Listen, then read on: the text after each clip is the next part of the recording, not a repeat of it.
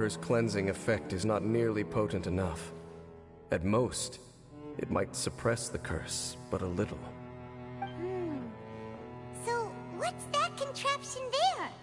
It looks kind of out of place.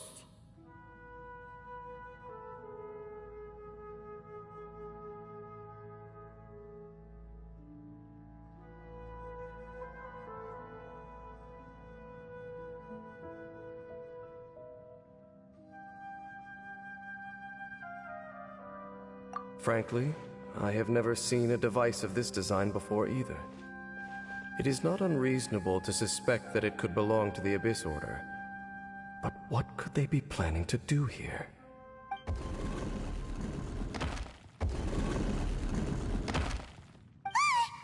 Oh, that gave Paimon a fright! So, all the doors are open now?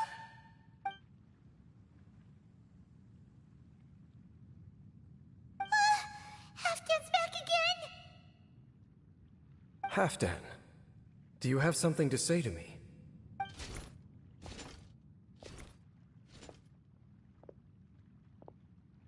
He ran off!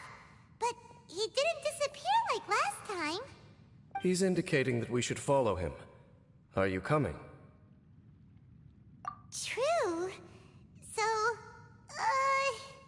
we going then?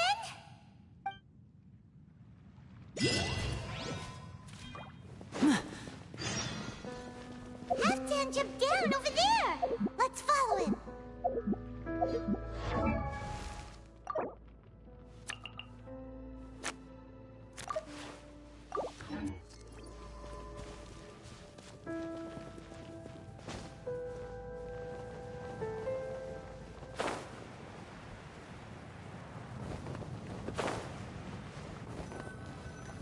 Looks like Halfdan disappeared at the far end of this path. Perhaps whatever lies ahead is what he wants us to see. Let's keep going.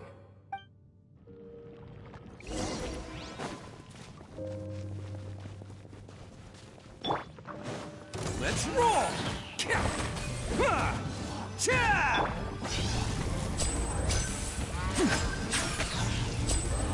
There are more signs of electro activity here.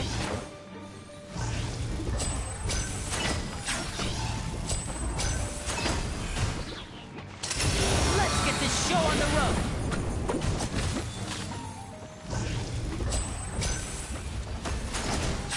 Step right up!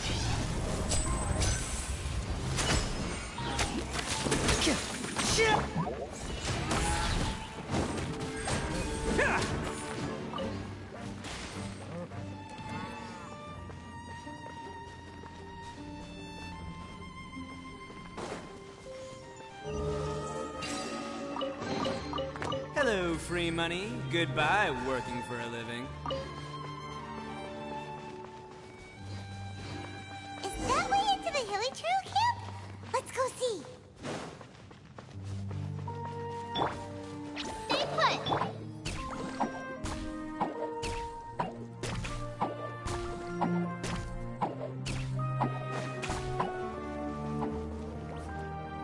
It's a humble Hilly Trail camp. Oh, these hilly trails look like they're in pretty bad shape, too.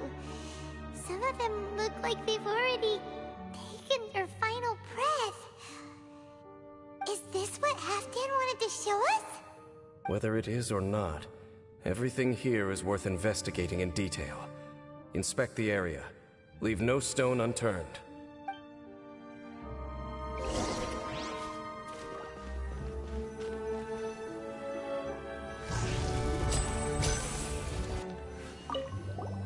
Seems like these hilly trails have no life left in them at all. Before long, they'll become one with the darkness. The hilly trails we meet in the wild are always so rowdy. Paimon never would have imagined that this is how they spend their final days. We may not have a whole lot of happy memories dealing with hilly trails, but still, Paimon hopes they're at peace in their last moment. Hilly trails usually store food in crates like these, right? But these seem pretty much empty. Is it because they're so near to the end that they don't need to eat anymore? Even if they don't need to eat anymore, Paimon bets they still miss food for the flavor.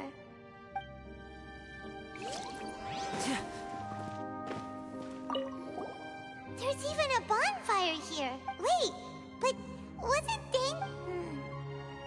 Maybe, in the very, very end, they still want to feel some light and warmth.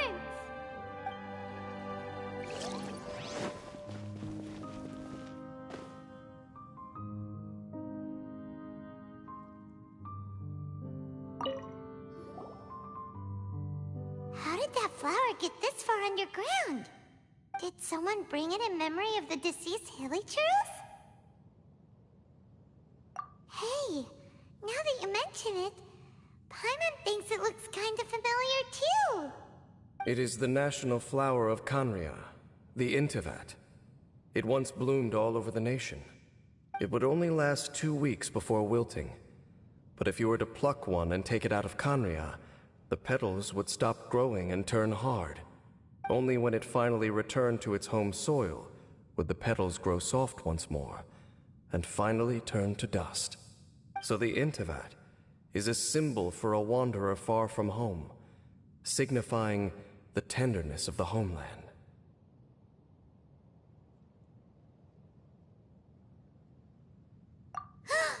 So for this flower to get here, it must have been brought from...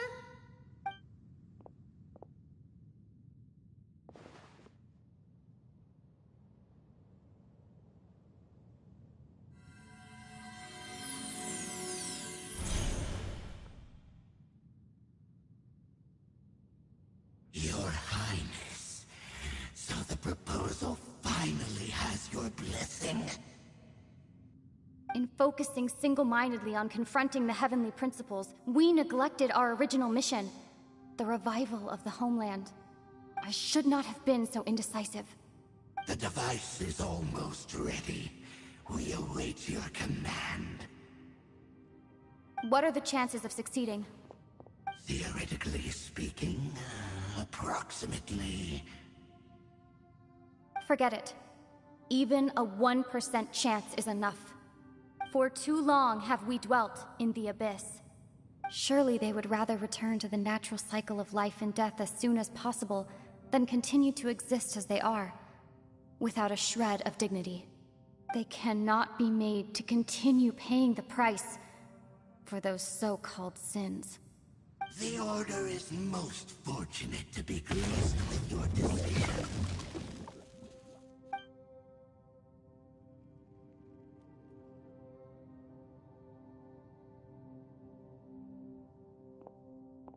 Lumine.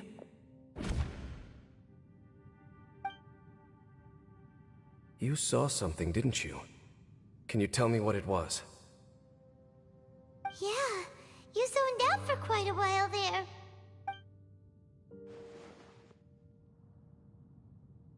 Huh. Well, people do say that twins have a special connection. It sounds as if they are attempting to make use of certain equipment to cleanse the curse. It could well be the device we saw earlier. And you say she mentioned the revival of the homeland, correct? No surprise there. Stubborn as ever. It appears as if the Abyss Order plans to use this location to cleanse the Hilichurls of their curse and restore them to the way they once were. Then, they will serve as the foundation for reviving the nation of Khaenri'ah. After all, there can be no nation without a people.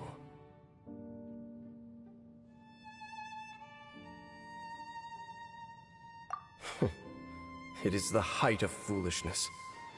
They have no chance of success, not even a 1% chance. I told you already that no one knows this curse better than I, having lived with it for 500 years. There is no redemption. There is no undoing the curse. Trying to remove it by force will achieve nothing but to inflict further suffering. So make sure you are... If you cling to false hope and allow yourself to become too emotionally invested, the only way is down. Save your strength for something worth... Oh? But of course, I am merely someone you hired for a task, while she is your sister. It is only natural for you to side with her. But whatever decision you make cannot deter me from mine. My chosen path is to stop the Abyss. If we have reached an impasse, then perhaps this is where we should say...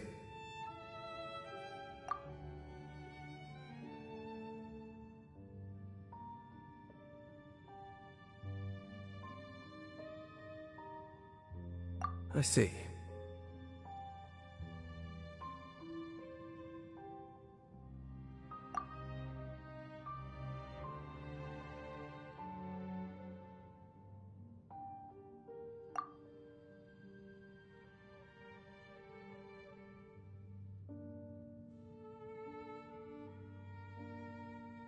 It seems that the 3 questions I put to you on our first meeting were worthwhile. You have developed your own individual views on this world. Very well. Since you have volunteered your true thoughts on this matter, I shall not hide mine from you. Right now, I have a more immediate agenda than stopping the Abyss. That is to say, the Abyss's actions here directly dishonor the final wishes of Halfdan and my other compatriots. I cannot allow this to proceed. The Abyss may appear at any moment. Be on your guard at all times as we proceed.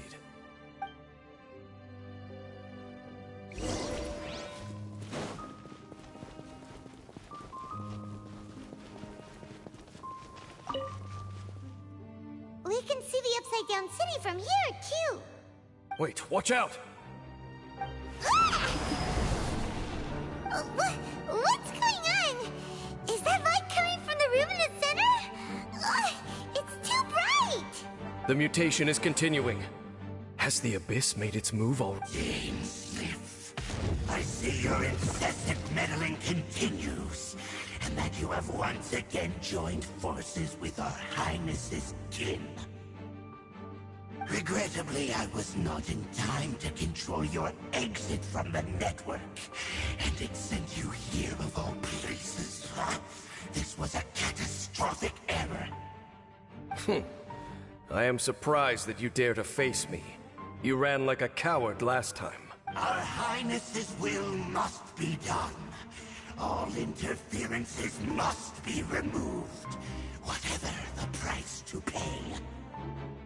This time, the curse that torments our people must be undone, once and for all. You are the only ones who torment them. There is nothing else left of those hilly churls. Nothing besides the curse itself. Say what you wish. I am going nowhere, Dainsleif. Then you will give your life just to delay the inevitable. How absurd. But since you wish to persist, then so be it. You really think you can use that device beneath the pool to cleanse this curse? Do not underestimate the ways of the Abyss. They can amplify the cleansing effects of the water not 10 but 100 Then I overestimated you. This plan is even cruder than I thought.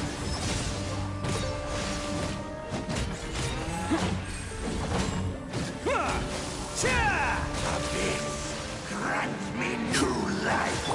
The end. I'll get you again! Don't be scared!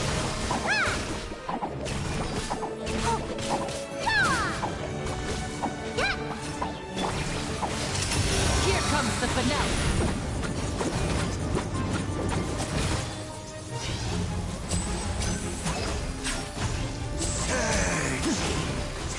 Now disappear.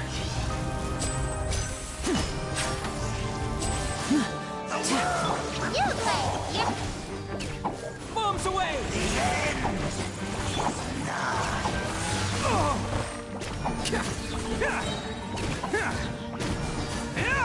Who wants some of this? Can't catch me.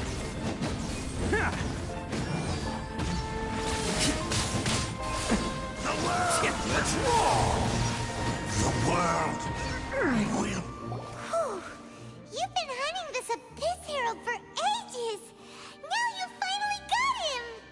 There's no time to celebrate. The Abyss Order's device is activating, but there's still time to destroy it. All right, let's go!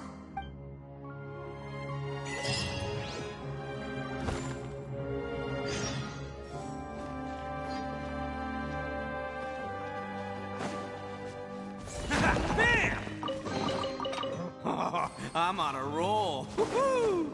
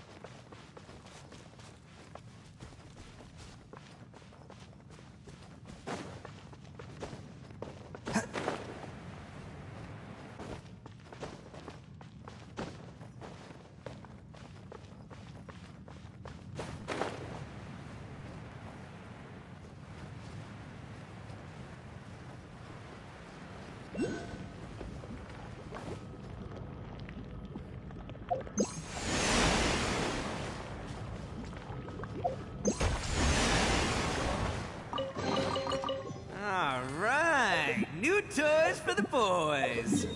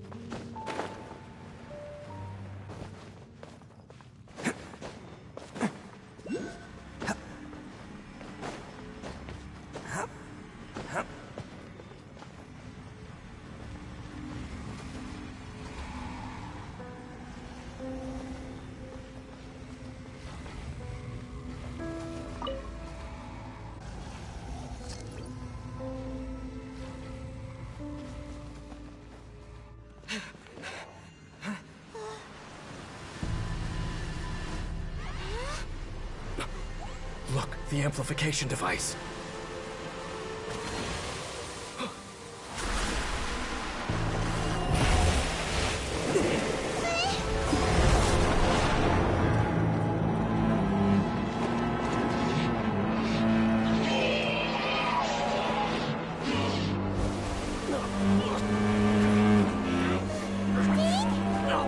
Am I too late? They're in agony. This is no way for them to meet their end. Find a way to stop that thing.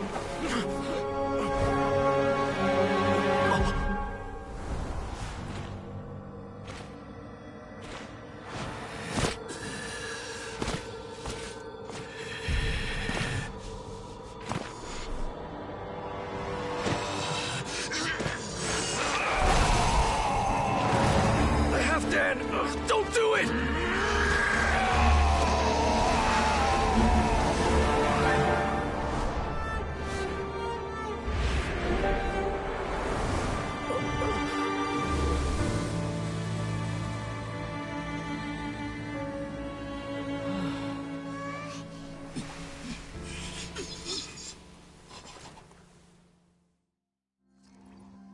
I thought he would have been turned to ashes in an instant. Halfdan's soul is extraordinarily resilient. Meddling fool! Encumber us no more! Don't you have a greater encumbrance to worry about? Come on. This is your grand opportunity to get rid of me.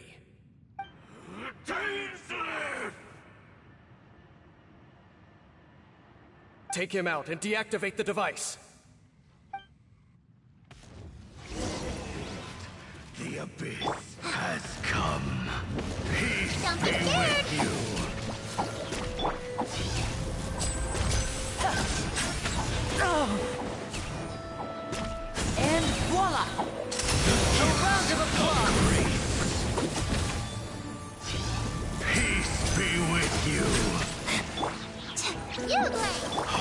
catch me. Attaboy. Okay, that one. Hear the truth. Step right up.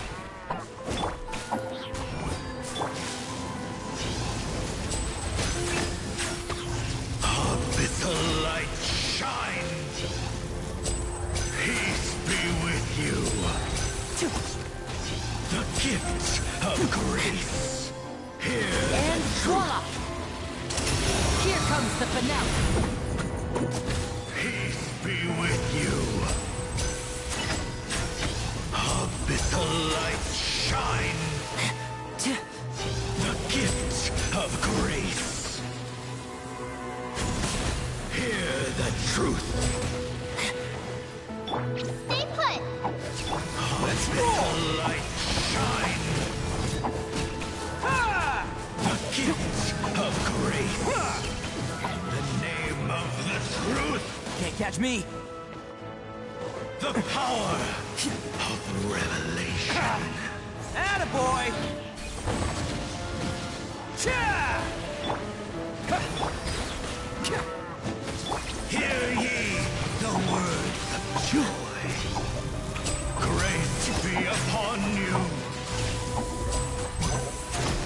Peace and hope find you. The power of revelation.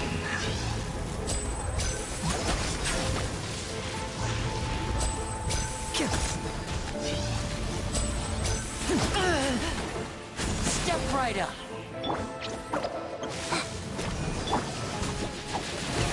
Can't catch me.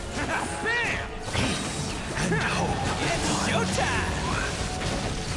Peace and hope find you. Hear ye the words of joy. Attaboy! The truth shall What do we do now? The Abyss Lecter's gone, but the device won't stop! And... Halfdan...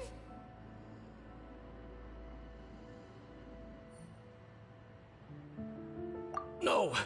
As long as the device is active, the cursed are rendered powerless. Only you can take on the Abyss. If you value his sacrifice, then do not waste any more time here. See all these rays of light and portals?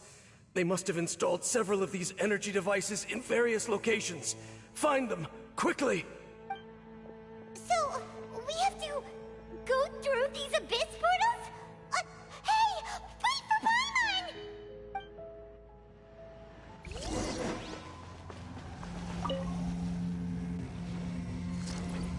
Can't catch me.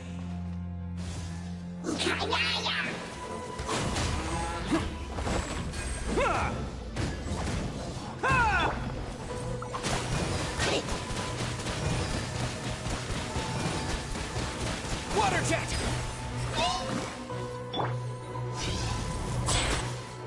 And Let's roll!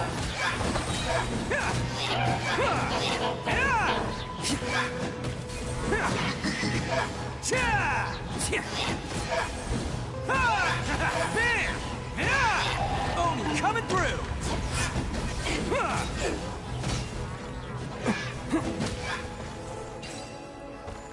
The Lily Trails are really suffering.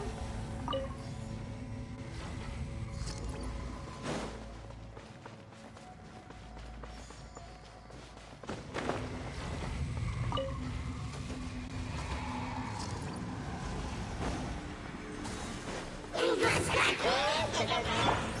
go! Don't be scared!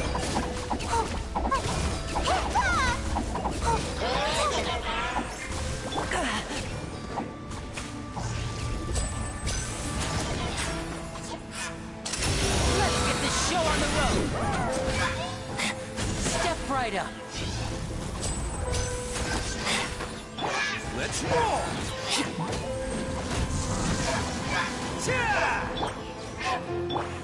Go!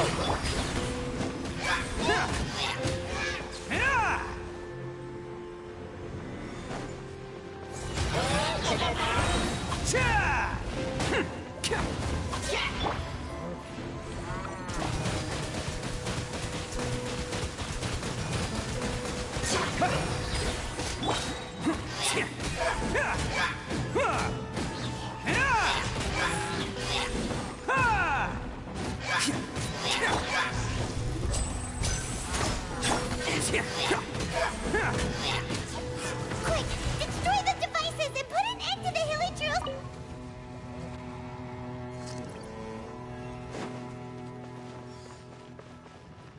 Can't catch me!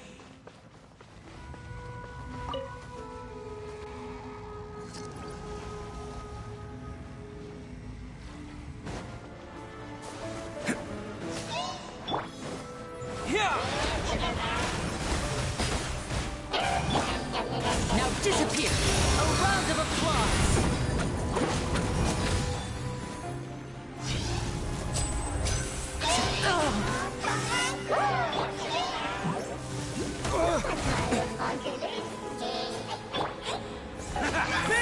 It's showtime!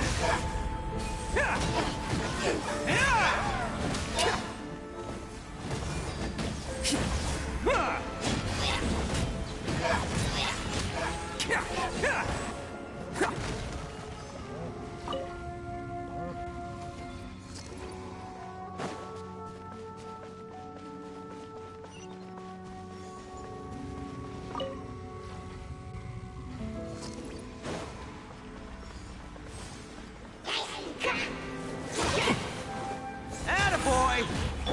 You, Blade! You're up!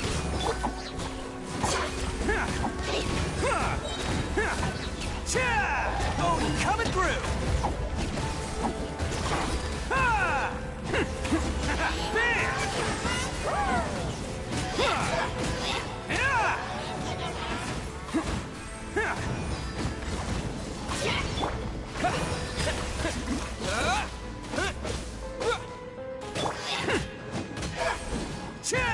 Attaboy!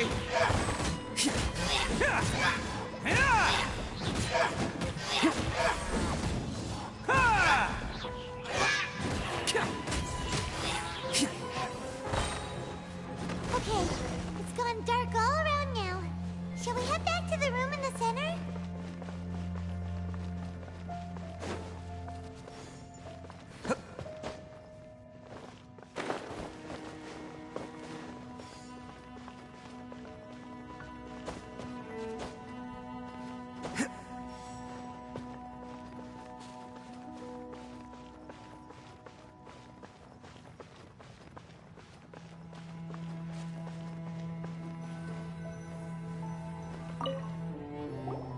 So, that's it, right? The device is fully shut down now? The burning sensation has indeed stopped. So, we managed to stop the Abyss Order's plan?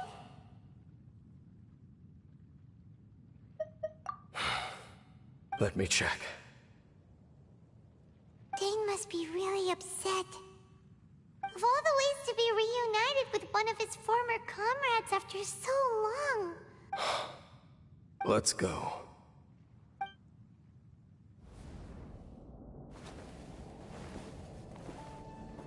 Huh? Huh? Light.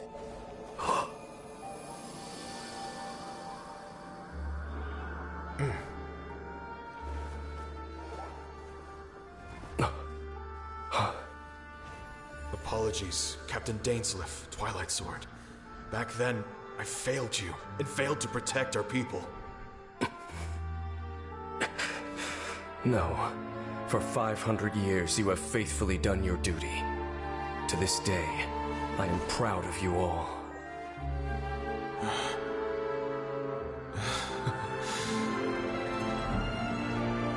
Conria didn't fall, did it?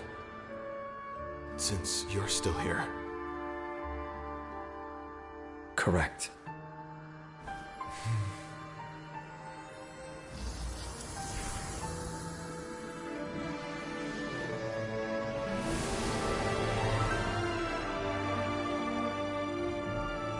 So, no need to revive the homeland.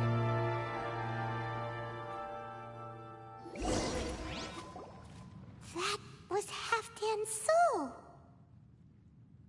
More than one kind of strange power exists here. Souls are no strange sight under the circumstances. Still, if you intend to venture deeper in and continue your investigation, you ought to be careful. You bet! We'll be super careful! Oh, but Dane, does this mean you're not coming with us? That device took a severe toll on me. It will take me some time to recover. Oh, right. Well, actually, Paimon already knew that. You've clearly been pushing through the pain this whole time. You've earned a good rest, Dane. Oh, you should take a vacation! Vacation? The very notion. This word has no business being in my vocabulary. There are more important things that demand my attention. The Loom of Fate operation is still underway, and I suspect that these amplification devices are connected to that plan. Thank you for understanding. I only hope that next time we meet, you know whose side you're on. Sheesh! He sure knows how to hold a grudge, saving that snide remark right until the end.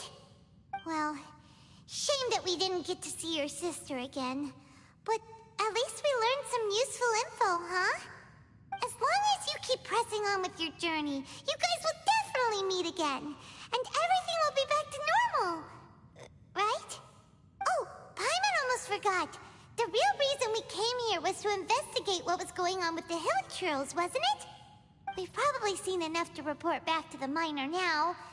But, how are we going to explain it to him? This is all way too complicated for regular people to understand. We'll figure it out. Just don't forget about the commission when we're done here.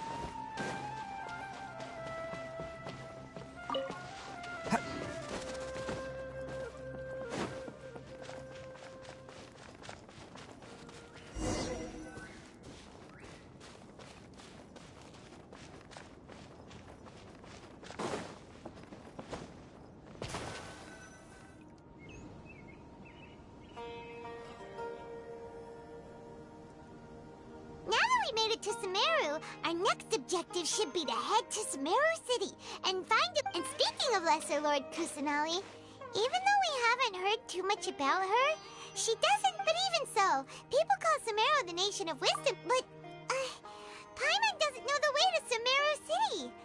Maybe even if we can't see exactly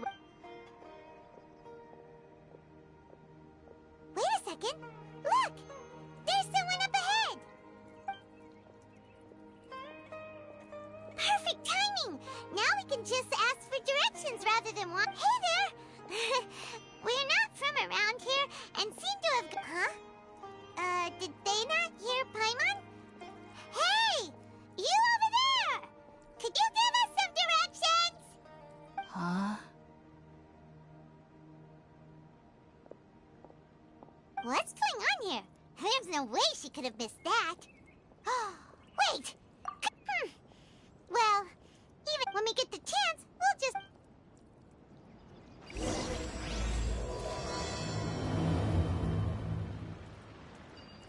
Come on!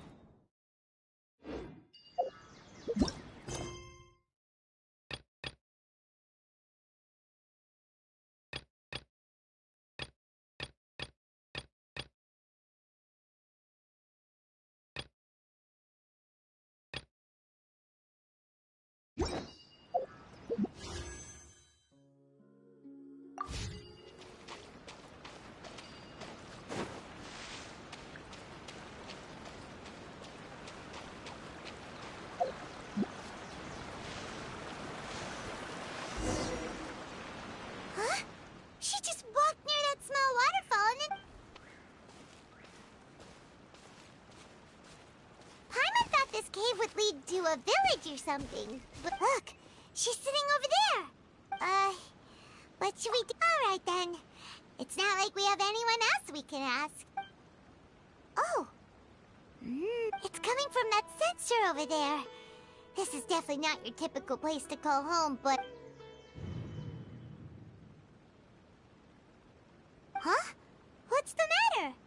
You don't look too good. What? Is the smell making you feel sick?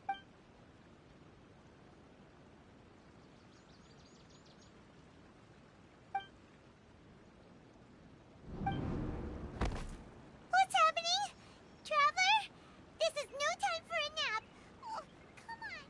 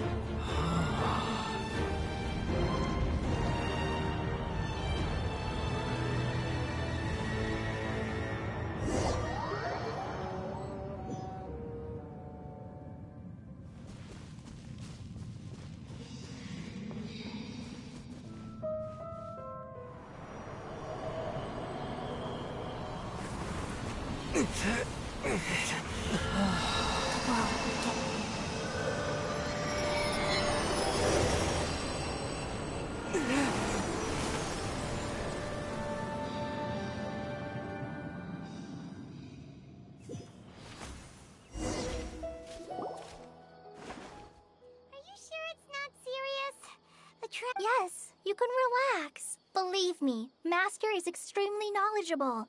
If he says that he's going to be alright, then there's absolutely nothing to worry about. Oh, are you awake now? Oh, thank goodness! Traveler, you're finally awake! Well, we're at... This is Gandharvaville. It was originally built by scholars from Sumeru. My name is Kale. I'm a Oh, no things are necessary. I didn't do anything, really. By the way, how are you feeling now? Oh, that's Master's... before I forget.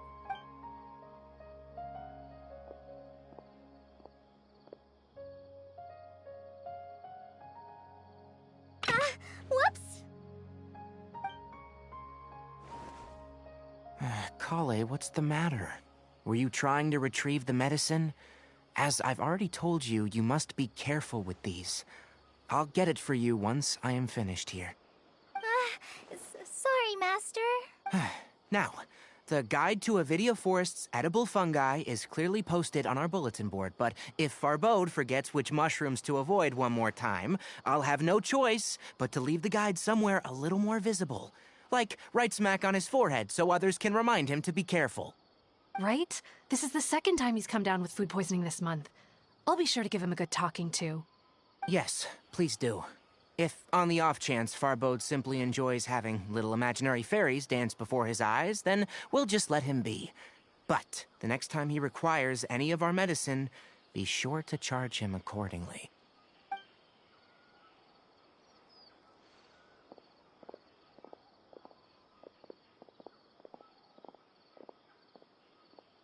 So, how are you doing? Feeling better? Oh, this is my master, Forest Watcher Tainari. I already informed Paimon about it is common practice for Sumeru scholars of certain darshans to dedicate themselves to training in meditation in isolated areas, particularly the nearby forests. While meditating, they use a certain incense known as Spirit Borneal to help calm their minds as they enter a state of deep rumination. In hopes of asking directions, you two followed a scholar named Hypatia into her cave. The incense you smelled inside was the Spirit Borneal I just mentioned. That incense typically has no effect on most people, but for a very select few, it can have profound effects on one's cognition, as you experienced firsthand. Does that make sense? Very good. Now, answer me this. Did you feel anything after passing out?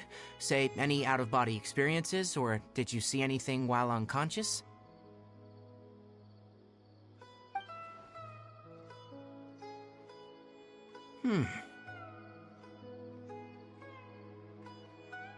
Kale, let the others know to stop bringing their patrol logs here for now.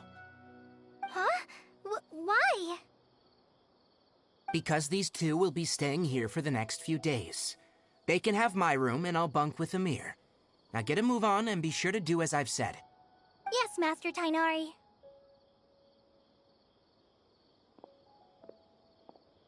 Wait, hold on a second. Can you tell us what's going on? Sure, let me fill you in. I originally planned to send you on your way once you finished your medicine. However, it appears now that you should stay a while longer in Gandharvaville for further observation while you recuperate. Further observation? No need to be hasty. As long as you have the capacity to judge between right and wrong, I promise that you'll understand the gravity of the situation once I explain everything to you.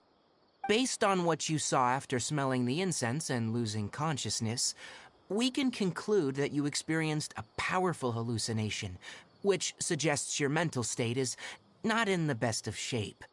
If you're skeptical, have a whiff of this. Whoa, are you okay? You're experiencing a similar sensation as when you passed out, aren't you? So even though your condition is stable as of now, if I were to haphazardly let you leave, it's highly likely that you'd suddenly pass out again somewhere else. The rainforest is home to many fierce animals and hazardous areas. If something were to happen to you again, I'm afraid you might not be so lucky. For now, I suggest you continue taking your medicine each day and avoid wandering off on your own, at least until you stop having adverse reactions to this kind of smell. Okay? Good. Now, continue resting while I fire up another bowl of medicine for you. Seriously? We just arrived in Sumeru and we're already having problems left and right! Paimon knows we're set on meeting Lesser Lord Kusanali as soon as possible, but you really don't look too good. It'd probably be best to let you recover first. Hey! Are you even listening to Paimon? Paimon's over here worrying about you, you know. What's weird? You mean how you're feeling now? You mean the vision of tree roots and red skies you saw? But if those weren't hallucinations, what could they be?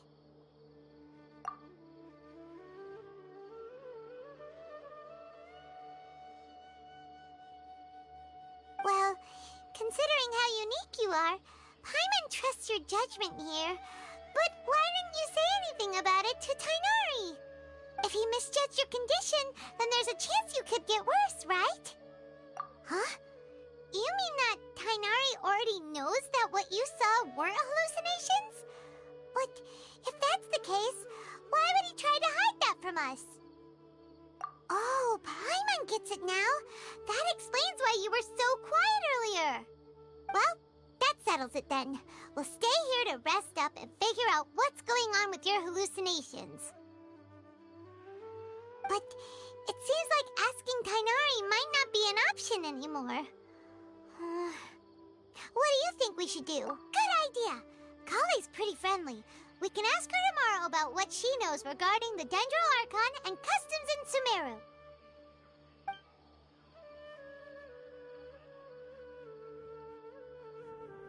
Rise and shine! Come on, it's time to go find Kale!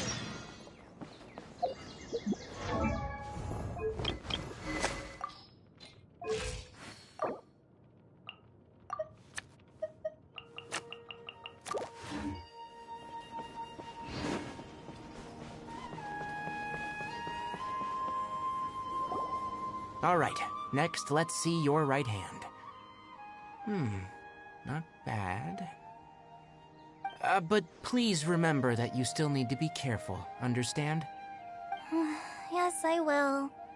By the way, Master, I still haven't received the patrol route for today. Look, Kale, today's patrol will be a long one, so you won't be coming along this time. Besides, there's a chance we may encounter... Well, you understand. But I have a vision too! Am I useless to everyone now? Don't talk like that, Kale. This is not something you need to be worrying about right now. Ah, there you are. Feeling any better?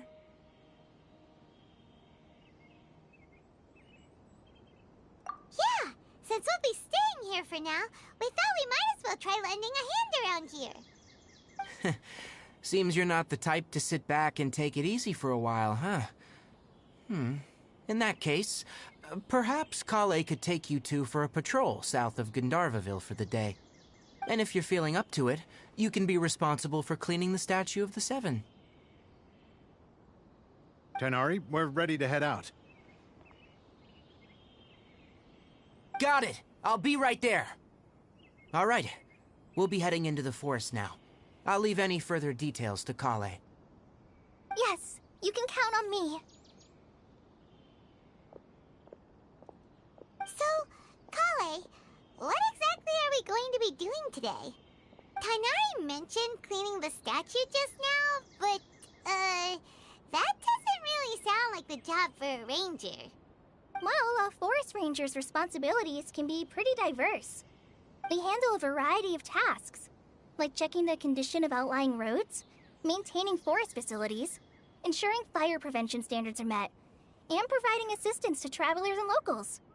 As for Master, well, he has to handle more dangerous areas of the rainforest. Today we can perform routine checks on the pathway lamps as we make our way to the Statue of the Seven. Paimon, traveler, this way! You can leave the task of checking the lamps to me. In the meantime, you two can keep an eye out for anything unusual.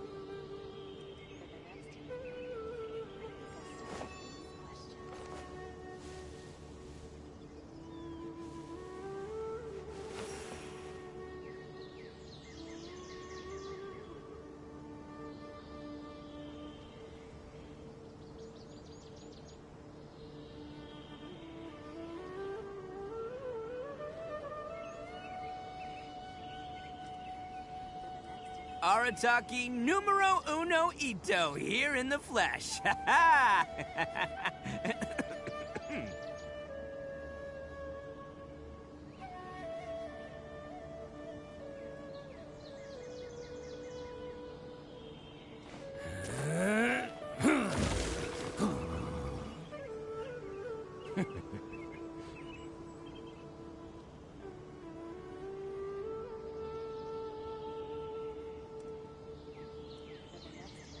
Best flavor in the world? The sweet, sweet taste of victory. And that's why I've never spent a single more on any of my snacks. I've won them all, fair and square. That's right.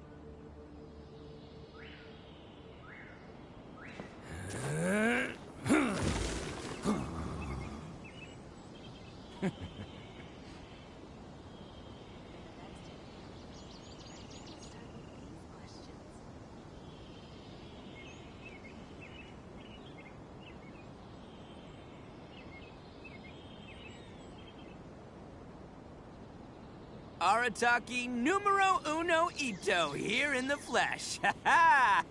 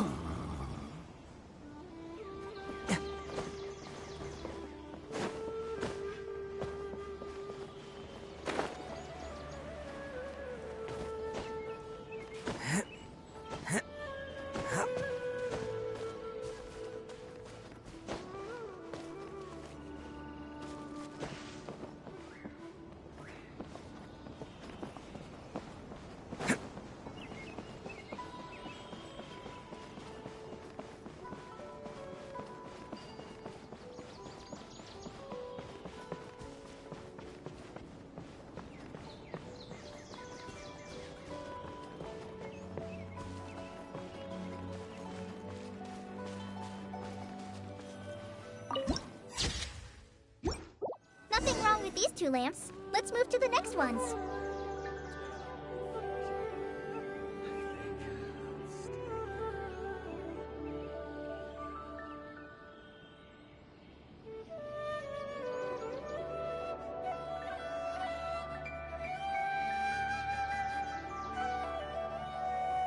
Don't underestimate the beetle. They can be some of the toughest little guys around. Yes, you can. Yes, you can. Want to know what's on this beetle's diet? Sweat and tears, that's what. That's how it gets stronger. I think we can all learn something from that.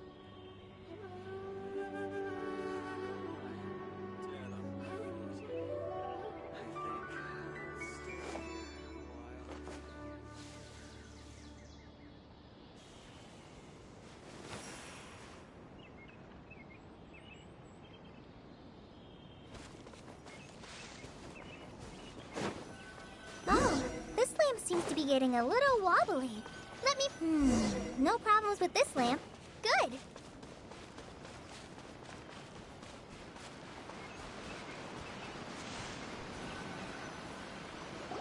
The statue of the Seven is up on top of that large rock formation. You must have seen it when you came down this road before. It's pretty high up there, isn't it? Don't worry. If you're afraid you can't make it up there, I'm sure Master wouldn't mind if you don't clean the statue. Oh? I guess I'll leave it up to you then. There's not much footing once you reach the statue, so be careful up there. Paimon will fly up with you and help you with those hard-to-reach areas. By the way, Kale, do you know anything about the Dendro Archon? You know, what's she like? That depends. Are you referring to Greater Lord Rukkhadevata or Lesser Lord Kusanali? Huh? Greater Lord Rukkhadevata? Oh, is that the name of the former Dendro Archon? Uh-huh. Greater Lord Rukkhadevata was Sumeru's first Dendro Archon. She created the rainforest as well as the wall of Samiel around the desert. Her works provided a means of peaceful living for everyone. To the people of Sumeru, she's not only a symbol of wisdom, but also of power and kindness. Unfortunately, she disappeared in a great calamity that occurred a few hundred years ago.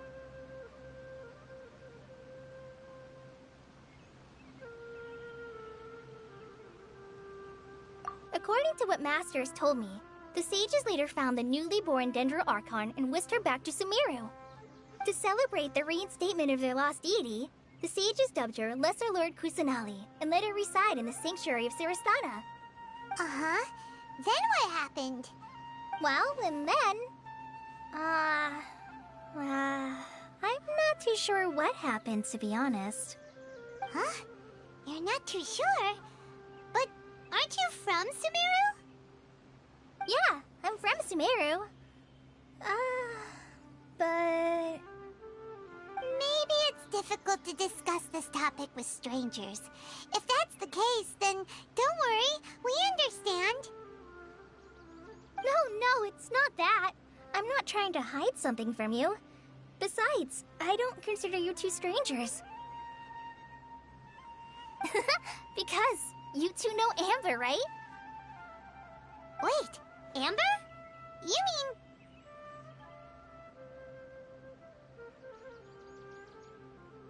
Yes, that's her. I once lived in Mondstadt for a while, and she helped me a lot during that time. You could even say that she helped me become a new person. There's no one like Amber. She lives life to the fullest while always adhering to her strong sense of justice. She's ready to answer the call for action at any moment, but is also very understanding of others. She's like the spark that lights the fire in everyone's heart around her. If you ask me, she's a prime example of a true outrider. She's the first person anyone coming to Mondstadt will meet. You can't help but be enthralled by her charm and enthusiasm, causing you to fall in love with the lands of Mondstadt and...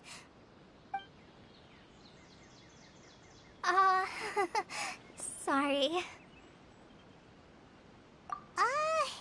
Paimon thought the work of Outriders was a little different from what you just described, but one thing's for sure, you really like Amber. Sorry. I was rambling on just now. It must have... It's alright, Kale. Knowing that you're a friend of Amber somehow makes Paimon suddenly feel a lot closer to you. So, how do you know that we've met Amber? Well, after I returned to Sumeru, Amber and I have stayed in touch by writing each other letters. In one letter, she mentioned that Mondstadt was attacked by a fearsome dragon, but the city was saved by a mysterious blonde traveler and their floating companion. I knew you two were the ones she mentioned in the letter the moment I saw you. But, considering everything you've been through that day, I thought it'd be inappropriate to bring it up. Ah, so that's how you knew. Yep, so please know that you two have my complete trust, really. I wish I could tell you more about the Dendro Archon, but I have been away from Sumeru for some time, and I haven't read any books. Sorry. That's alright. You've already helped us a lot. We had never even heard of Greater Lord Rukkhadevata or the Sanctuary of Sarastana until you mentioned them. Oh, I'm happy that was helpful. There is one thing I want to ask, though. Why do you two want to know about the Dendro Archon?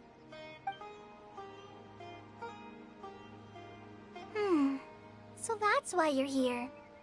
Thank you for telling me your story. Don't mention it. We are friends after all, right? Alright, we have a statue to clean. You both have my thanks. While you two are up there cleaning, I'll go ahead and inspect the forest canopy. Let's meet back here shortly.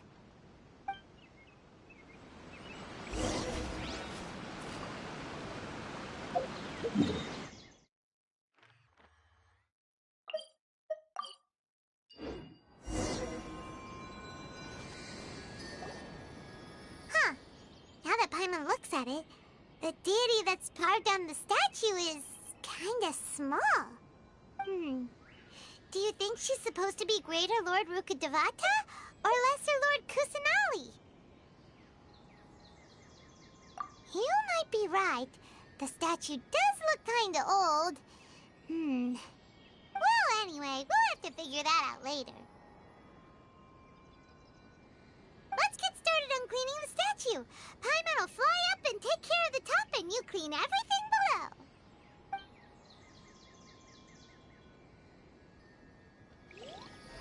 Nice work!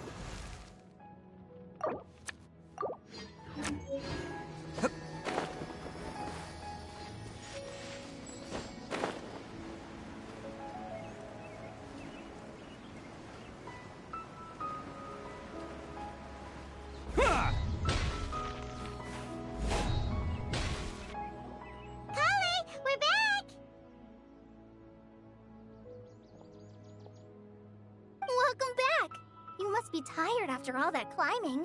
Let's take a little break. I brought some fruit and water for us.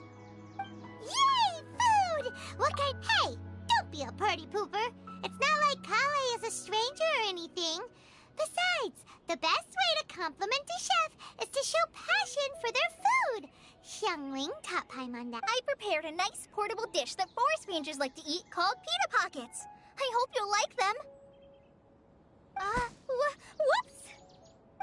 No! You dropped it on the ground! Not to worry. I wrapped a few layers of oiled paper around each pita. They should be fine. Oh, Paimon nearly had a heart attack there. Those pitas are amazing! You're quite the cook, Kale. Thank goodness you wrapped them in paper. Paimon wouldn't have been able to sleep at night knowing something so tasty had been wasted. You really know how to compliment the chef, Paimon. Since you liked it so much, I'll be sure to give you a copy of the recipe sometime. I'll even include all my personal cooking pointers, so you'll be making your own pita pockets in no time. Yay! Thanks, Kale! It's hard to believe someone as diligent as you could have clumsy moments, too. Oh, I guess it happens from time to time. So, Kale, don't you think that Tighnari's a little too strict with you? He won't let you touch anything without his permission. Paimon knocks stuff over all the time flying around the Traveler, but he's never said anything. Everyone has their clumsy moments. No, you've got the wrong idea about Master. Sure, he may seem a bit harsh at first, but with some time, you'll see that he's actually very kind-hearted. I've heard the veteran rangers say that Master is from some ancient and mysterious race that is known for their cunning wit and reclusive nature, but Master's actually very kind at heart. Oh, by the way, you've heard of the Academia, right? Well, there's a group called,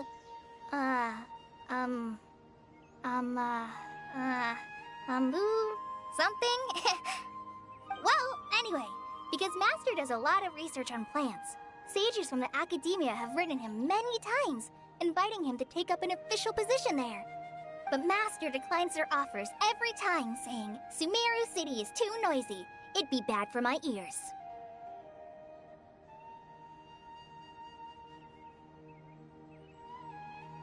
Seems you already know him well. Anyway, I'm sure the sages were not happy about his responses. Master could obviously have a bright future in the Academia, but he insists on sticking to the path of a forest watcher.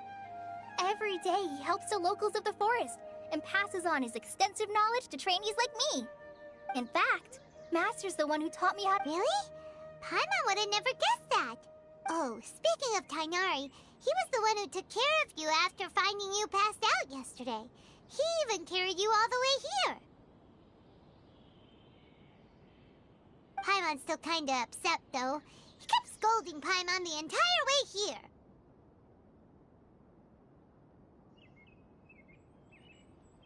Oh no, I'm sorry. Master might have been overreacting a little. But, it's mostly because Paimon wouldn't stop yelling, "Why, oh why, is he going to die?" It probably started to get under Master's skin after a while. Hey! Don't laugh! Paimon was genuinely concerned about you. Hey! Now even Kale's starting to laugh. Ugh, that's it! Paimon won't forget this! It's time for some primordial wrath! No! Don't touch me!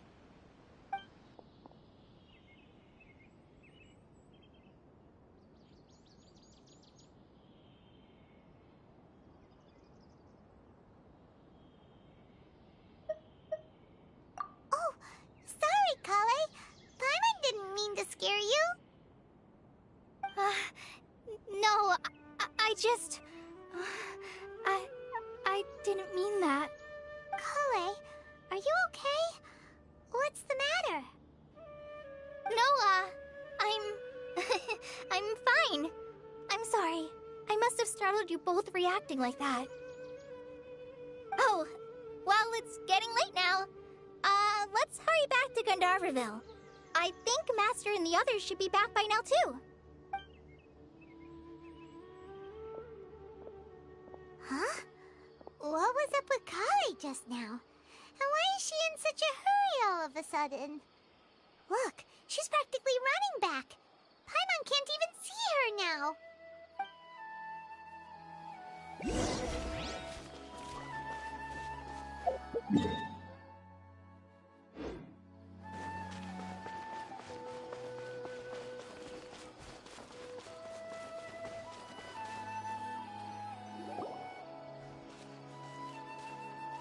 Ah, Traveler. You've returned. Yep, we're back.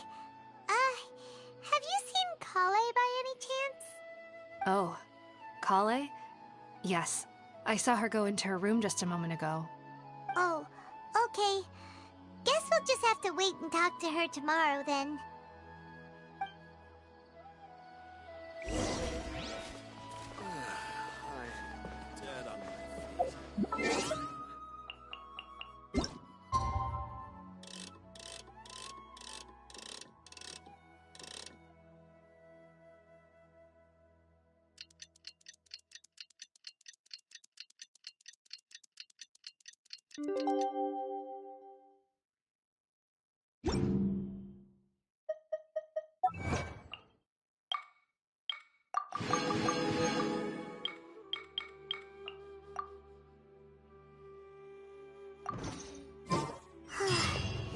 Paimon was thinking all night about what happened with Kale, and still can't figure out what the problem might be.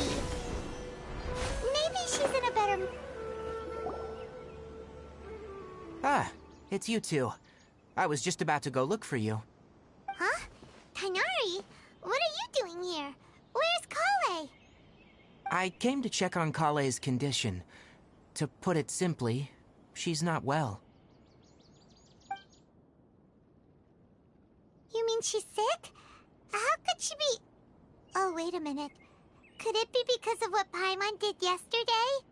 No, no need to worry. Something as small as you could never harm her. This sickness is something that Kale has been dealing with for some time. Kale has been more excited than usual since you two arrived. A little too much so, to be honest. She hasn't remembered to take care of herself. I suppose it's understandable, though. She hasn't been around anyone she considered a friend for some time now. It must have been refreshing for her to have you two here. So, Tighnari, what's really wrong with Kale? Let let's take this conversation elsewhere. Kale just fell asleep after taking her medicine. She needs some peace and quiet.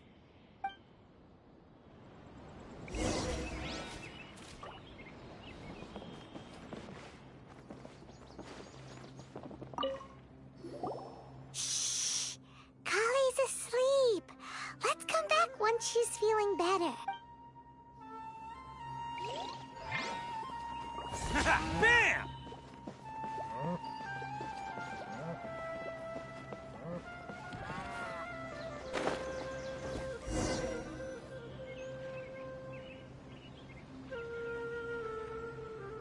All right, let's continue our conversation here, shall we?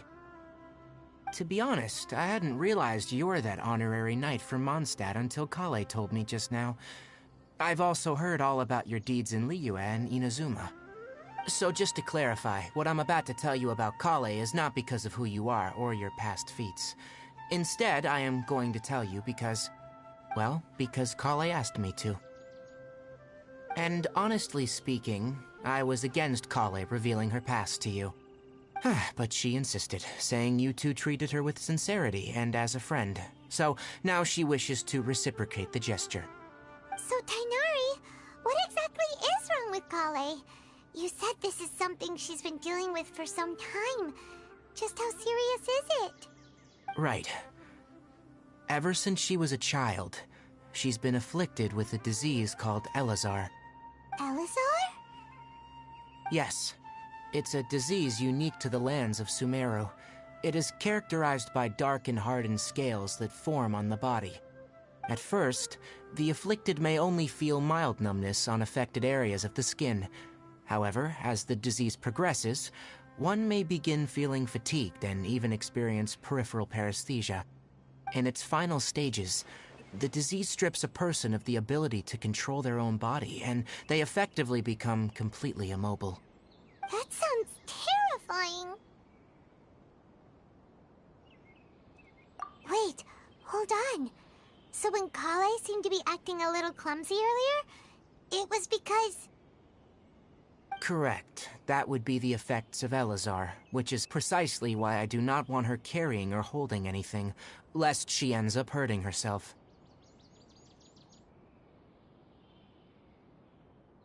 With appropriate treatment, the disease can be effectively controlled before it progresses to a more serious stage. However, there is unfortunately still no true cure for Elazar. Nevertheless, Kale's mother still hoped that there was something out there. She handed Kale over to an organization known as the Fatui after one of their members lied and said they had a cure. What? The Fatui? Ah, it appears you already are familiar with them. That'll save me some explanation. Anyway, the person who eventually rescued Kale and brought her to me for care said that she had been given to a harbinger known as the Doctor. I have no idea how this doctor managed to do it, but her case of Elazar was completely stable for all the years that Kale was with them. However, Kale's days with the Fatui were anything but pleasant. Kale is a resilient individual and always tries to appear cheerful, but her experience with the Fatui has left deep scars. Even now, she can still feel deathly afraid of someone touching her. Oh, Paimon had no idea Kale's been through so much suffering. Oh, by the way, Paimon, Kale wanted me to tell you that she's sorry for scaring you yesterday. She also wanted both of you to know that she's sorry for hiding her illness. She doesn't need to apologize. None of this is her fault at all. Well said. I hope you'll get a chance to tell her that in person the next time you see her. Kale once thought that it would be impossible for her to have any real friendships. I trust that you two will never let my trainee experience such emotional pain again. Don't worry, Tighnari. We'll take good care of her.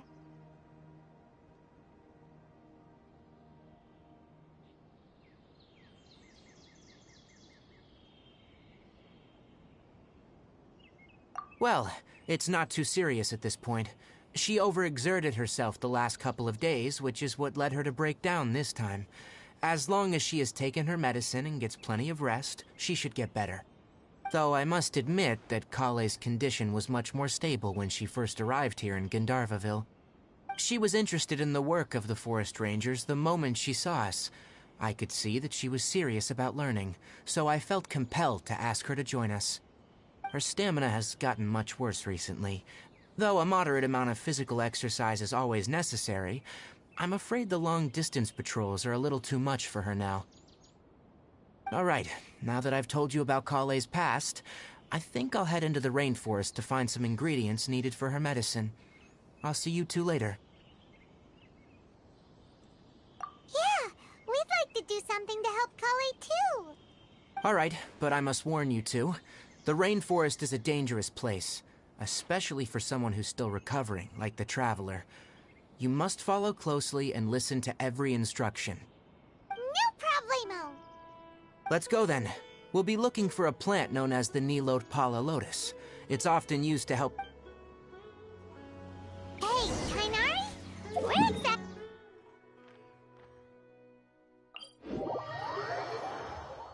Nilotpala lotuses can be found all over the rainforest, but it often grows right here around Gandharvaville.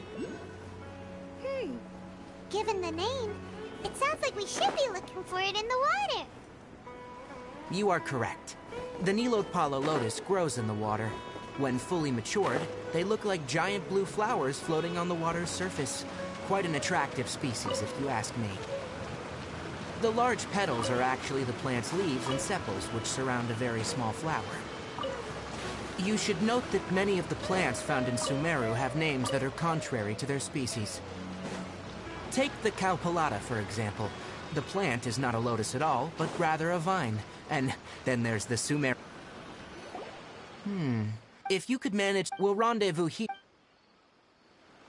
Hey, Tainari! We found... Let me have a look. I'm glad you two Hey, Tainari! Oh, Tainari! Someone's... Let's go find out what's going on.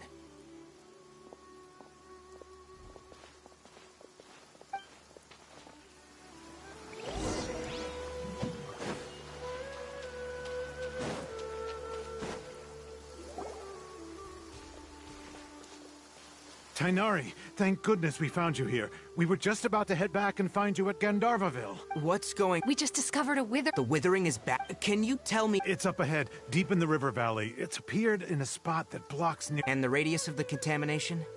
Sorry. No one in our patrol... Okay, Wait, Tainari! You two have only just... There's a unique... The affected area... Yes, as Amir said. That's right. If only someone with a vision can vent, but you don't seem to... Don't worry. Don't sweat it. Wait, you've met other forest rangers before? I was planning to properly show you both how to identify the withering before you left Gandharvaville. Anyway, since you two are experienced adventurers, come with me.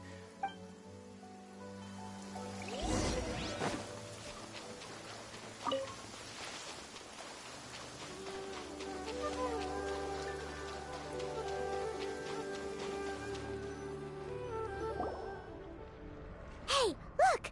That gloomy area over there looks like a withering zone, even though Paimon... All right, Traveler. We're about to enter the witherings, but please remember, don't push yourself.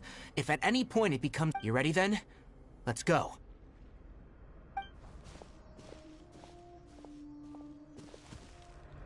First, we must locate any branches sustaining the withering zone.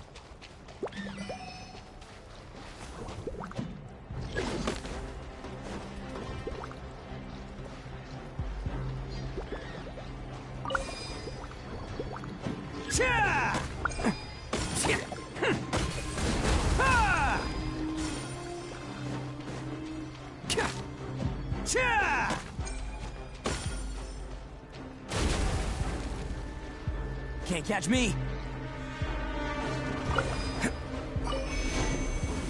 Can't catch me.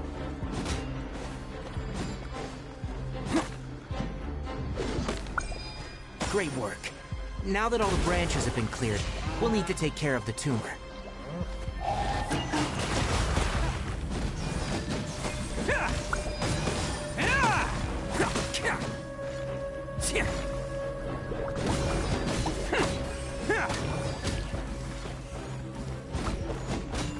Now, destroy the tumor of the withering. Real men don't. Yes. Thanks to you two. It's that obvious. Recently, if that simply meant more. For instance, this presents a. And most. Huh? I'm still not sure of the exact reason. However, no, none that we know of. The Withering has been recorded in Sumeru for millennia. Oh, by the way, Irminsul is. I'm sure you've heard of ley lines, right? They're like the roots of Irminsul. Ley lines can. The Dendro arc. And as for the Withering, that's right. My ancestors learned to. I'm afraid we Ranger. Alright, that's.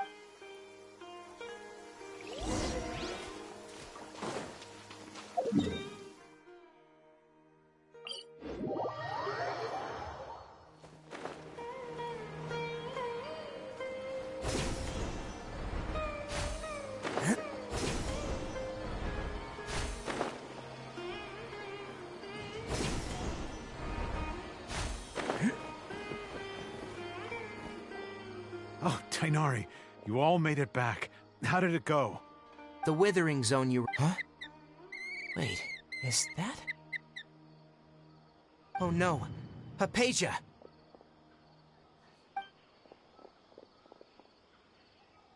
Huh? What's wrong, Tainari? This Duskbird is Hypatia's designated courier for urgent news. You do remember her, don't you? She's the scholar you and Paimon were following. Oh, her? Let me see what's written in the letter first. So what's it say? And what's with that weird expression on your face? Huh? Yes. She must have just finished. What? You mean she's... Well, obviously because this has happened before. Last time she drew 5 lines, and by the time we found her... Well, I'd prefer not to remember that. Needless to say, Hypatia's been through worse, but we should still get to her as quickly as possible. I've got some emergency rations set aside for times like these. Wait, you want us to bring her the ration? Let's find out. Here, traveler. Take a smell and see. So, how do you feel?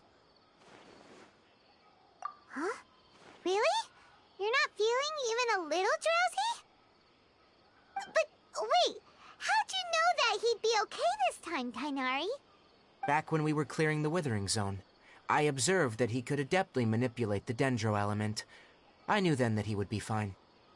And if I may ask, when I was telling you two about Irminsul's ley lines, was what I described similar at all to what you saw when you were unconscious? That's correct. Those weren't hallucinations at all, though I don't intend to apologize for deceiving you. Because what you saw is of significant importance. Not just for the nation of Sumeru, but the entire world of Teyvat. My forefathers were shown much favor by Greater Lord Ruka Devata. We took an oath to protect this nation together with her. Now that that duty has fallen to me, it was a part of my responsibilities to ascertain whether you could be entrusted with the fate of Sumeru. Now, after seeing you in action with my own eyes, you have earned my confidence, and I no longer feel the need to hide any secrets from you. When you passed out, your consciousness had connected directly with Irminsul. What you witnessed were actually real memories contained within Irminsul itself. I could try to tell you more, but it would be better if you went to ask Hypatia instead. Her focus on meditation and use of Spirit Borneal are aimed at establishing a connection with Irminsul, just as you did. That sounds nice and all, but will she really help us? Seriously, she completely ignored us the last time we tried talking to her. That was because when you ran into her, she was in a special phase of her training. During that time, she must avoid communicating with others. Please, wait here for a moment.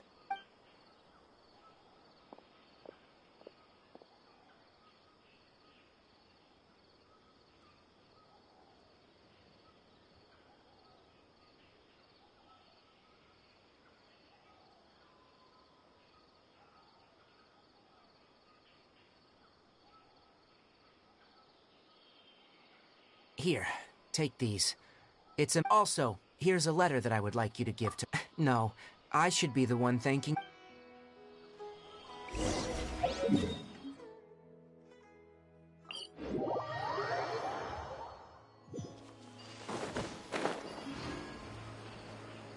Hypatia? Hypatia should still be in the cave. Let's go inside and see how she's doing.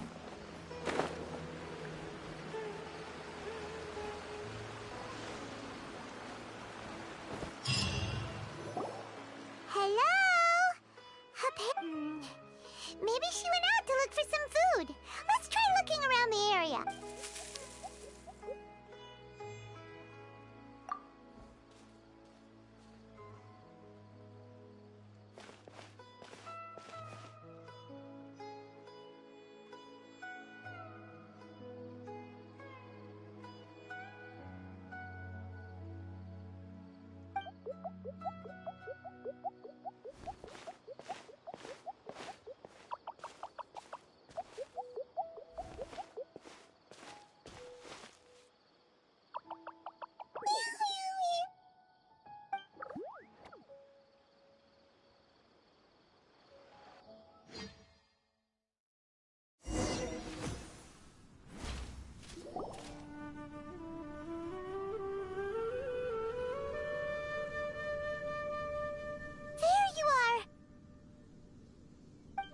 Hypatia, are you alright?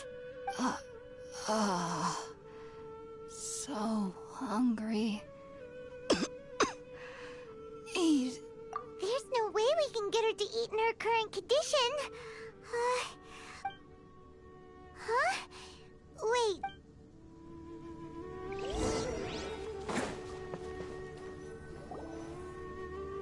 Huh?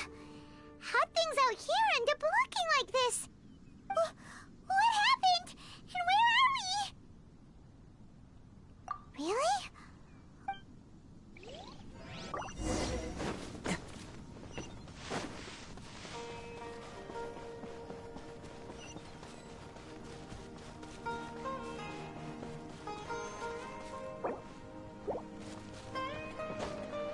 Wow, this place is huge! Paimon knew there's something off about that cave. Let's think of a way to get over there and have a closer look. Who knows? Maybe we'll find a lead of some kind.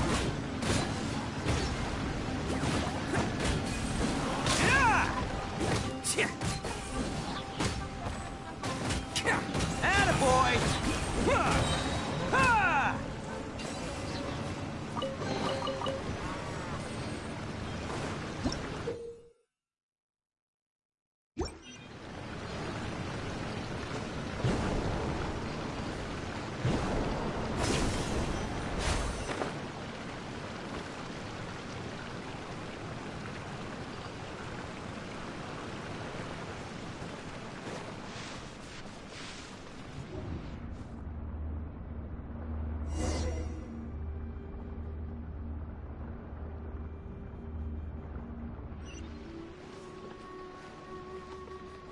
Huh?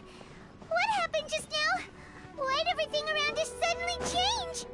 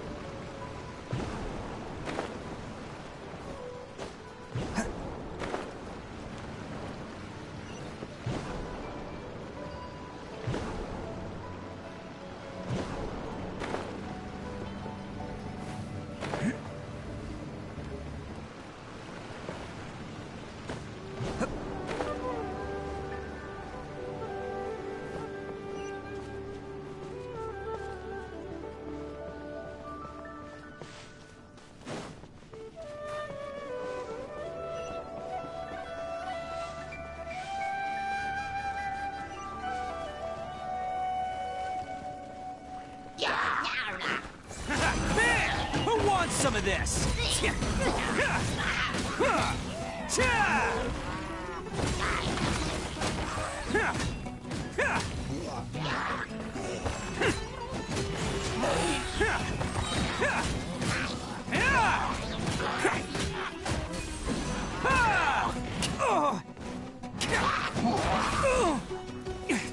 some of... Hey,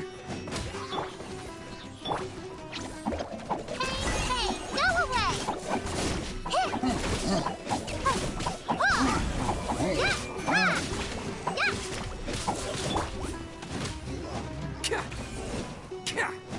Let's roll!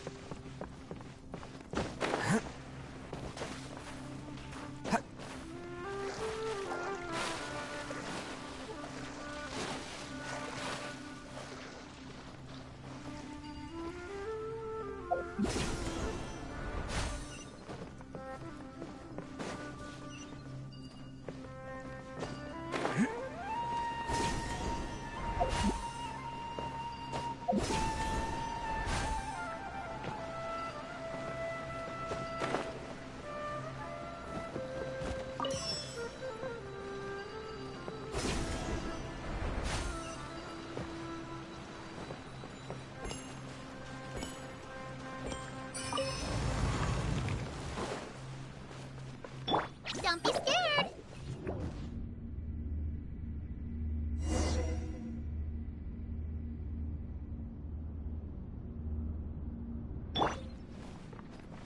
What in Tibet is going on here? This place is getting weirder by the minute! Hey! What's the matter? You don't look so good.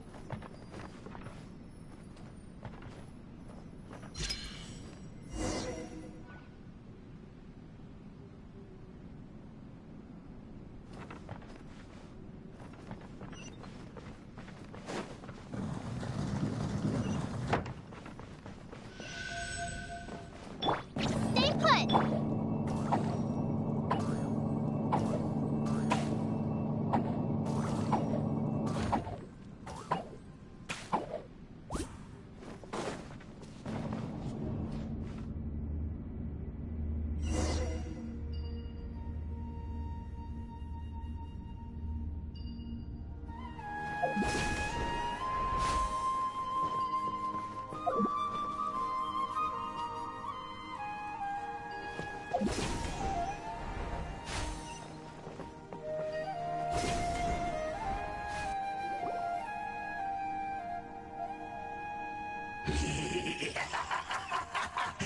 Well.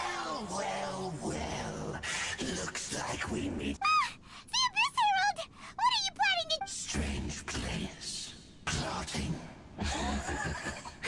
You needn't worry about such things. They don't concern you.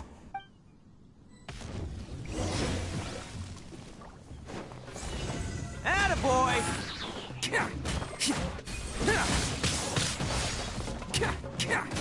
Odin coming through!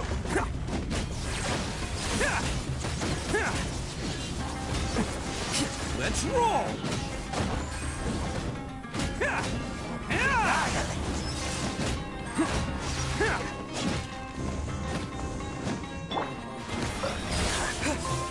Wipe out!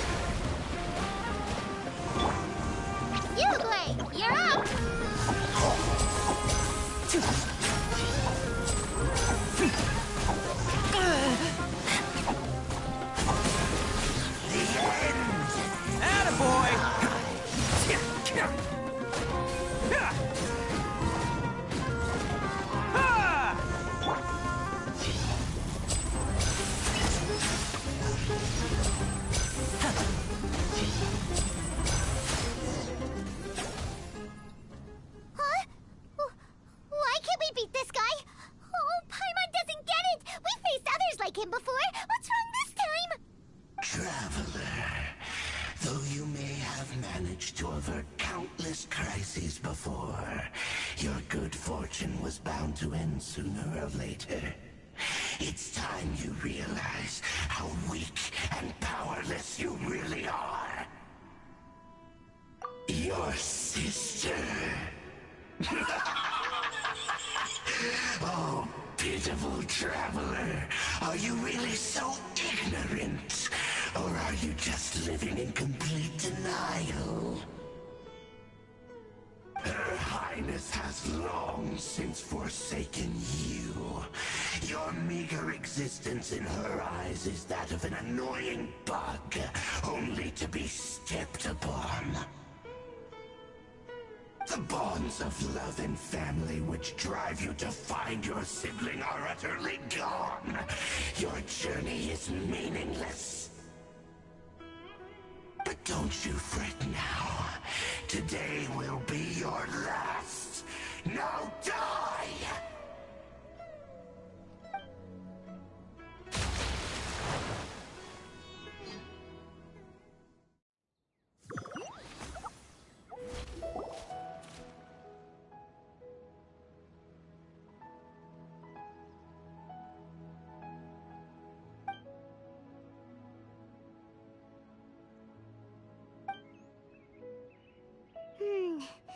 What do we do? We haven't seen Hypatia anywhere out here. Oh, there she is! Quick, let's see how she's doing. Ah, so sweet. Well, the good news is that she's still conscious. Hey, why'd you drop her food on the floor like that?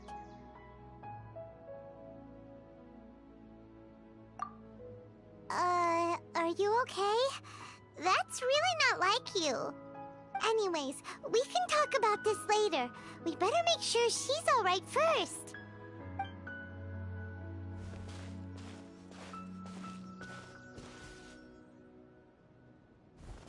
Whoa! Wait a sec. Look at all this fruit lying around her. We can put that to good use.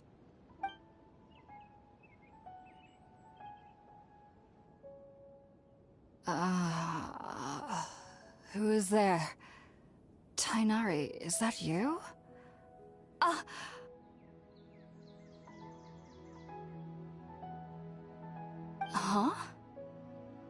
It's okay. You can relax, Hypatia. Tainari sent us here to bring you some food and water. Here, we have a letter that he asked us to give you.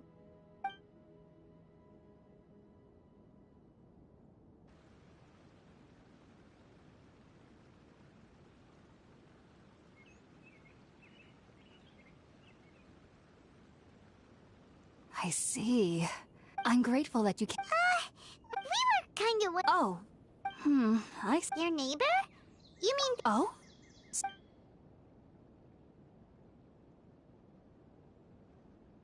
Wait, hold on a second, Traveler. You say that before we arrived, you saw some mysterious creature and suddenly had a strange dream? Isn't that a little too crazy to believe? No, I actually do believe what the Traveler is saying. I myself had a similar experience once before and ended up scaring my timid little neighbor here. You needn't worry. They mean you no harm. They only dragged you into the dream because they hoped to buy themselves a little time in order to scurry away. So, Hypatia, just what kind of creature is your neighbor exactly? I'm not sure what it's called, to be honest. But I do know that they have some sort of deeper connection with the Dendro Archon. I know this because the first time I saw them was also the exact day my consciousness was able to form a connection with Irminsul. Even after I opened my eyes and stopped meditating, my heart was still pounding, and my mind was racing with all the knowledge that I had touched. And at that very moment, I suddenly noticed a small figure at the opening of the cave. In my curiosity, I began to walk over to the creature. They must have already been used to me living in the cave, because they didn't seem to mind me approaching them. They just kept doing whatever they were up to. It wasn't until I crouched down next to them that they suddenly realized that I could see them. Oh! And then? And then I had a dream. By the time I came to, they were nowhere to be seen. I was convinced they'd never show up again. But sure enough, I saw them nearby a few days later. And they weren't alone. I feel like they aren't as afraid of me as the first time I approached them. But I never would have expected them to save me.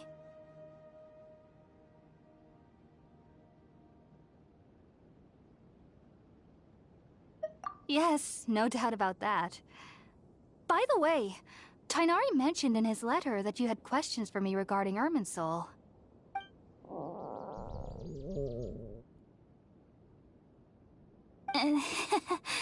Sorry about that.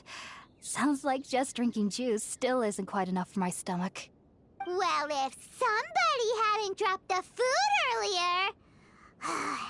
Anyway, looks like we'll need to prepare something ourselves. Besides, Paimon's getting hungry too. All right, we're... Sounds good.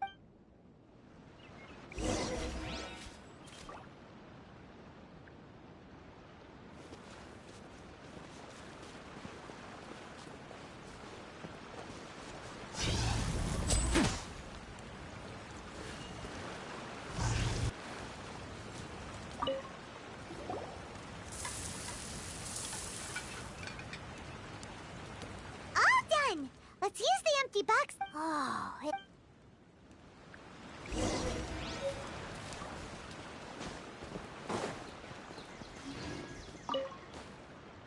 Are you already finished cooking?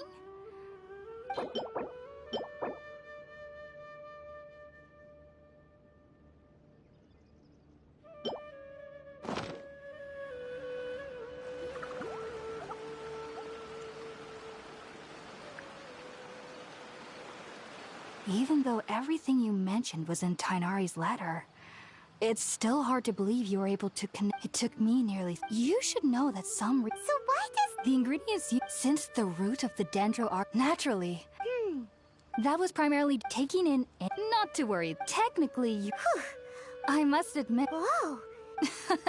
As a member of the Ritaoist Darshan at the Academia, my main area of research is the stars and their connections, which is why I must... If only my I am currently in the stage of... Sages have said that Irminsul contains divine knowledge, and touching such knowledge without the proper preparations and abilities will only lead to one's mind caving in on it. That's why we met... Whoa.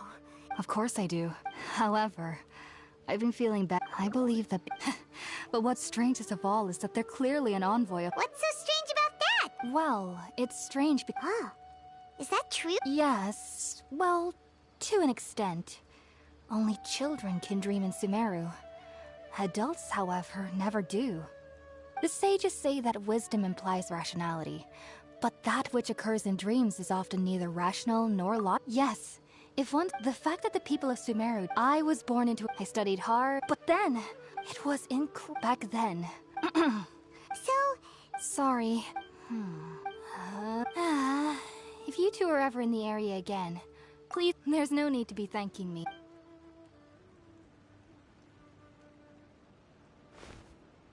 Now that we know Hypatia is...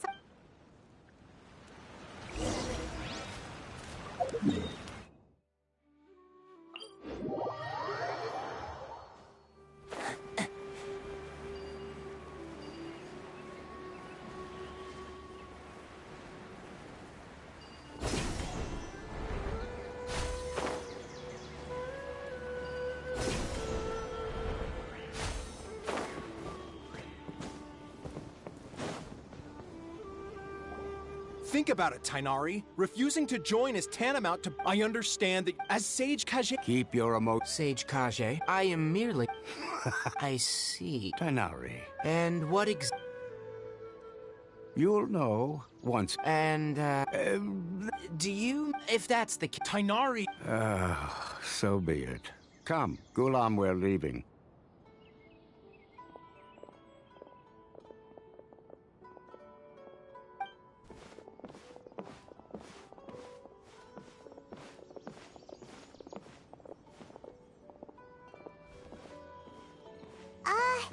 Tighnari, what was that all about? It's nothing. Some people from the Academia wanted me to go to Sumeru City to assist them with a project, but I had to refuse on account of all my responsibilities here. But all that can wait. How did things go with Hypatia? It was quite the eventful trip, but the main thing is that she's safe and sound. She answered a bunch of questions for us, too. Very good. Now that the Traveler has made a full recovery, there shouldn't be any reason for you to tarry here longer. That's right! Sorry. Well?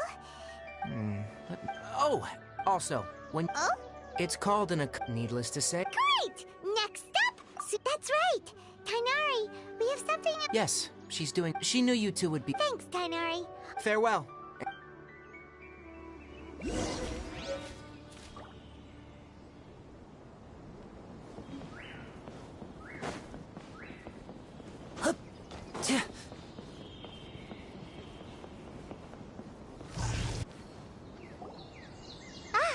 I've been waiting for you two.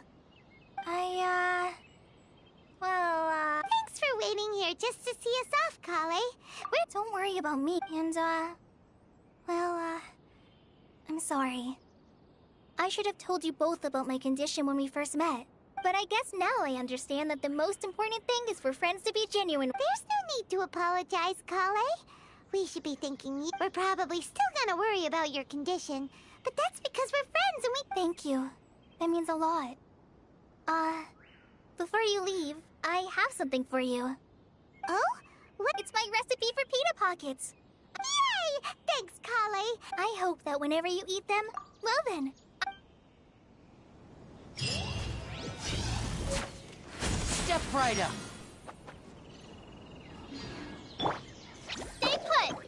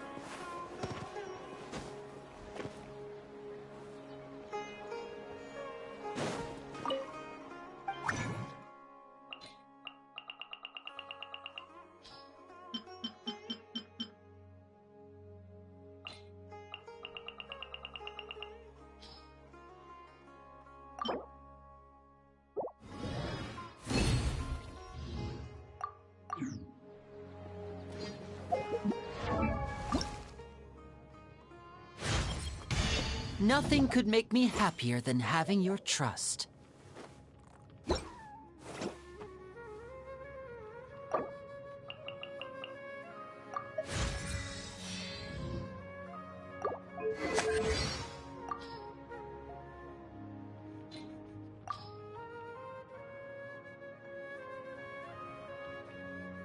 Oh, and here I thought you'd ask me to perform some magic with these materials. Would you be more shocked if nothing changed about me at all? Nothing could make me happier than having your trust.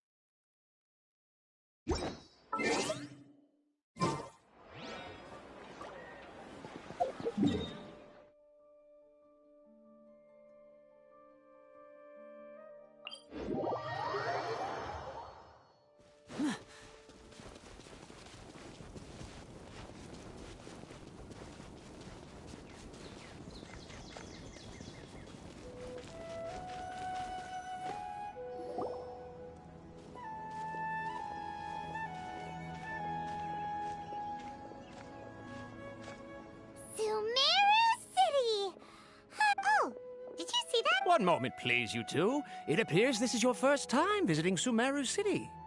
Oh, yeah, that's right. But how did you know that? Because there's currently no information on either of you in the Akasha.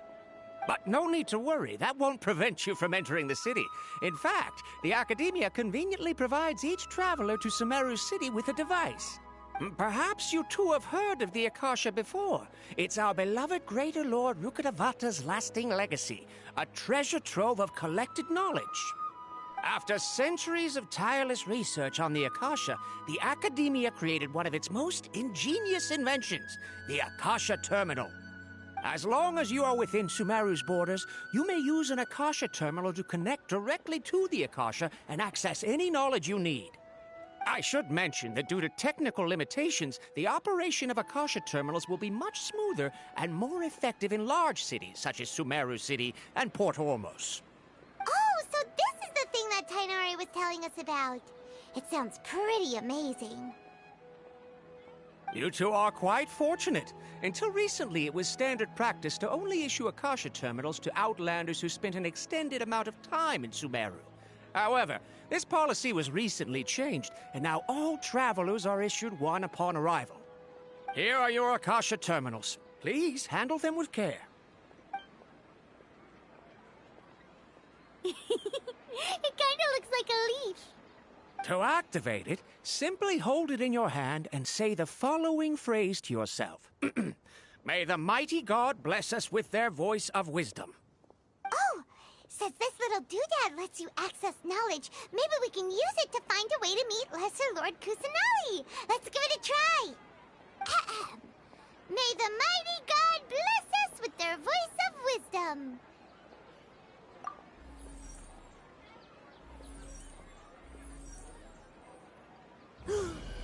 Whoa! Just now, something clicked, and Paimon suddenly knew how to use this thing.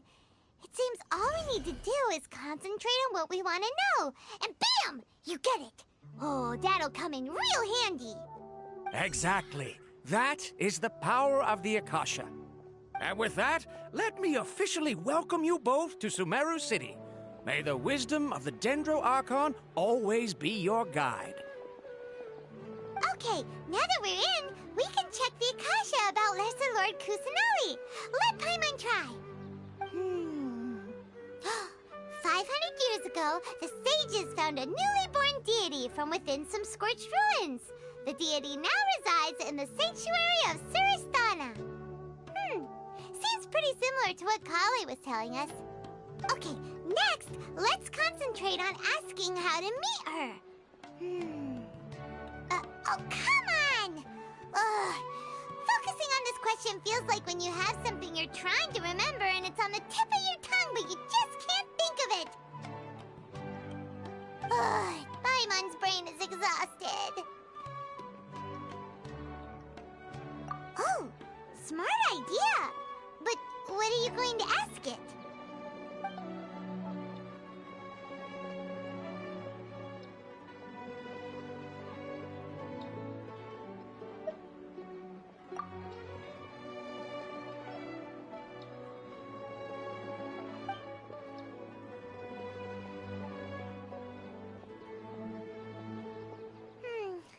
You too? Well, glad it's not just Paimon.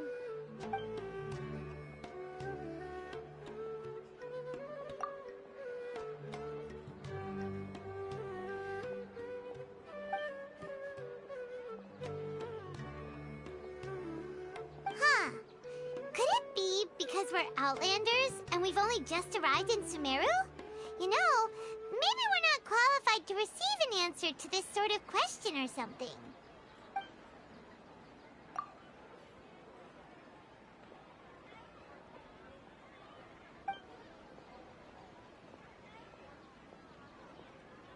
Uh-oh. Paimon's getting all teary-eyed all of a sudden. It feels like the people of Sumeru really missed their Archon. Well, seems no matter which way we try, we can't find anything that'll lead us to Lesser Lord Kusanali. Guess our only choice now is to try meeting with the researcher that Tighnari recommended. He's from Sumeru and even has a position in the Academia. Maybe he'll be able to access more info from the Akasha. Let's see. Kainari wrote an address on the letter's envelope. Oh, it's not far from the city's gate. Hello, are you Rohawi? Yes, that's me. Can I help you?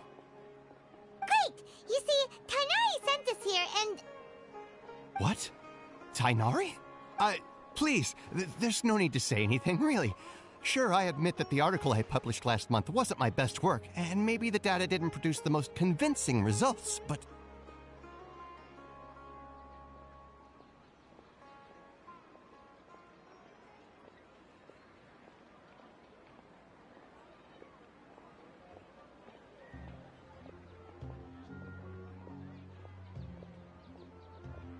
Here! This is a letter from Tainari! Oh, let me see... Ah! Ooh, what a relief. You two nearly scared the life out of me. So, you two just have some questions for me? Seems even Tainari acknowledges my innate ability for procuring information. So, what is it you two would like to know? We want to meet with Lesser Lord Kusanali. Do you know a way we can do that? You mean you want to meet the Dendro Archon herself?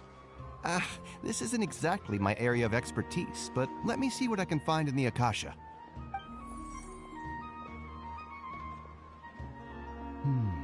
Sorry, the Akasha didn't respond to my query. What? You too? But what about your abilities for getting information and all that? Paimon was sure you'd be able to access more info than we did.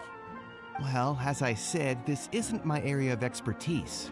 I am but a lowly researcher, so the Akasha doesn't see a need for me to know more about the Dendro Archon. All I know is that ever since Lesser Lord Kusanali returned to Sumeru, she's never left the Sanctuary of Sorasthana or made a public appearance. Huh. Didn't expect her to be such a mysterious figure.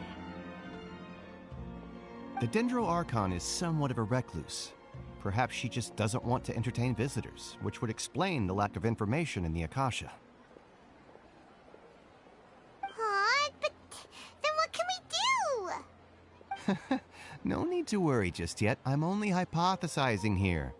You could certainly try asking around and see if anyone else has ideas. And besides, you two should consider the bright side of things. Not being able to see Lesser Lord Kusanali may not be a bad thing. In this world, there will always be information you cannot obtain from the Akasha and things you can never accomplish. Knowing when to yield is a form of wisdom. Take me, for example. It's a miracle if my brain cells can spit out one paper every 3 years. But Tainari? That guy can publish 3 papers in just a single year. Okay. Thanks for your advice. Don't mention it. If you two ever want information about things like who's been promoted within the Academia or relations between the 6 great sages, come find me.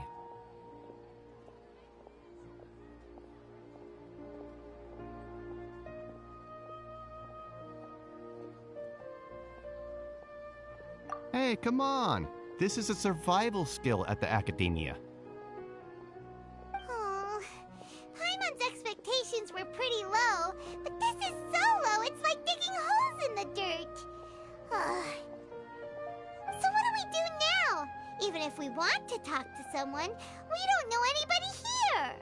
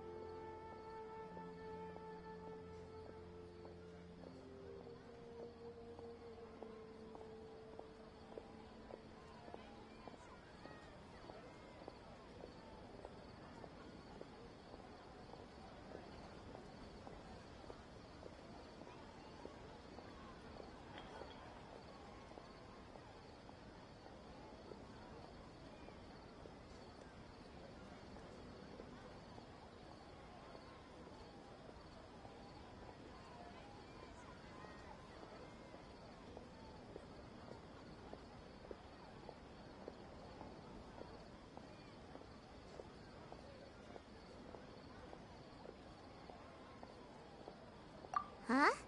Like who? Oh, you're right! Catherine! The Adventurers Guild has its own intel network. Let's hurry and find her. Watch out for pickpockets.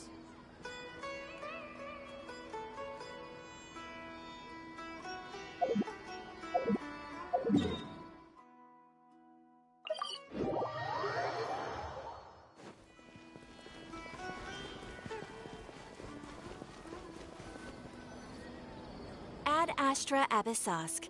Hello, Traveler and Paimon. Catherine, we need your help with something. Understood. The Adventurers Guild is always ready to serve you. With what do you require assistance? We want to meet with Lesser Lord Kusanali. Do you know a way we can do that? You two wish to meet with Sumeru's Archon. Understood. Please wait.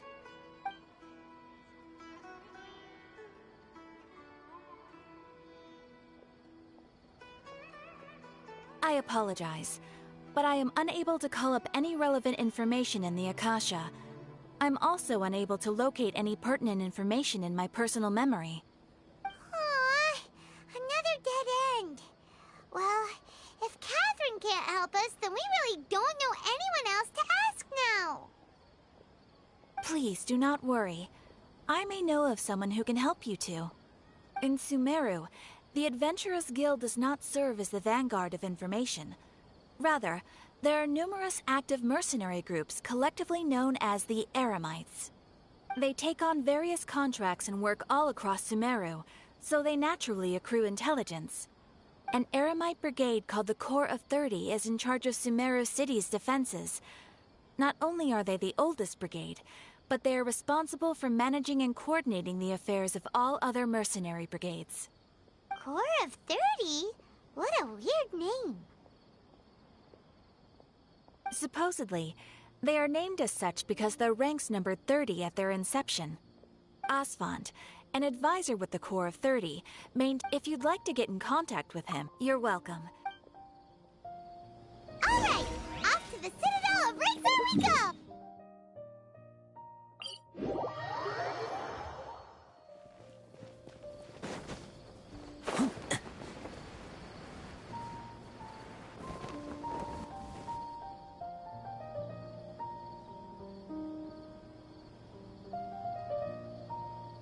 Welcome. The Adventurers Guild told me to expect you two. It's nice to meet you!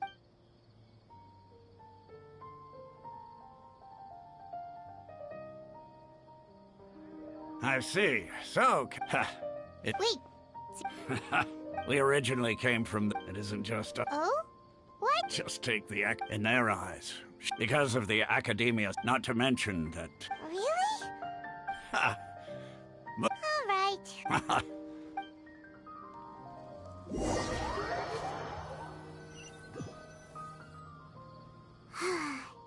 Seems Asfand was right about most people's attitudes here. Not only are they not interested in the Dendro Archon, they even say stuff like, if the Akasha doesn't think I should know, then I don't need to know about it. We've been asking for information non-stop ever since we got to Sumeru. But the harder we try, the more helpless everything seems. Isn't there at least... Oh, you two are interested in Lesser Lord Kusanali? Huh? Who are you? From the sound of it, you two are Outlanders who recently arrived here. You've been asking around for information on Lesser Lord Kusanali, right? Oh, I'm sorry. I forgot to introduce myself. I'm Dunyarzad, one of Lesser Lord Kusanali's faithful followers. Whoa, really? Then do you know how we can meet with her? I'm afraid I can't help you with that. But your conversation earlier did happen to remind me of a legend about the Dendro Archon. Sure. It goes like this. Long, long ago, there was a man who heard a prophecy. It predicted that a great calamity was about to be panicked by what he heard. The man journeyed in despair. Okay. And then, at that moment, a bird perched upon his shoulder. This bird was, in fact, an Archon. Along your journey, we were in... Yeah, thanks for this... Dunyarzad, Since you worship Lesser Lord Kusanali, can you tell us... Of course.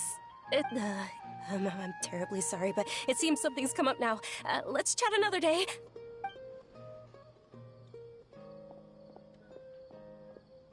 Hey, wait! What the heck just happened? It looks like they're searching for someone. Dunyarzad was acting super nervous just now. You think they're looking for her? This stinks! We finally managed to find a lead about Lesser Lord Kusanali! We can't let them get in the way now! Let's see if we can get rid of them. Then we can catch up with Dunyarzad! Hey, have you two seen a brown-haired girl wearing a purple top and a long blue dress? Did she have bandages wrapped around her wrists? Yes, that's her. Did you see which direction she went? Yeah, she went that way. Quick, after her!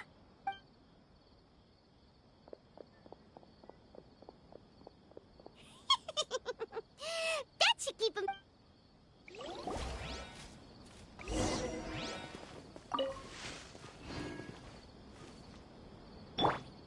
Uglay, you're up!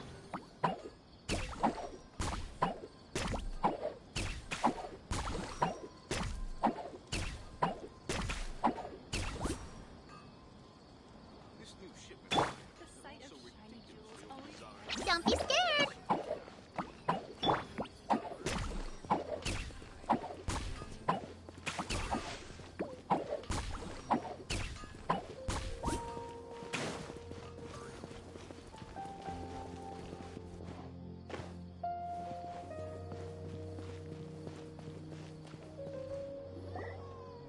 Dunyarzad, we thought you might have been long gone by now. Oh, it's you two. Oh, you startled me there. You can relax now. We threw those people looking for you off the trail. Really? Thank you so much. Unfortunately, I believe there's still more of them out there looking for me. Uh-oh, looks like there are some coming this way. Huh? More of them?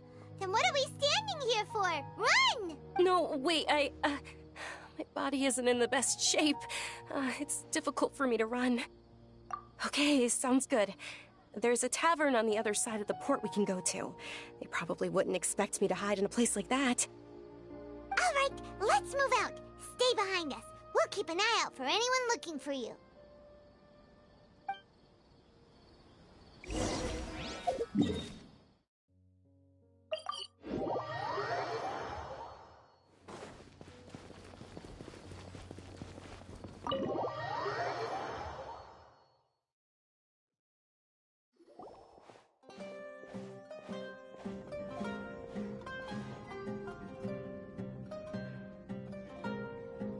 We made it.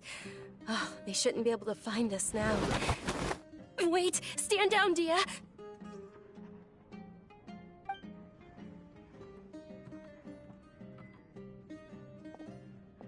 My lady, who are these two? They're travelers that I met on the street just a moment ago. They happened to notice that you were all searching for me, so they helped me hide. I see. In that case, you two should scram. There's nothing here for you. Wait a sec! Who the heck are you? And why are you shooing us away? I'm Miss Dunyarzad's bodyguard, here to see that she returns home safe and sound. My lady, let's get going. You've been gone for so long that your parents are worrying themselves sick. And if I refuse to go with you? It'd be easier for the both of us if you cooperated. But if you insist on not going, then I'll have to carry you like a sack of potatoes. Hey! Dunyarzad already said she doesn't want to go back. Why are you still pushing her? Stay out of this. You don't understand the situation. Sorry, my lady. Even though I'm your bodyguard, your parents are my employers. I have to answer to them. How much? Wait, what? How much more do I have to pay you to become your employer? So you never listen to my parents ever again. Double? A triple? Give me some time and I'll get that much. My lady, this isn't about Mora. I don't know what you think of us Eremites, but let me say this. I like Mora, but I'll never go against my principles. That's why I'm here looking for you. Sure, it's an order from my employer, but my conscience was also telling me it's the right thing to do. And knowing your health, carelessly running around like this is gonna hurt ya. For the sake of those who love you, don't be stubborn. No, you're wrong. I'm aware of my limits, and I know what I'm doing. Honestly, the only people being stubborn right now are my parents. And they know perfectly well that it makes no difference if I'm at home or not. They still won't accept reality. And every time I bring this up, they just change the subject. Dia, you've been living with us a long time already. This should be old news to you. Dia, I know it hasn't been easy for Mother and Father, and I'm grateful for everything they've done for me. But there's someone else in this world I'm also grateful to. Because she saved me. The love I have for her is the same I have for my parents. This is my life and my last chance. So I want to do something meaningful. My lady, are you sure what you're doing now is meaningful? Yes, I'm sure. Fine, I won't ask you to return home anymore. But let me make something very clear. I'm only doing this because I respect your determination, not because I agree with you. Thank you, Dia. Sorry for being so rude just now. My nerves were acting up. And I even brought... Don't worry about it, my lady. I did say that I like Mora. Besides, that's our next topic of conversation. Today's little excursion caused such a ruckus that every single bodyguard at the estate was... Since this definitely won't be your last escapade, here's a little tip. You should at least make it look like your room and things are still in order when you leave. Also, you'll need someone to cover you for when you're out and about. So, I'll let you hire me, my lady. This way, everyone... Okay, deal. Yay! Looks like they've reached an understanding. I'm fine, really. I just feel a little tired now that things have calmed down. My lady, stop trying to look tough. We're already in a tavern, so let's rest up and grab some grub. I'm sorry for worrying you two. Sure!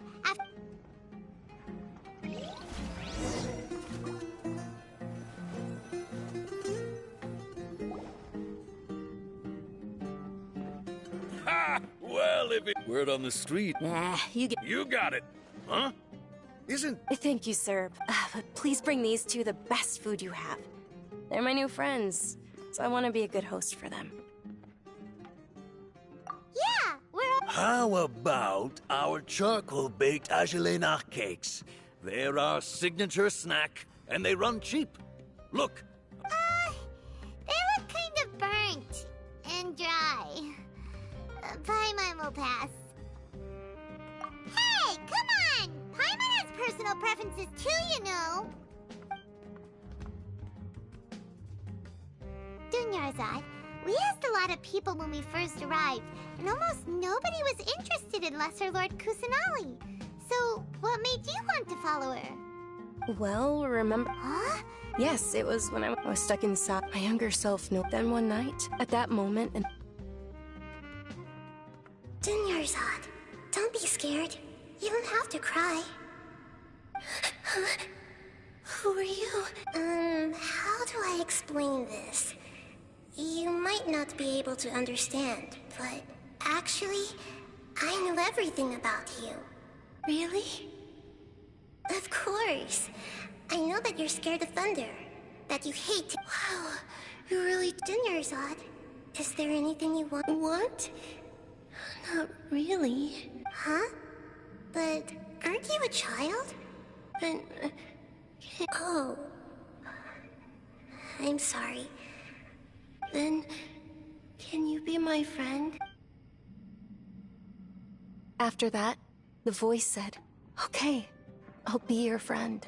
Although my body was suffering during those days, that voice encouraged me and told me many wondrous things. Beyond my window was the flourishing Sumeru city. Beyond the city was a lush rainforest. And beyond that was the wall of Samiel, deserts, and all of Tevat. Once I finally made it through that bout of illness, I couldn't hear that voice anymore. I told my mother about it, but she said that I must have been dreaming. But I know that that voice wasn't a figment of my imagination. Before that, I had never heard of Tevat. Yes, for sure. If it weren't for that voice, I would have never grown curious. That voice sparked a desire for wisdom. I've been hoping for a chance to repay her kindness. In fact, what's this? It's Lesser Lord Kusa. It's actually an old. I heard everyone was, but because of the academia, maybe they see Lesser. Aww. It is. It's sure the great. Just remember that we're still. I know that people, but recently I gave her my savings. Hold on, my lady. Does this friend happen to be Nilou, the one who sends flowers to the estate? Yes, that's her. I saw her leaving the other day with a nervous look on her face. It seemed like she was hiding something in her arms. Did you get— yes. I've agreed with Nilou. Sure. That's quite the trip, though. No, that would be too— You might as well just accept the lift. If I let you walk, who knows— But of course. Nilou will be thrilled to hear there are more people interested in Lesser Lord Kusanali.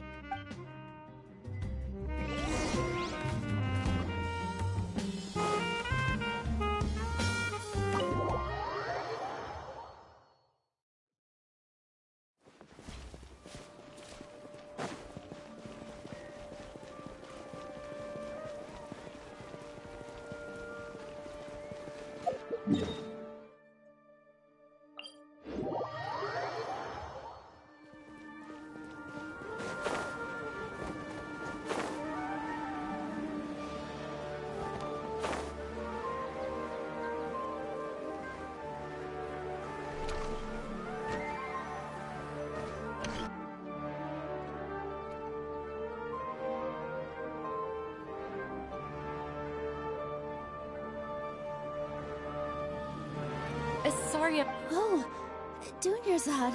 Uh-oh. But if Dia's here, that means you got caught, right? You could say that. Oh. Oh, meet the— So you're followers from another— That's wonderful. By the way, Dunyar— You're very well. Prop?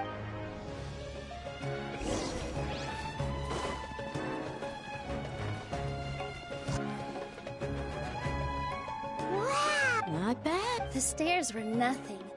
A little while ago, we discovered that the tree above the stage had a huge chunk of bark ready to fall off.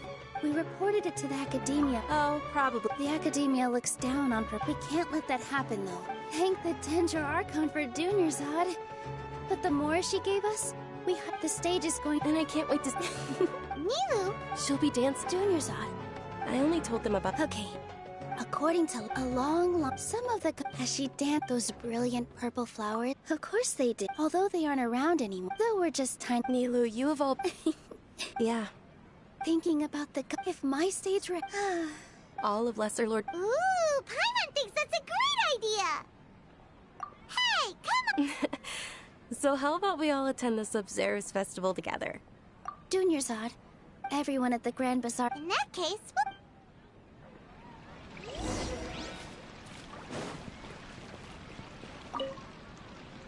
Whoa! Did you know that the—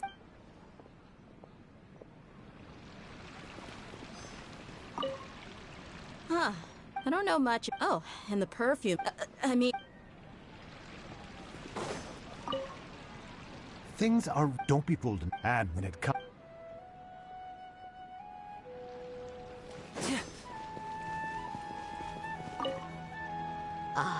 As a child, my the Sub-Zero.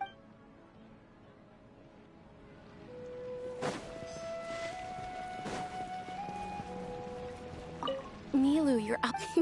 Wow. Uh-huh. Of course.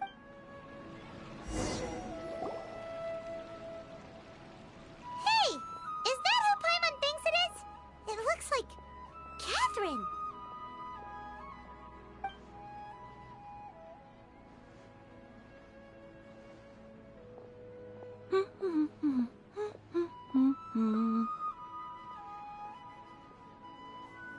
Huh.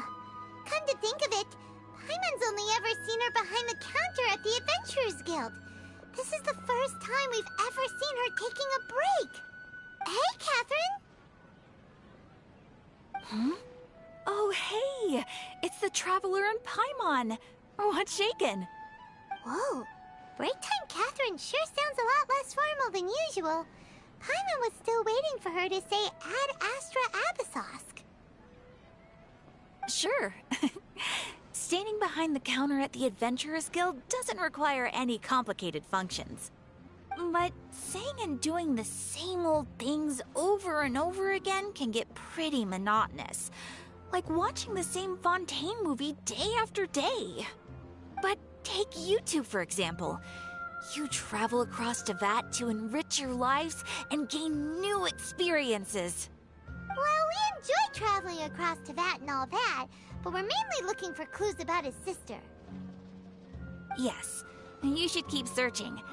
Sometimes the answers we're looking for aren't necessarily at our intended destination. Instead, they're found along the way. Huh. Haven't we heard someone say something pretty similar recently? Anyways, what brings you out here, Catherine? No, not particularly. I guess you could say that Oh. Alright, we'll see you next time at the Adventurers Guild. Oh, by the way, thanks for connecting us with the Eremites. We've already made some great friends in Sumeru City, thanks to you. I'm sure you two will get along well with the people here. You've already been blessed by the element of Dendro, after all. See you around.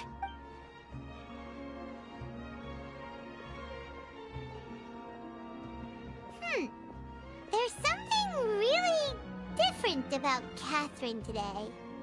Hey, Traveler. Paimon. Oh, hey, Dia. What's going on? I've got something to Are you serious? It might not necessarily pan out, so... my lady is feeling... Sounds like... Let's head over to the Citadel of Razar and wait for Dia.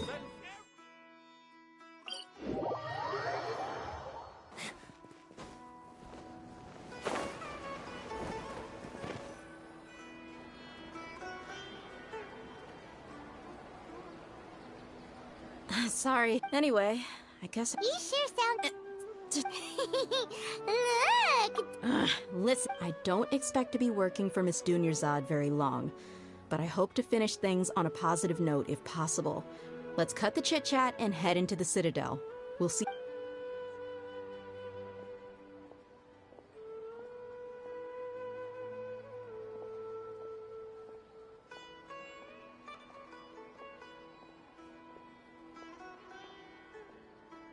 Oh, hey, Chief. Ha, Dia! What are you doing here? I take it you... No kidding. Rookshaw's gone over to the Academia. The Grand Sage... Appreciate it, Chief. Seth? Just recently, the... Let me fill you in. The Academia... The Grand Sage took the whole matter... You two have. The Academia's grip isn't... Apparently, well, if you're interested, maybe you could... Are you serious, Chief? All the... Count me out, and take it from me. If you two really do, there are even some extremists... You bet they are. Not everyone's like you, Chief. Well, Traveler... Thanks, Dia! Since we've gathered... Miss Dunyarzad is looking forward to seeing you both. Good. Then we'll see you both...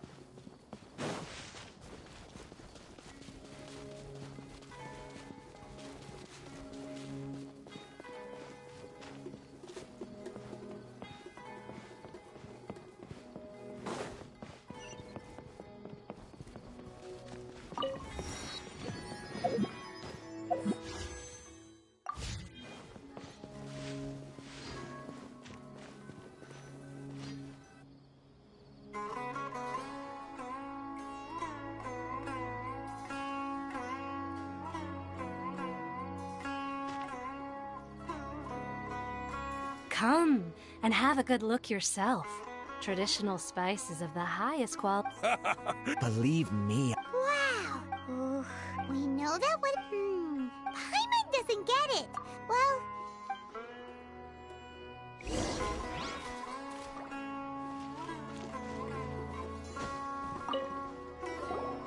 Welcome. Welcome. Hi there. Many people often talk about how hard it is to get accepted in... Sure, we may not be Sumeru City, but Port Ormos offers beautiful scenery and a stress-free environment. Some even... you see over there? Those are students from the... They've been looking worried and miserable ever since... If you ask me. Those students seem to be discussing something. Let's see if we can listen in.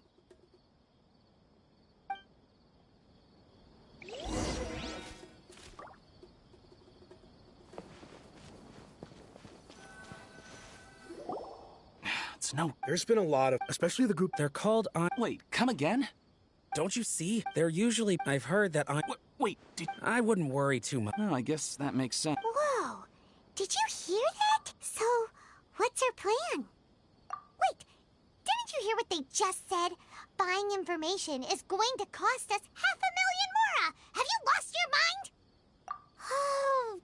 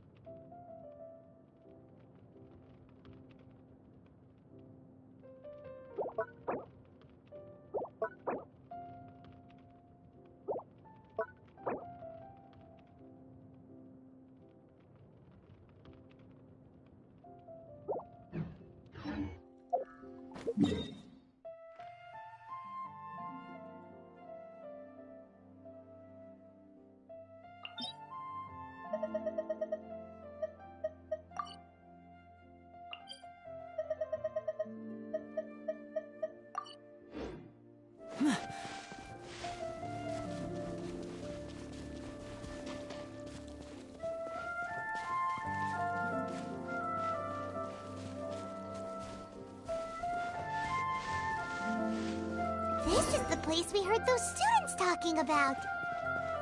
Let's find a seat somewhere and see if we can spot... Oh, you've arrived. Please, take a seat. So, they think that they can go toe-to-toe with the boss? They're nothing. How can the Caracal Battalion compete with the boss when they're nothing but a bunch of money Yeah, with boss's fervent... Huh. All these guys... Greater Lord Ruka Devata. That traitor and her followers must not be spared. The day will come when King Deshret exacts vengeance on Sumeru, and all of them shall be punished. Yeah,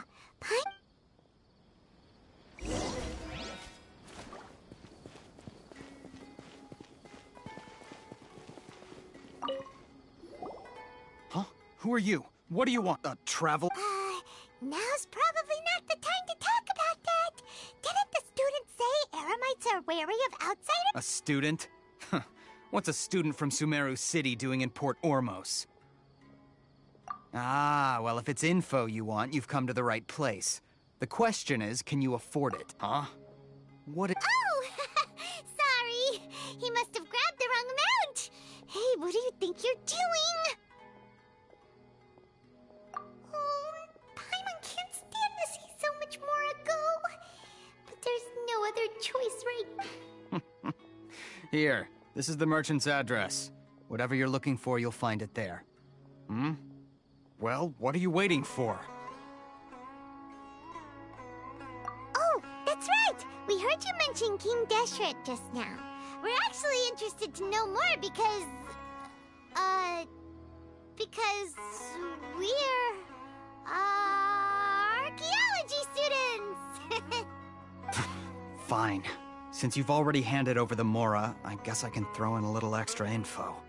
As you can see, members of Ain al-Ahmar are devout believers of King Deshret. Years ago, King Deshret founded the great desert nation that King Deshret was the rightful god of wisdom. So...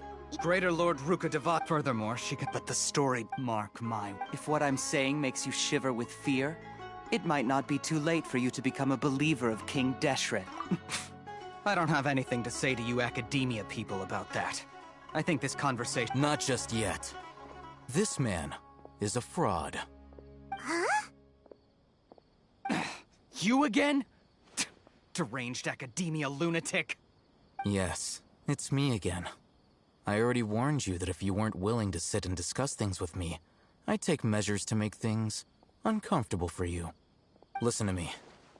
That address he gave you is fake. Or at least, you won't find a merchant waiting for you there.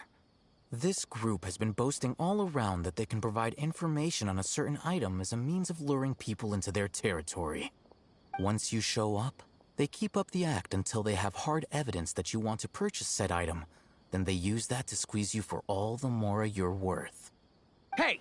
Shut it, Al-Haytham! What are you playing at, trying to... I told you the other day. I wish to discuss my terms with your boss. Ha! The boss made it... Yes, and in no uncertain... I'm warning you. Don't... If you're suggesting that we escalate this from a verbal exchange to a physical one, I accept. After all, even the Archons used war to negotiate the ownership of Tevat. If, on the other hand, we can't agree on any means of negotiation at all, then I'm afraid my next course of action will sting a little more than the mere falling through of a few business deals. I will jeopardize the Eremite's reputation. I am quite confident. Also, consider this. This guy is really out of his mind. Okay, then. If you really have a death wish, let's meet a week from today. The pier in front of the Pharos Lighthouse, 4 o'clock in the afternoon, sharp. Don't expect us to hold back. Not so fast. First, you return the 500,000 Mora to them.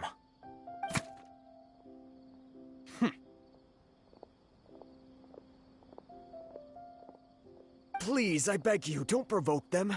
We can't afford any trouble with this crowd. They haven't even paid for their food yet. Ah, Mr. Iman. There appears to be fewer staff in the restaurant recently. This wouldn't happen to be because they're all busy spreading the word to the students, would it? Well... Someone who chooses to do business with a group like that really can't afford to get so flustered the instant someone confronts them about it. Consider the meal compensation for our silence. I'd say you're getting an excellent deal. Whoa, did you see that? He not only got us our Mora back, but sent the Emirites running too! Plus, he seems to know a lot about what's going on around here. He went that way! After him! Should I adjust the shipping schedule?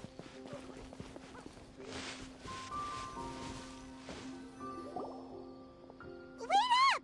It's Al-Haytham, right? What do you want?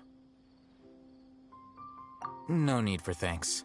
My goal was to get to them, and you two gave me just the opportunity I needed. We're even. Oh, I advise you to keep your distance from them. Since they weren't able to make off with your Mora in the end, they might harass you again in the future. All right. Goodbye. Hold your horses! We still have something to ask you about! Since you tore through their scam right in front of them, you must know the real story about certain something, no? Who exactly are you two?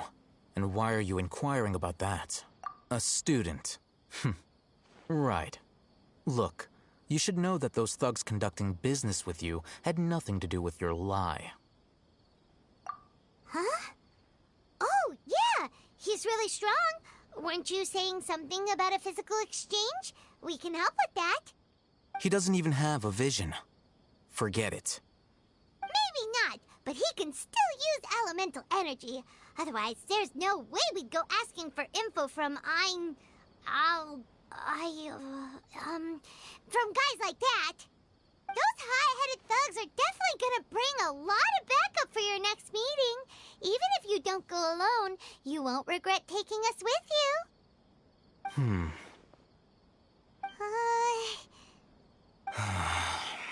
All right, I accept. Got a pen and paper? If you're searching for someone who sells that kind of merchandise, I'll give you one of their addresses, and you can try your luck. We'll reconvene at the appointed time by the pier. It doesn't matter. So... You were willing to...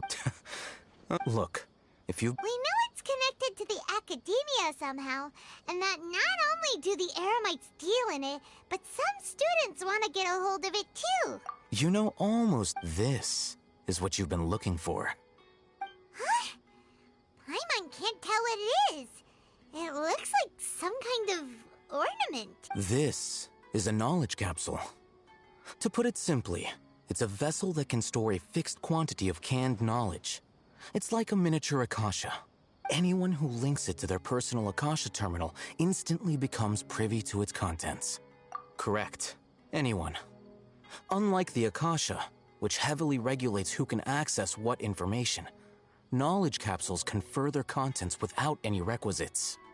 That's amazing! It's essentially a convenient and harmless vestibule for knowledge. Unfortunately, it's illegal in Sumeru to privately possess or trade them. They were created as a means for scholars to transfer knowledge gained from Irminsul into the Akasha, and are intended to be destroyed immediately after use. But despite strict regulations, some of these knowledge capsules will always escape destruction. After all, there will always be those in this world who are dissatisfied with life as designed for them by the Akasha and wish to change their fate. Over the past century, a wide variety of canned knowledge has been leaked from the academia. Now, in Port Ormos, the valuable ones are a means to Mora for the Eremites. Meanwhile, those which the Eremites deem to be useless to them occasionally prove useful to the common citizens and hapless academia students. Well, I think that about sums it up. Ah, so that's your true objective. With our current arrangement, I don't believe I can offer an answer. You're still resolved. Fine. Let's talk somewhere with fewer people.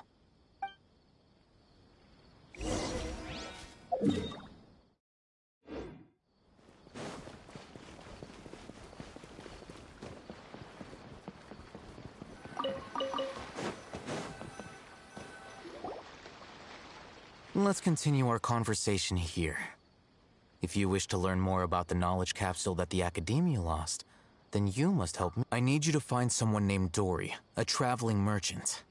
Unlike the peddlers who hawk inferior knowledge capsules, she's guarded against... I think she Become one of Dory's customers. Why do you want us to meet with... Until you complete this task? You two are out... Beyond the password, though. This is kind of nerve-wracking. The true challenge begins after you meet her. She has a keen nose for Mora and a shrewd eye for wares, and she only likes customers who she deems to have good taste. I'll prepare some funds for you. Buy her highest quality wares and earn her approval. But we only just saw a knowledge capsule for the first time. We don't know how to tell which... That's true. Have you two heard of elemental sight? Oh? That's a surprise. Guess I'll have to hold you in higher regard. Anyway, that ability should resolve your issue.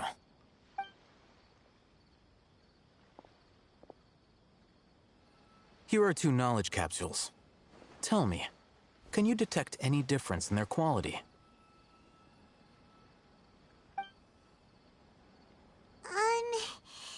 They look the same to Paimon. Try inspecting them with elemental sight. How'd it go? Did you see anything? Rumor has it that higher quality knowledge capsules generally appear brighter when viewed through elemental sight. That's because knowledge originates from Irminsul, the root of Dendro power itself. However, some canned knowledge using elemental That sounds pretty impressive. Here's a sheet with the informant's location and contact password. And here's the more. Don't be cheap. Oh, and Matra? the Matra are razor sharp. You're in for nothing good if they lock their sights onto you. Okay. Looking at what Al-Haytham... Let's follow these instructions and try to get in contact with him.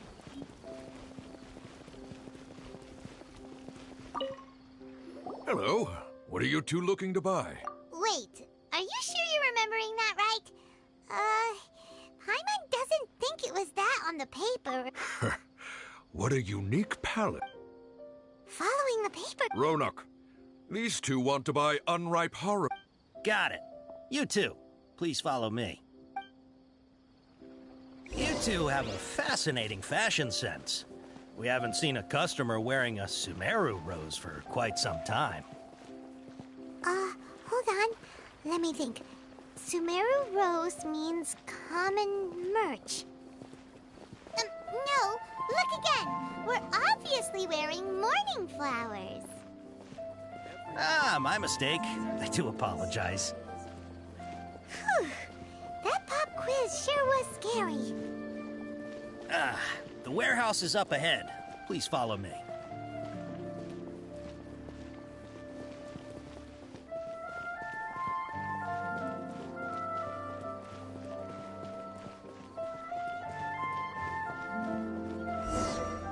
Before I retrieve your products, I need to confirm a few things.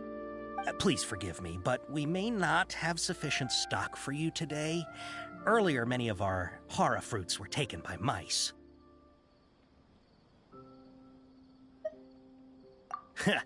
Thanks. If better goods come in, you'll be the first to know. You look like you have some skill.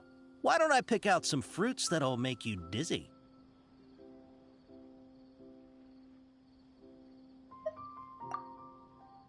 No, that's not it.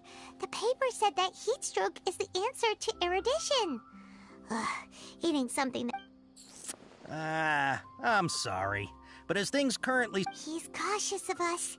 Let's take a closer look at the paper that Al-Haytham gave us. Before I retrieve your... Please forgive me, but we may not have sufficient stock for you today.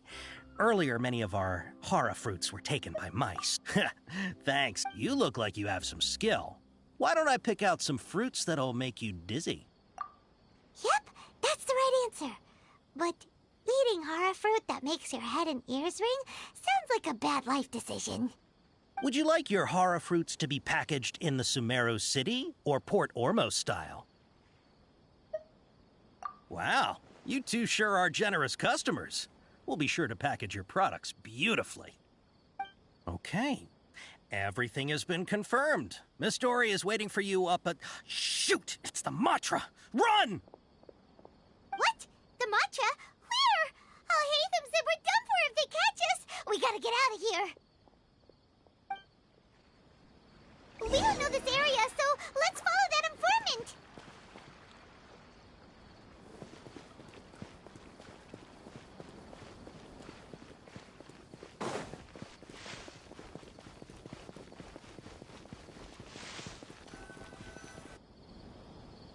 He ran that way.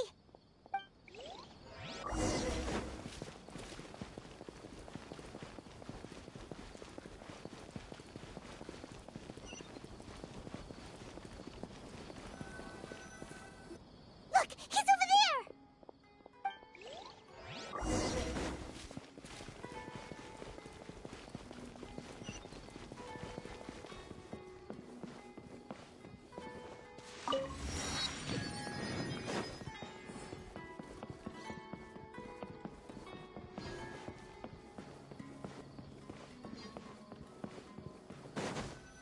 Hey!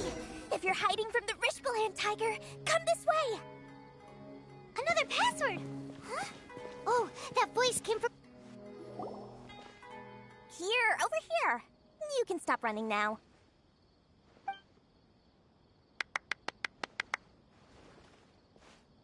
So you were the one who was calling out to us just now. But, Are we definitely gonna be safe here? These two good customers wish to buy some horror fruit, Miss Dory. And if there's nothing else, I'll just excuse myself. Oh, very good. Thank you. Huh? Wait, you're Dory? Paimon sure thought you'd look a whole lot scarier. Hey, what are you trying to say, Princess Pea-Brain? I can be scary enough when I need to be, believe you me. If you don't watch what you say, then you can forget about doing any business. But it seems you two have actually done pretty well so far. Not only did you manage to find the informant, your reactions were also pretty sharp. You don't really look like criminals or anything, but I bet my Mora that you've been involved in some shady dealings, haven't you? Paimon's not sure if that's supposed to be a compliment, but we'll take it. I can't risk doing business with people who start huffing and puffing after just a few paces. No matter how much Mora they might have. Not only will they get caught by the Matra, but they'll also get us into trouble. As decent folks trying to run an honest business. We don't need any of that. Wouldn't you agree? So that's why I prefer to have customers like you. It's your first time here, but don't worry. I won't ask too many questions. Even if you wish to buy enough knowledge capsules to decorate your house with, please, knock yourself out. As long as you have lots of round, shiny Mora, then we're all good. Ah, yes, of course, of course. Go ahead, help yourselves. Voila! Wow, she has a trove of canned knowledge. Whew. She'd probably be in serious trouble if the Matra caught her with all this. What kind of products do you seek, my dear customers? Don't worry, I'm not interested in your reasons for buying. I can, however, offer some suggestions. Take this one, for example. An analysis of the sociological ideology and dialectics of the Hilichurls. Only 3 people in all of Teyvat have ever studied it, making it extremely rare. It's on sale now for 350,000 Mora. Yeesh, who would want to be an expert in that topic? Or how about the architectural styles and construction methods of Teyvat in the early Archon War period? With this one, you can become an expert in historic architecture preservation and find an excellent, well-paying job in nearly any nation. Ooh, now this sounds like it could be useful. 2 million Mora, and it's yours. No discounts. Whoa! That's a lot of Mora! Of course, you are free to pick whatever your heart's desire. The contents and price of each knowledge capsule are indicated in small text on the body of each one, down at the bottom. Alright, let's try the method that Alhaitham mentioned.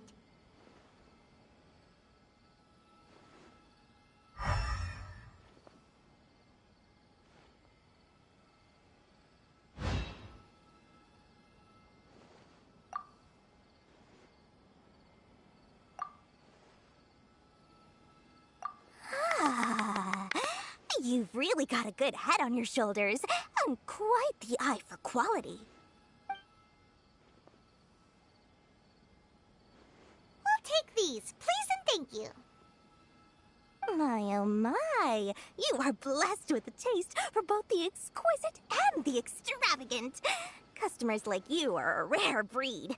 1 in 100. No, 1 in 1,000 even. Listen. I have a special offer for you two.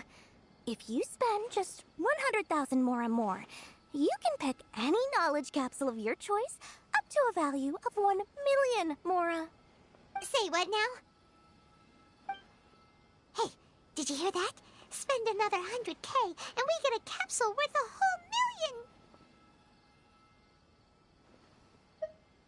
But all the canned knowledge we just bought is easily worth 500,000 Mora. If we spend just a little more, we can get something worth 1 million Mora. Isn't that a fantastic deal? Think about it. We've gone to all this trouble to get this canned knowledge. And so far, everything we bought belongs to Alhaitham. Aren't you even the least bit curious about how this whole canned knowledge thing works? We're talking instant knowledge here. Don't you want to try it yourself?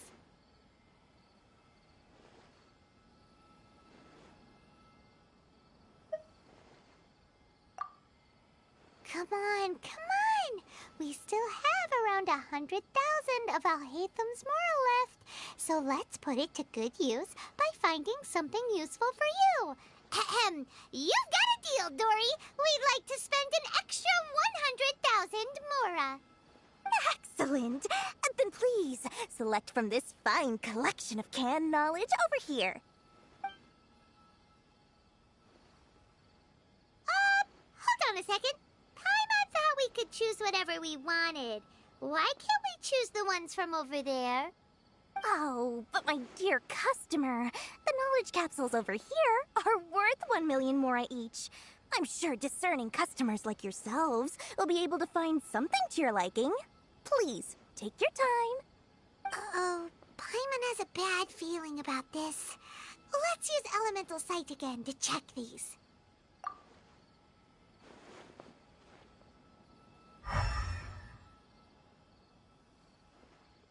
So, what did you see? So, they're all worth about the same amount?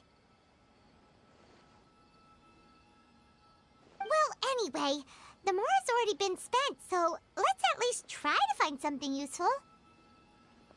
Let Paimon take a look here. An introduction to traditional Sumeru brewing techniques, the art of growing spices, an overview of ancient runes. Oh, how about this one? Sword Fighting Techniques 8.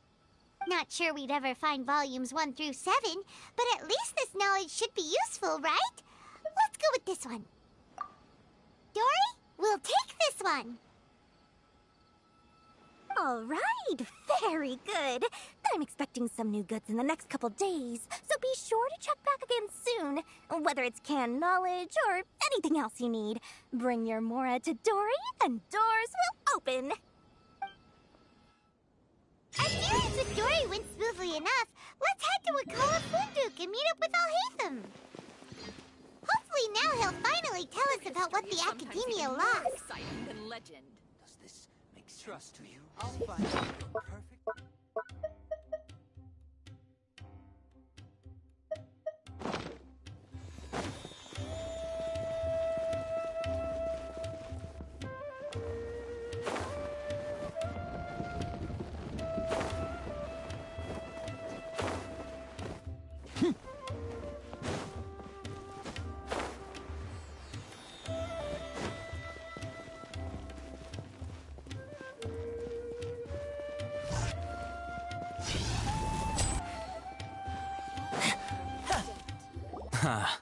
You two may— Whoa, there's so many people from the Academia here.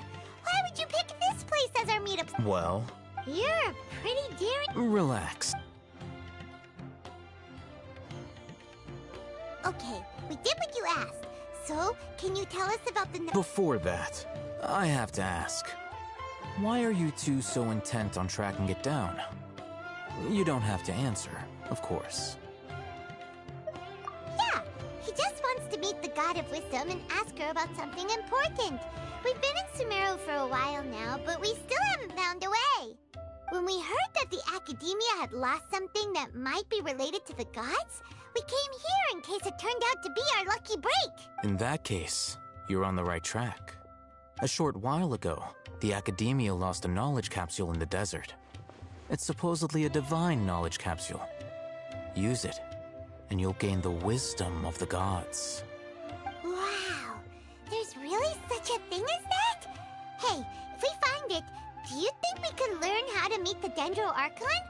Ooh, or how to find your sister?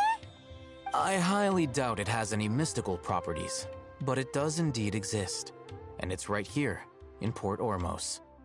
So, where exactly? That's what we need to find out next. I won't deny that. As you know, several I agreed to However, they adamantly— So you kept— Yes. Ain al-Ahmar isn't exactly wealthy, but its members are So, I've been sabotaging their business to force the divine knowledge capsule to ensure the unless I know whose story is the most reliable. In other words, you wanted us— Yes, you can say the day after tomorrow. If I get the opportunity to study the divine knowledge capsule, I will relay my findings to you. Will that suffice as compensation? Okay, then we'll meet up in 2 days. Alhaitham, before you go, we actually bought a knowledge capsule for ourselves, but we're not sure how to use it. You two want to try using a knowledge capsule? Sure, I can teach you. Doing so right under the Academia's nose is a bit problematic, though. What do you say we head to the outskirts of town?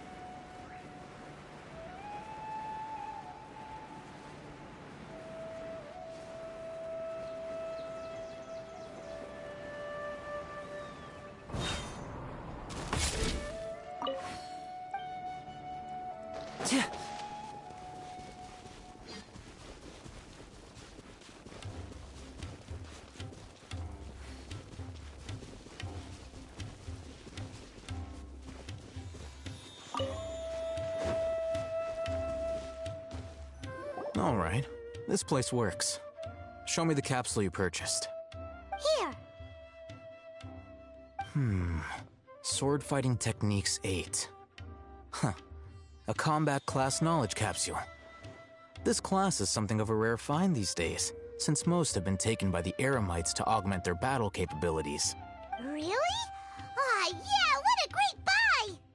If you want to determine the efficacy of this capsule, I can evaluate your combat ability. However, effects will likely be minimal if you already possess a high amount of strength. We can conduct a controlled experiment where you fight 2 battles, one before using this knowledge capsule and one after. While you fight, we can use an Akasha terminal to monitor your various physical parameters. There may be variances in your physical strength between the 2 tests, as well as a disparity in your opponent's abilities. But don't worry, I'll run statistical analyses afterward to mitigate any confounding effects. Wow! Alhaitham! You must have been one of those guys at the Academia who got top grades on everything! Paimon's curious about something, though. You definitely weren't one of those students who needed canned knowledge to graduate from the Academia, right? So, why are you risking getting caught by the mantra for this capsule? When you are unable to understand a researcher's actions, most cases can be attributed to curiosity. This is but one theory. Sounds like you're trying to avoid the question. All right, let's begin the test. Just fight as you normally do.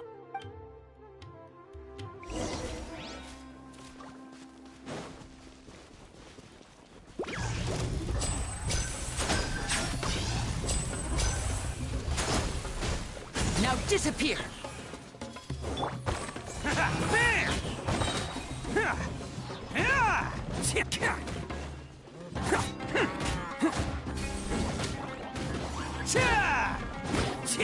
Attaboy!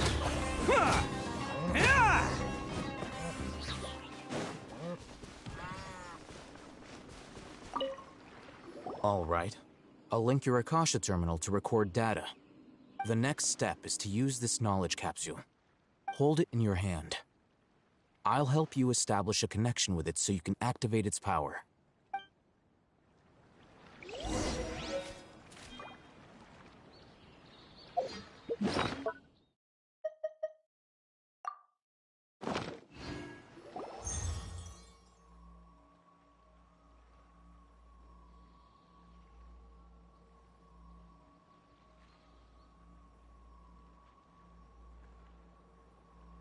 Hey, how are you feeling?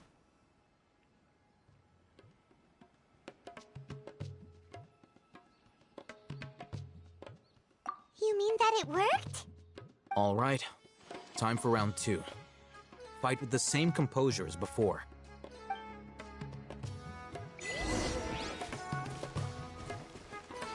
Can't catch me!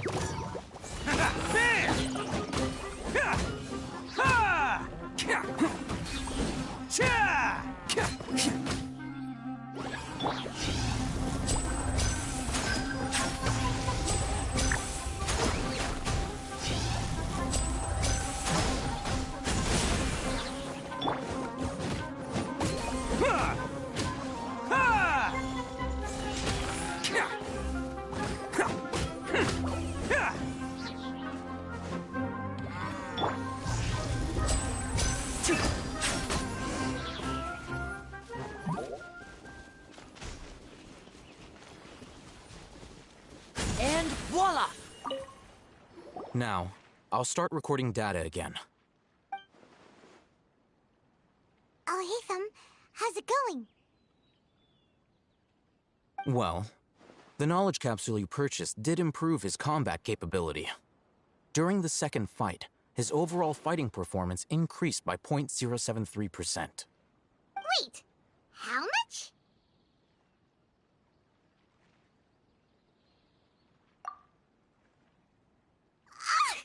Dory's such a jerk! She totally scammed us! 1 million Mora? This thing isn't worth a tenth of that amount! Of course, this could be because he is so powerful that the capsule's contents were unable to produce a substantial increase. At the very least, this test allowed me to gain more insight into you two. Our deal seems increasingly worth my investment. I'm heading back to Ikela Funduk. I await your response in 2 days' time. This is Mora for when you ask Dory for information. Pay her as much as she requests.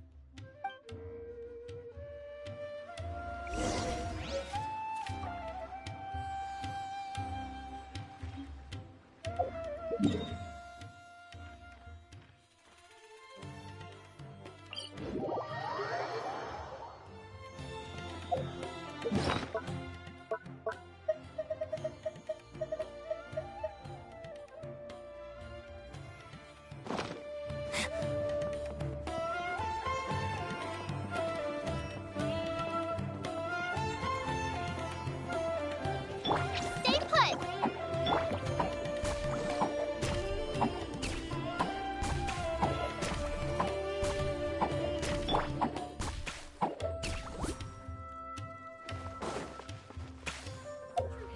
Trust me.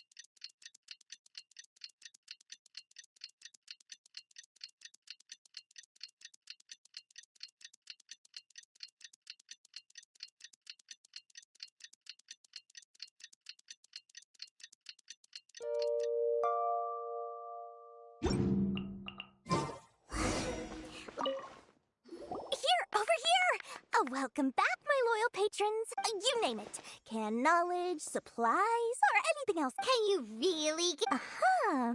So it appears that canned knowledge alone is no longer sufficient for your opulent appetite. Then please oblige me. Tell me what you have in mind. Oh, but you know, after all, I had to work really hard to weasel my way into the auction site. But how can we be sure your information is accurate? Paimon's curious how you just happen to have this kind of info the moment we need it. Because to me, anything of value is what I consider to be my supply. As for the information's authenticity, well, you've no need to worry about that. I used a camera to take a picture of the transaction. That way, no one can dispute it. It's always a pleasure doing business with such sterling patrons. Now that you've paid in full, here's the scoop. See, the group has done everything in their power to... That divine knowledge in the capsule is clear. Thanks for the please. Well, we figured out where the divine knowledge capsule is. Turns out, it ended up in the hands of Ein El-Akhtar.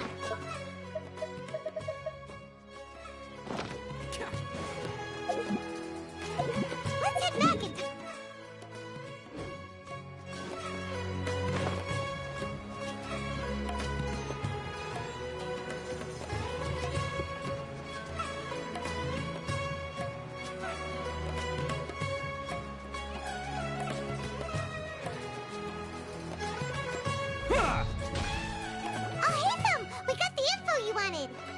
Really? All right. Let's hear it. Dory even gave us evidence. Huh, look at that. All right. In which case... At first, Paimon didn't get why you were provoking. After we defeat them, we can finally have it. Thank you for your time and efforts. Take a few days off while I make some preparations. Let's meet up again. See you then.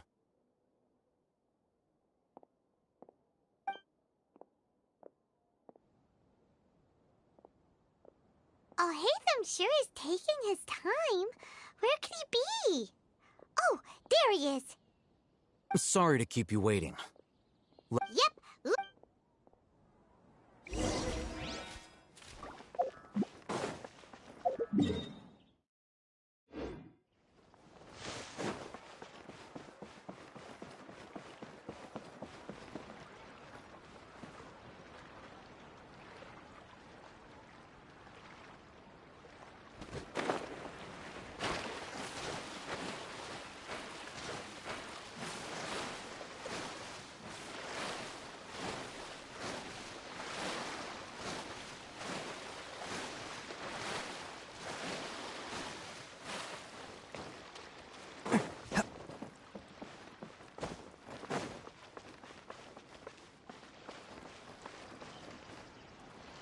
Alhaitham. I knew you were crazy, but I didn't know you were crazy enough to actually show up. It was I who demanded that these negotiations take place. I was more worried that you might... This is turning... Back up! Aren't you the brat from the restaurant the other day? You've come... I'm not going to mince my words. Once we're done with you, you'll be nothing more than fish food. Get 'em, boys!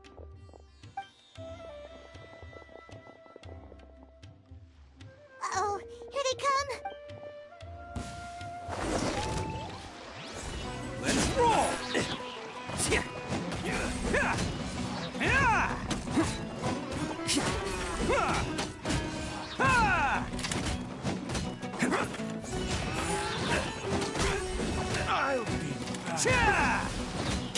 I'll be back. Following orders. Attaboy!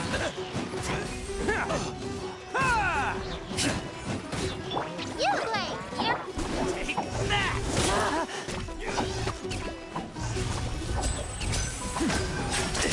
Here comes the finale. Keep up. Now disappear. No more tricks up your sleeve.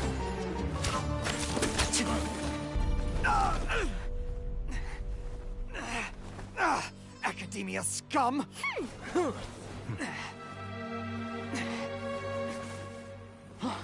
Boss! Finally!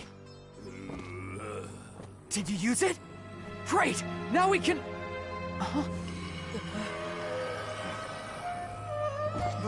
Boss?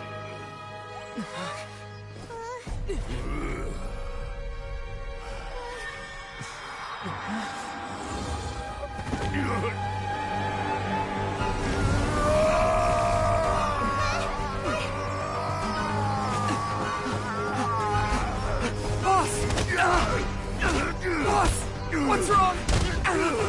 What happened to him? We have to cut his Akasha connection, now.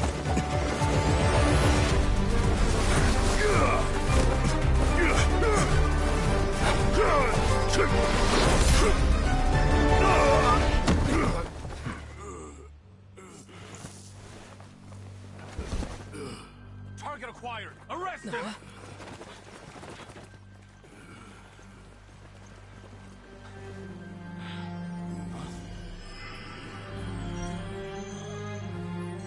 Do not impede our work. Is that understood, Al-Haytham? Of course. I was only trying to help. Take him away!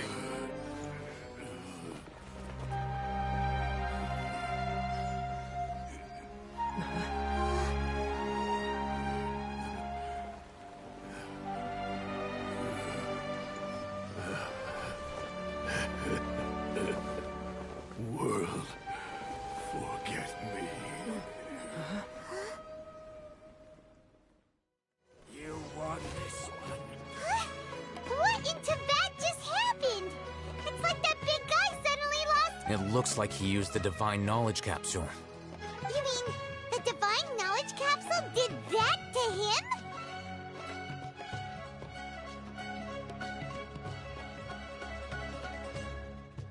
Oh, yeah.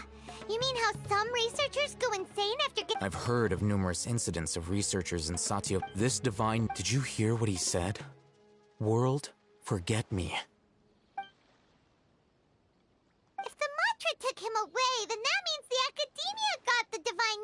Still, Paimon did... As things stand, there is no reason for me to remain in port... Oh, we were so busy trying to find the Divine Knowledge Capsule that... Truthfully, I don't. Lesser Lord Kusanali appears to exist outside of Sumeru's entire administration. Most of the time, you wouldn't know she exists at all. Moreover, since the Academia possesses the Akasha, a symbol of our deity's wisdom, scholars have no reason to desire to make contact with the deity herself anyway. Everything about Lesser Lord Kusanali is such a mystery! I'm heading back to the Academia. How about you two? It's almost the day of the Sub-Zero's festival. Maybe we should head back too. We've been rushed off our feet over the past few days, so maybe a little rest and relaxation will do us good. Then we'll part ways here, Al-Haytham, until we meet again.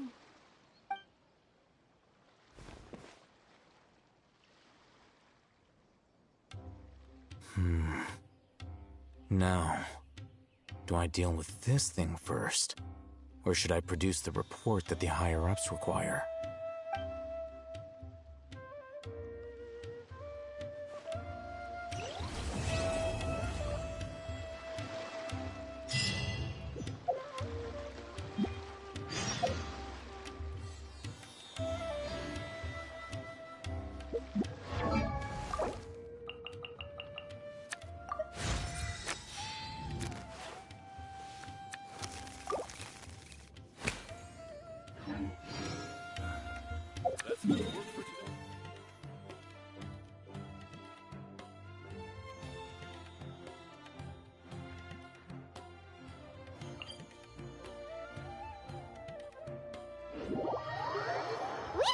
The Sub-Zero's festival, right? Let's hurry and find Dunyarzad. Paimon thinks she must be around the Grand Bazaar, since she showed us around there last time.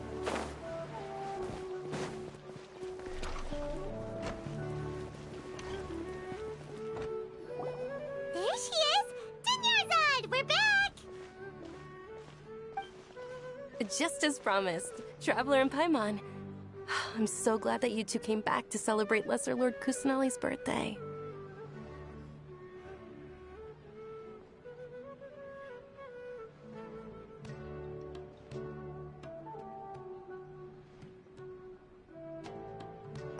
Indeed. The festival's tomorrow. We've been preparing for so long that I can't help but feel a little nervous. There's no need to be nervous. Paimon's sure that Lesser Lord Kusanali will feel everyone's gratitude.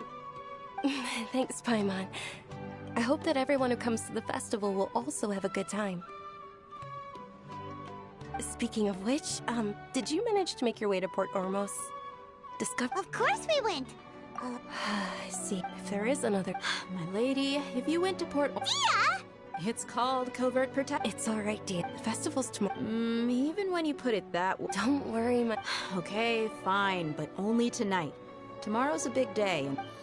Oh, I've already prepared a... Whoa, here's...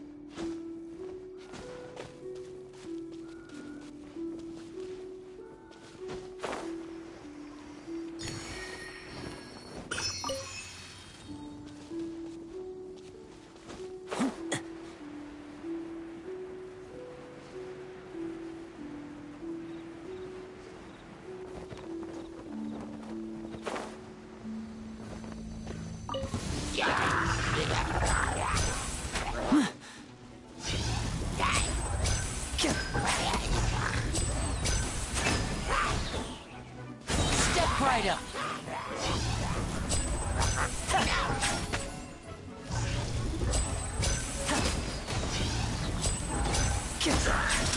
A round of applause! And voila!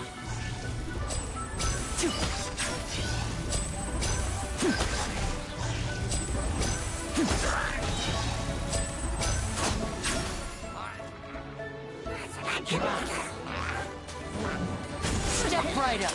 Let's get this show on the road.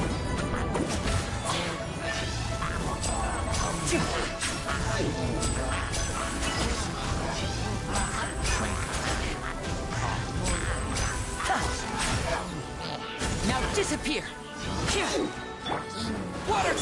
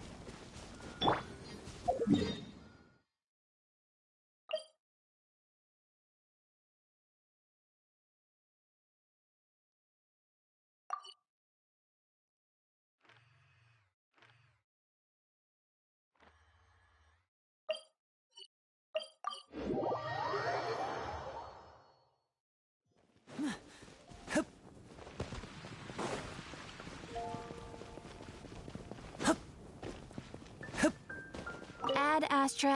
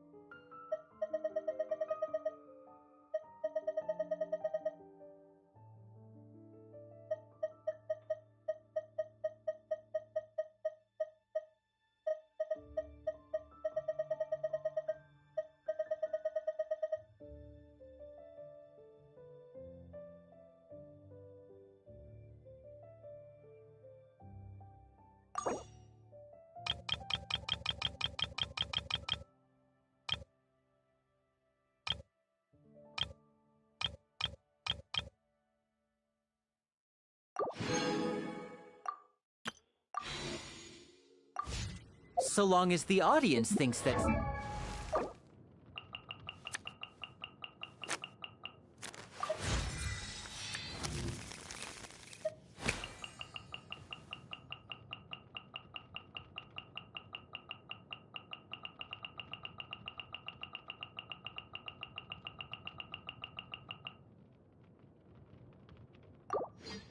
Seeing is believing. There's no limit to the number of tricks.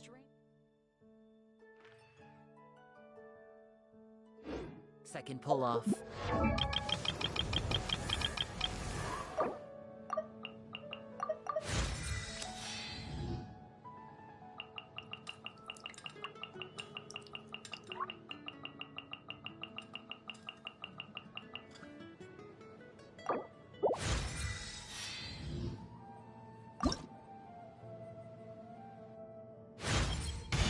my processing speed.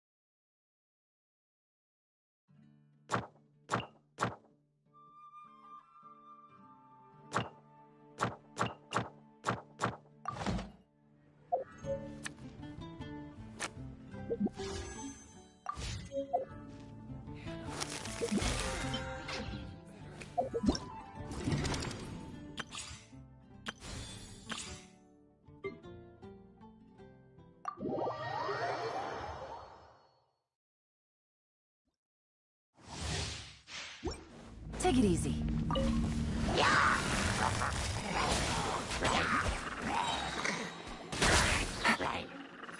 Game's up. Fun's over.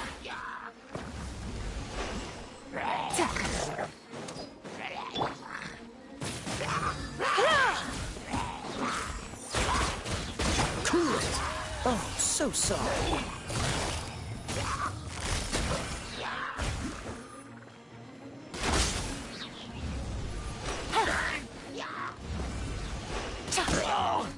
Here comes the catch. Eat this! Nice and spicy! Surrender and will be gentle. Freeze! This man will be frozen in time. Take it easy. Quietly now.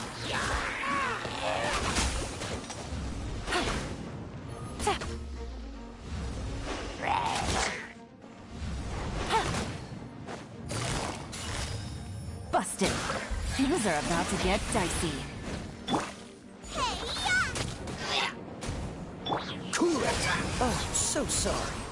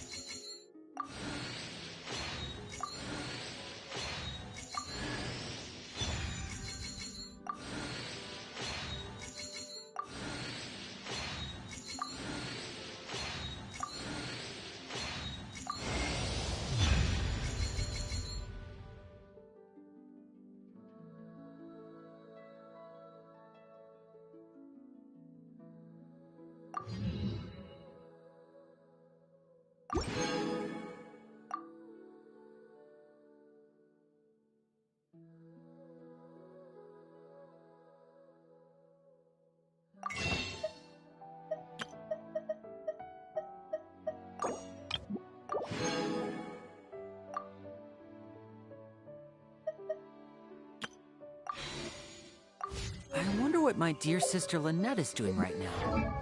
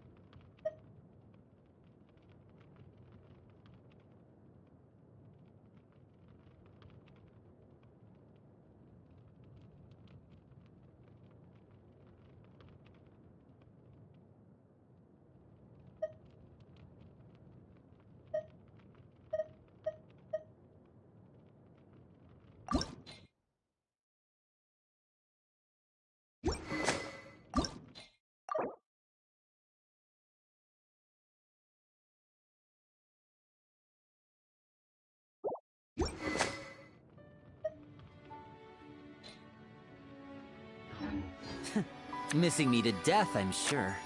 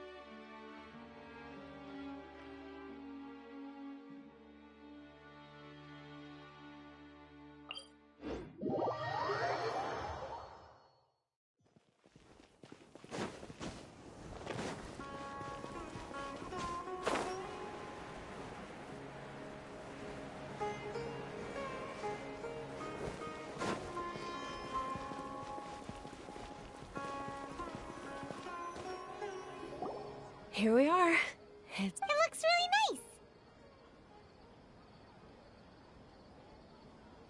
nice. That's Paimon's specialty. Oh, if you don't mind, all of my friends. Yeah, it'll be pretty. Then let's meet at the... It's a deal. I may be too Paimon's starting to really look forward to the Sub-Zero. Oh, no.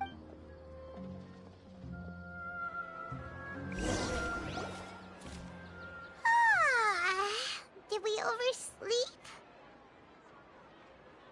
We should go meet...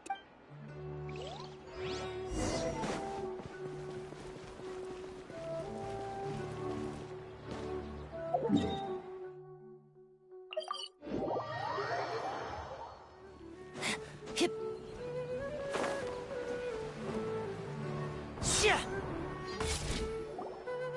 Traveler. Good morning, Dunya. Not at all. You've worked so... You know it. Well... Many vendors came out of the blue to support the event, and they insisted on covering costs themselves. Let's go give them some business. They paid for everything out of pocket? Oh, sounds like they're not in this just for the Mora. They all said that contributing to a lively festival atmosphere is more important than money. Especially since we don't often get to celebrate Lesser Lord Kusanali's birthday. Ooh, they're selling food over that way! Let's go take a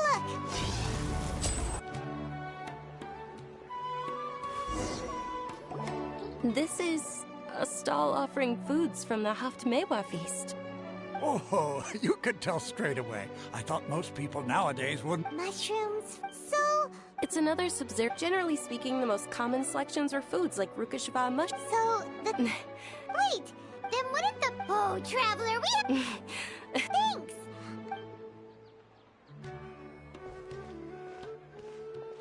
Dear customers, would you like to try your... What's alchemical... Right? So...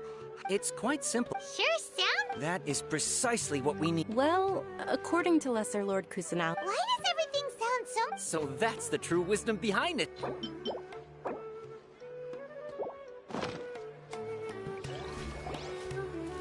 Okay, one moment. Paimon wants to take...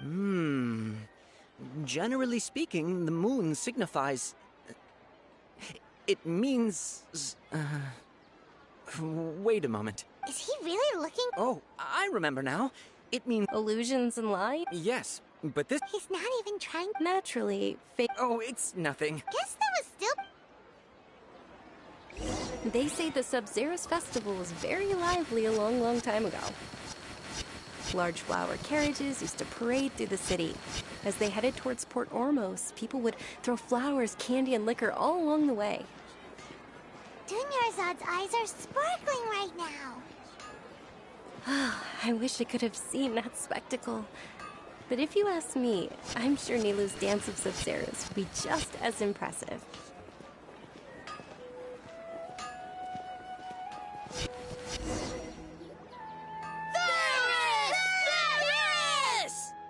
Attention! Soldiers, fall into formation if you want any Yalt. It's a weird guy! Hey! It's Dunyarzad! In the few short All right, little soldiers, take... Yes! Just what is going on here? Ferris, the Night of Flowers, is another Sub-Zeros festival icon, and one immensely popular. It's all thanks to Miss Dun... As are we to... Oh, no. Whichever... Ooh, those... And there's also... Huh? Onikabuto. Dunyarzad. It's all right. I also believe in your... Great. These boxes of candy are numbered 1 to 5 from left to right. Which one do you want?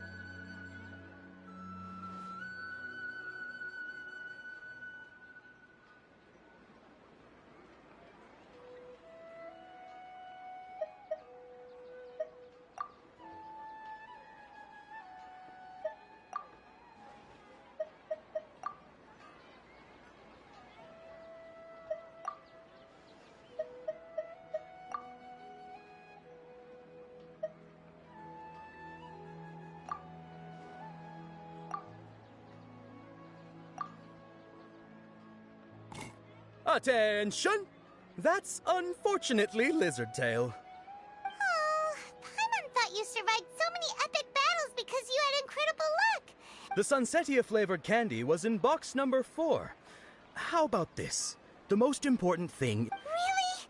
It's Night of... They all basically sound... Oh, actually, can you come with me to get it? Dunyarzad.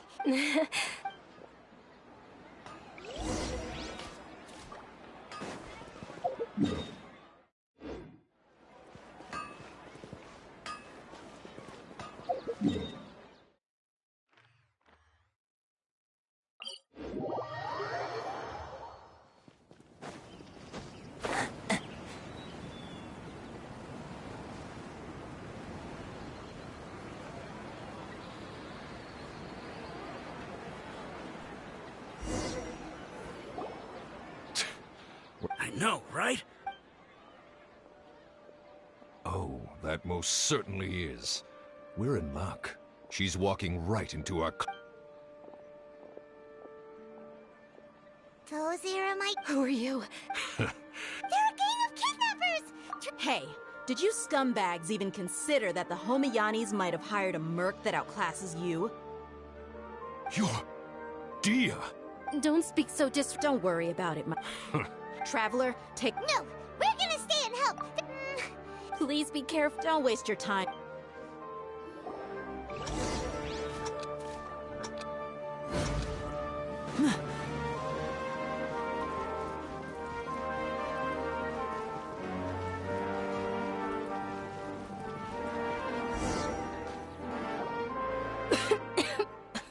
Dunyarzad, are you okay? Yeah. You sure you're... I'll be fine after... Yeah, don't worry.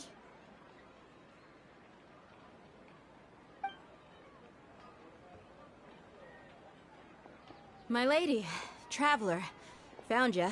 Dia! Any more of them? Or rather... Dia, your arm.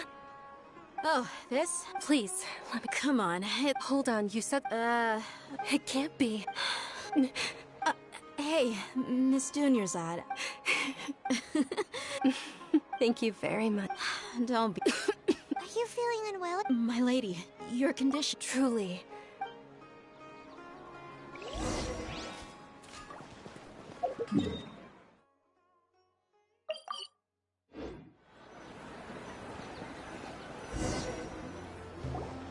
Are you feeling better, Dunyarzad?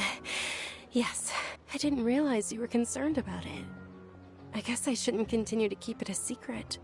I was actually bored. Can't believe it. Oh, Sumeru's current... Dunyarzad. There's no need to compare to the I know that my family loves me. Did you know?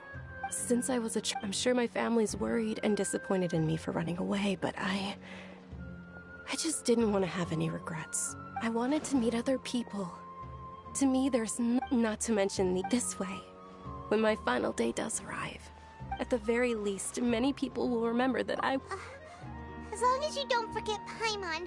Paimon also... To be honest, Lesser Lord Kus, thanks. Oh, right. Isn't it almost time? Huh? Isn't the dance of Nilu will recreate that, and with that, my... Then what are we waiting for? Yeah.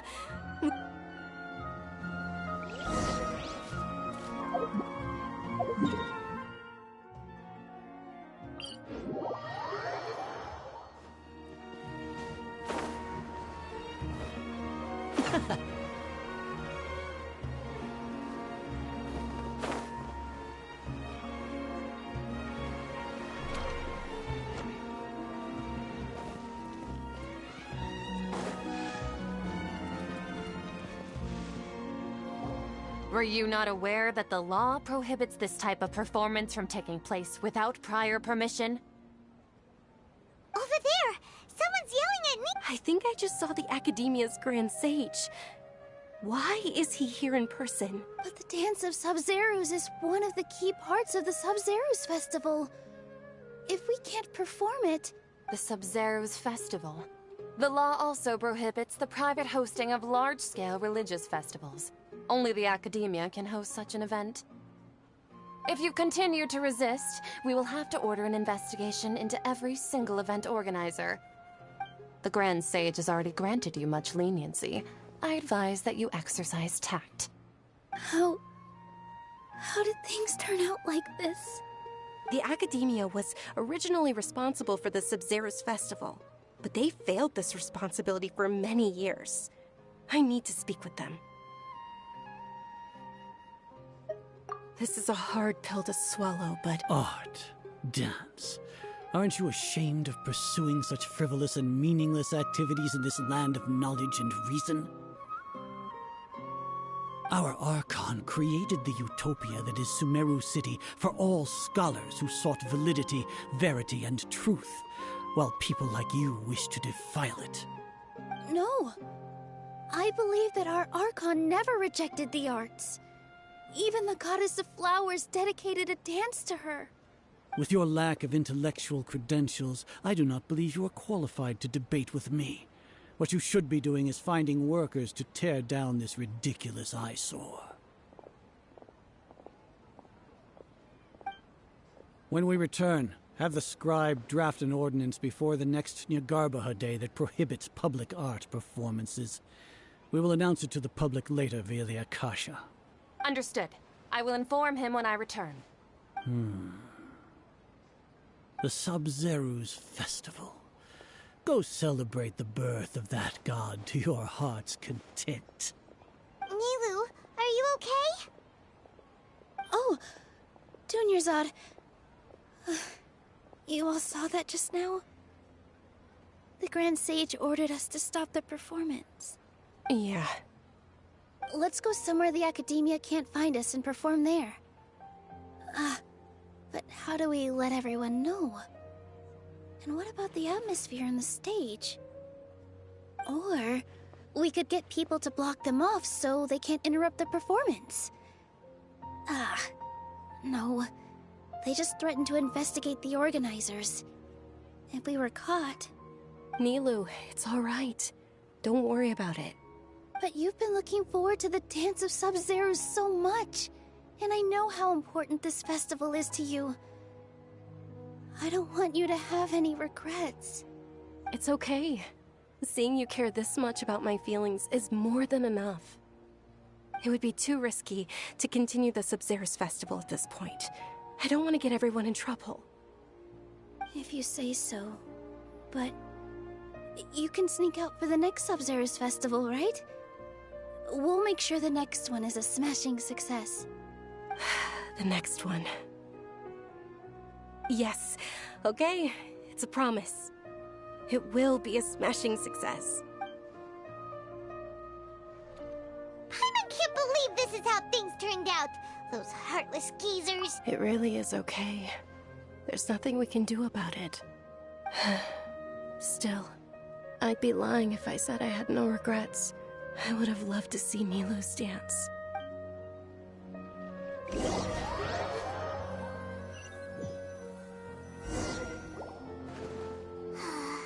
Nilou and Dunyarzad promised... Yeah.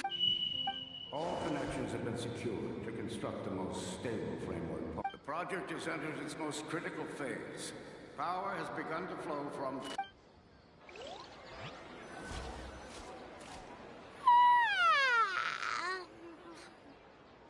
Oh, we're gonna be late! It's Obi. We should go meet Dunyarzad right away!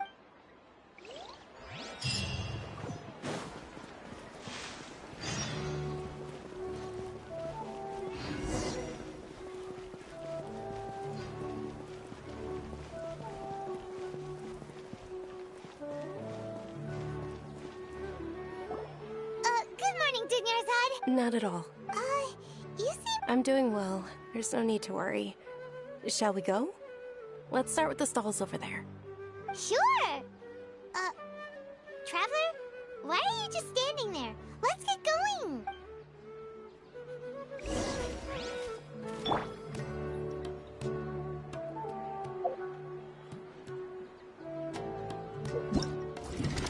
Ooh, they're selling food over that way! Let's go take a look!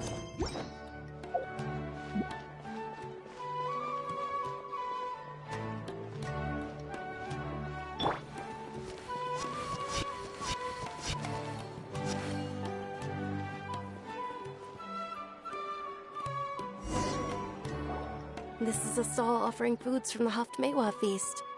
You're quite well informed. They're all plants!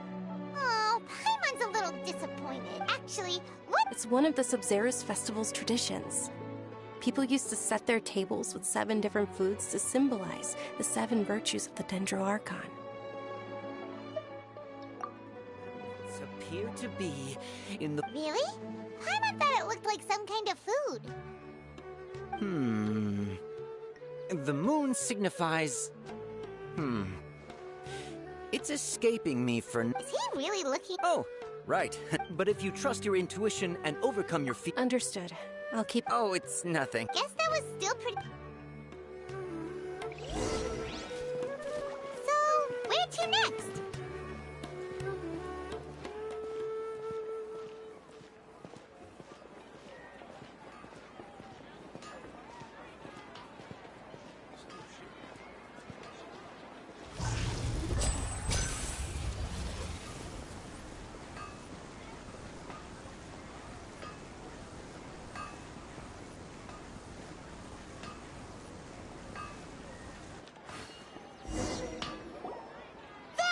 All right, soldiers. Now that you have... Yes, Knight Ferris!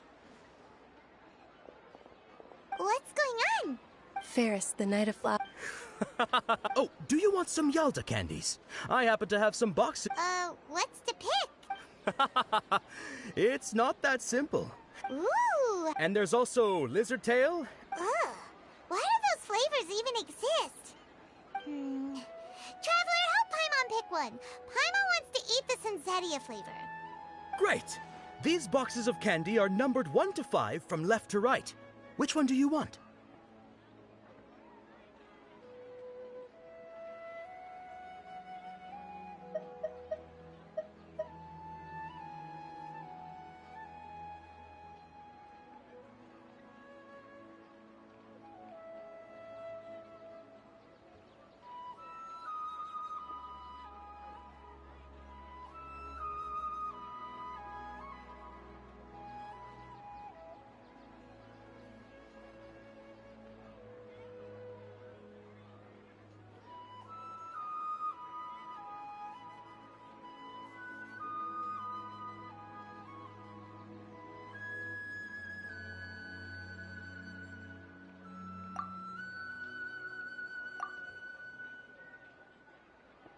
Ah, excellently chosen. Number 4 is indeed Sunsetia. Ha-ha! Paimon bet you had incredible...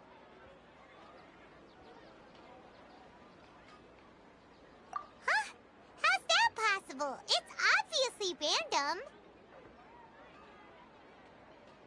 Maybe we didn't sleep very well last night. Or maybe we slept too much.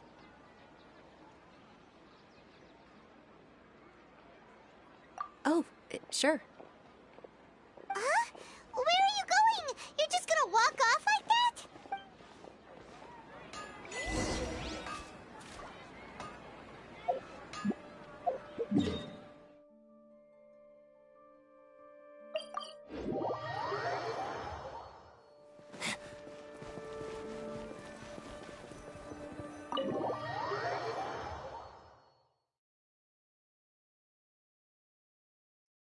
A feeling of deja vu? Oh, Paimon! In that case, so why'd you run here in such a hurry? So that's it! Your intentional... Welcome, you two. Are you here for lunch? What would you like to... Got it. Charcoal-baked Angelina cake? Isn't it that bird... Oh...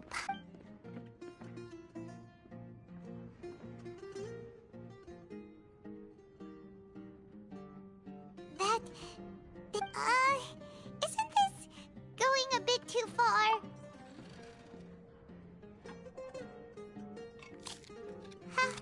How was it? The look on your face is telling Paimon that it tasted awful. Then, you mean... That's impossible! We were just talking about how gross it... So, would this be a case of taste bud deja vu? Paimon also...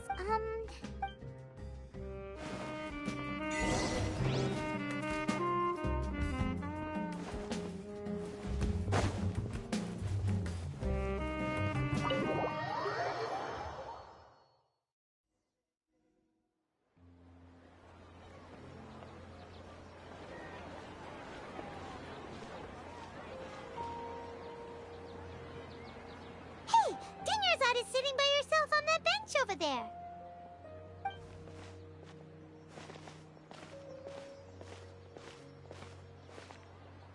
What a coincidence, Dinyarzad.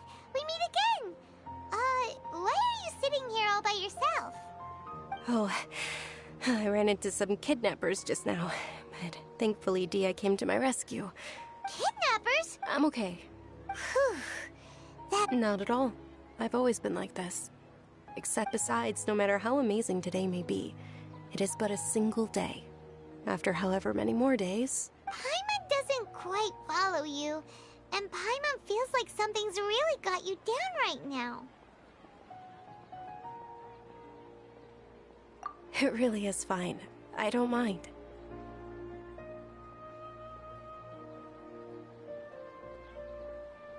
Huh? Did something happen? Dunyarzad, have you ever felt deja vu? You know, like when you've already experienced something that's happening right now? Deja vu? No. But my days have been the same for years now. Even if I were feeling deja vu, I suppose I would already be used to it. Oh, Paimon sees. Then, is it only the two of us? It's almost time. Huh? Time for what? Nilou's Dance of Sub-Zeros is about to begin.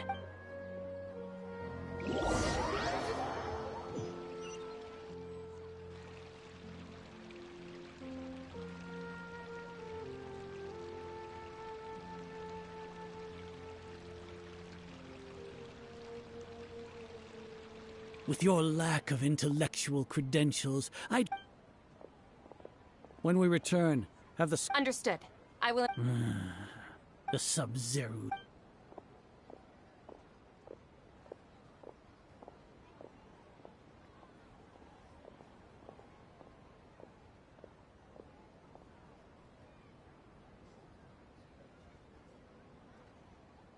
Nilou, are you okay?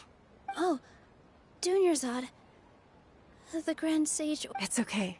But you've been really... It truly isn't. True, but... The next... Wait. What did... no, nothing. I'll be heading back to rest. Paimon can't believe what those heartless geezers did!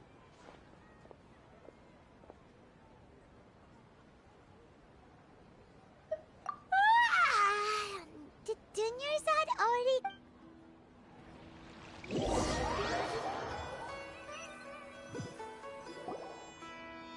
So, in the end, maybe it really was because of exhaustion.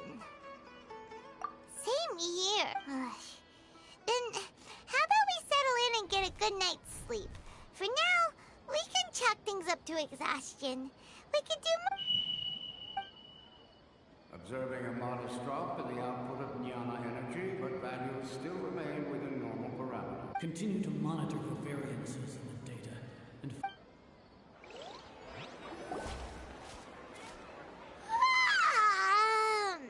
Why does Paimon feel so tired after so much sleep?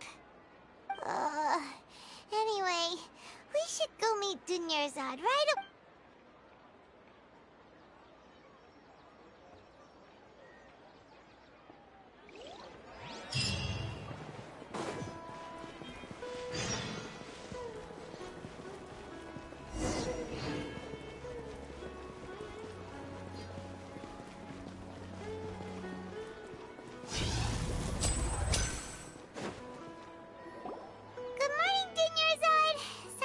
Not at all. I arrived early. Huh? Paimon thinks you sound kinda tired. Did you not get enough sleep? I'm doing well. There's no need to worry. Shall we go? Great idea! Let's get going! Traveler?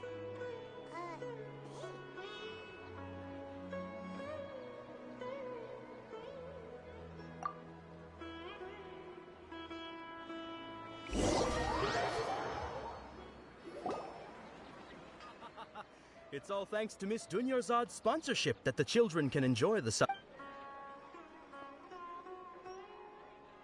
Oh, are you interested? It's not that simple. Each box contains a random flavor. It's up to the luck of the draw. Flavors include lavender melon, hara fruit,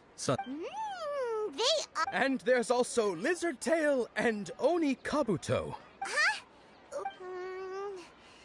No problem. These boxes of candy are numbered 1 to 5 from left to right. Which one do you want?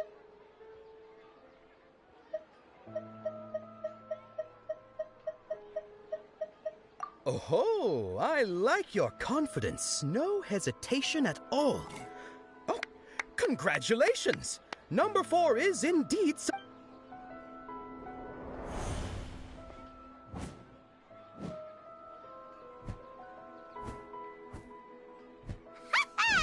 Paimon knew he always had incredible luck.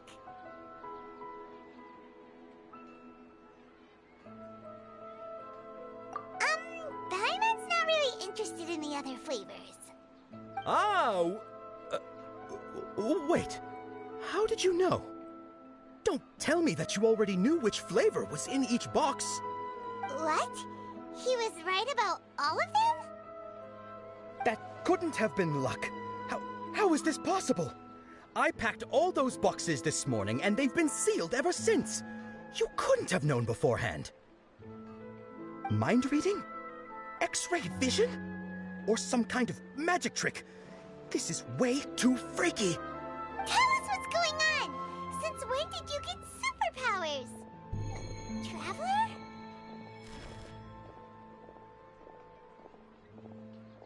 Hey, where are you going?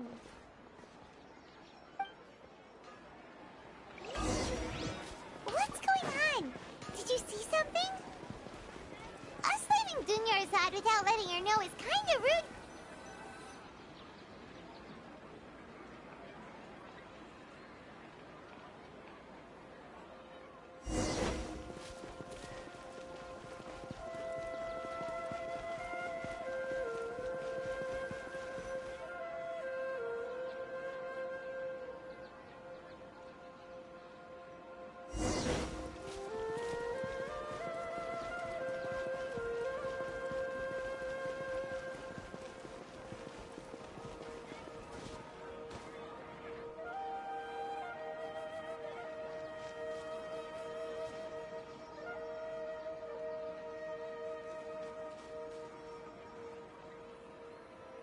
What are you looking for? Why did we come here?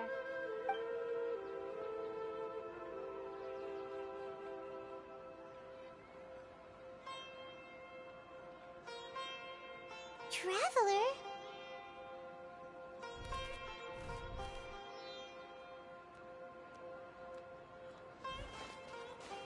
That's...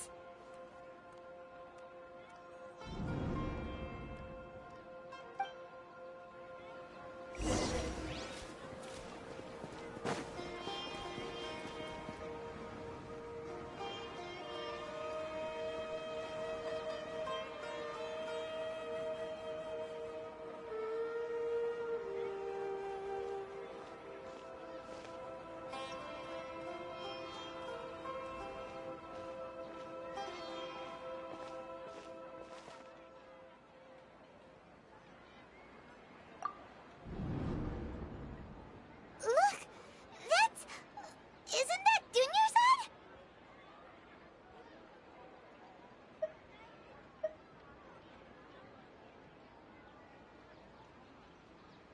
What's happening here? Why are there two Dunyarzads? You already know that this isn't your first Sub-Zero's festival, don't you? I'm sure you already know how to use this. A knowledge capsule?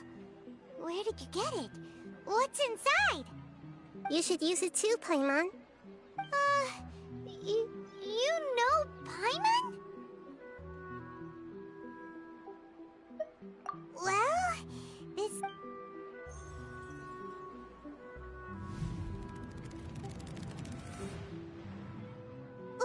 What the...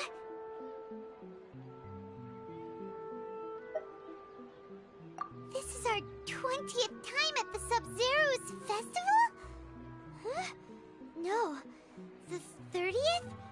40th? Just how many times have we been to the Sub-Zero's festival? Have we been trapped in a single day? If it weren't for you, we wouldn't have even realized. What the heck was inside that knowledge capsule? Your memories are still scrambled? Try your best to remember. This isn't the first time we've met, and I answered that question a long time ago. Let Paimon think. Oh, it's coming back. Meeting you was the real catalyst for restoring our memories, and the knowledge capsule was just your means of showing our minds the way. What about everyone else? Why are you only helping the two of us? Your sense of deja vu is stronger than everyone else's, yes? As for an explanation, you two received the blessing of Dendro, and you also have special, sensitive constitutions. It was as if a single sheet of paper was separating those memories from your consciousness. A familiar question. I think this is the 7th time you asked that. As you can see, she isn't doing well. You probably sensed it too. The Dunyarzad you were just with is different from the first Dunyarzad you met. That first Dunyarzad is in front of you right now, and she doesn't have a lot of time left.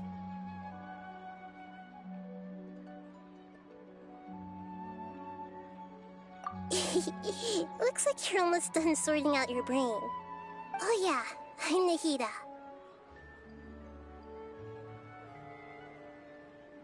Good, you passed the test.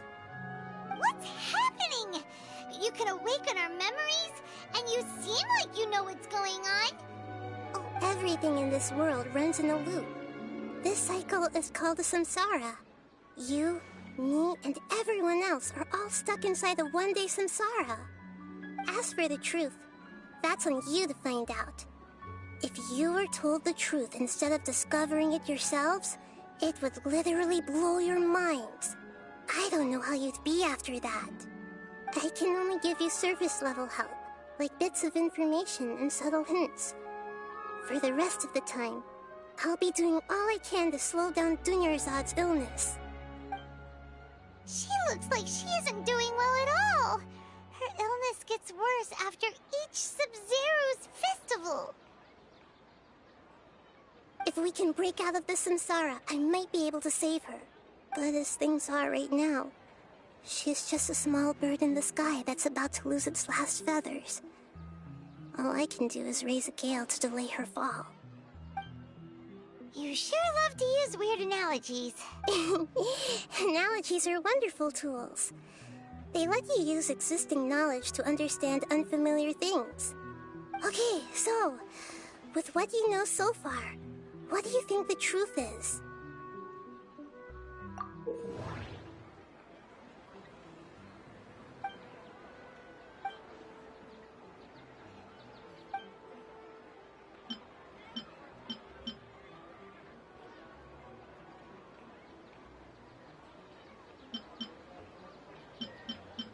The Grand Sage said, "Go celebrate the birth of that god to your heart's content." Did he mean something more? The moon, illusions, and lies. What do they all mean? What's happening right now seems to have happened before. This feeling has been getting stronger and stronger. My mind feels exhausted, even though I haven't done too much thinking. What is going on? We've already experienced the Sub-Zero's festival many times, and the day of the festival seems to be in a perpetual samsara.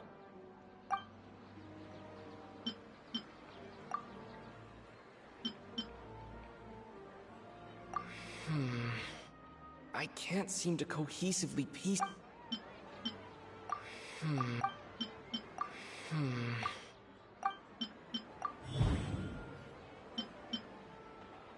That should be it. The flow of time is endlessly cycling within one single day.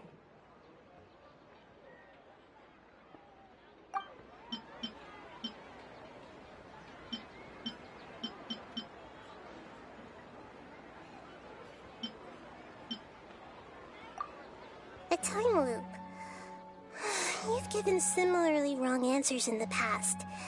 A pity. Still the wrong answer? Paimon thought that made a lot of sense. It feels like time's just repeating itself.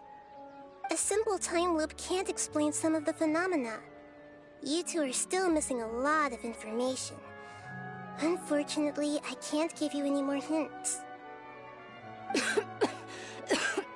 Dunyarzad! The Sub-Zero's festival is happening every day, but that doesn't mean we can waste an infinite amount of them. Hurry and find the truth before today's festival ends.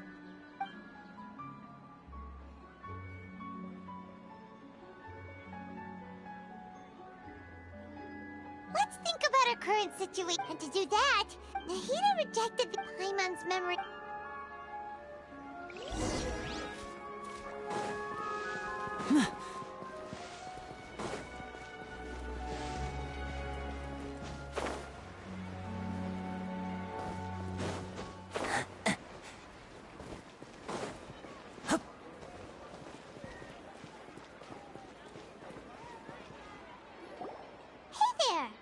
Hey, it's you guys. I see. Did you come back to buy something? I guarantee the freshness of my products. I harvested them from the forest just yet. Huh? What kind of Phyllis? Didn't you know that no... He actually has a point. Is this a dream? Anyway...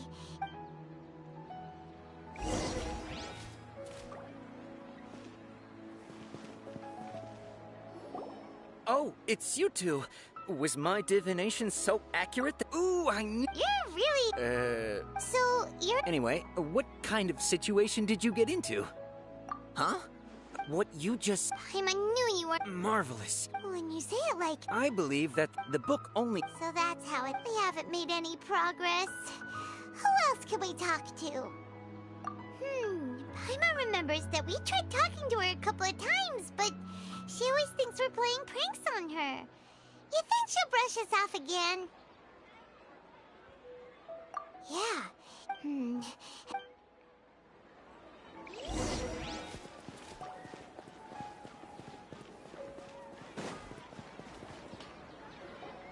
I'm fine, my lady. It's just a scratch. Perfect timing. Both of you are here. Paimon, Traveler, you came at just the right time. Listen, there was a dangerous Huh? You saw?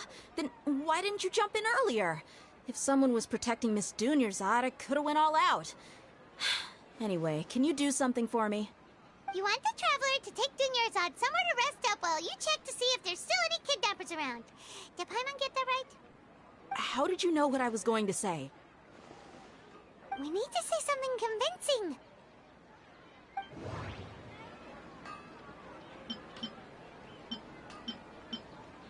Dia sold her greatsword to raise additional funds.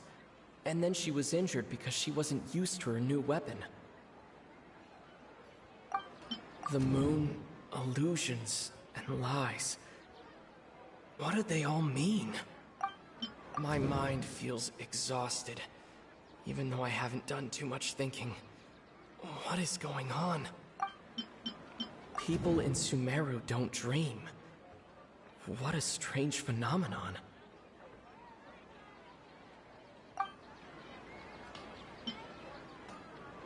Dia sold her... Tell her, Traveler!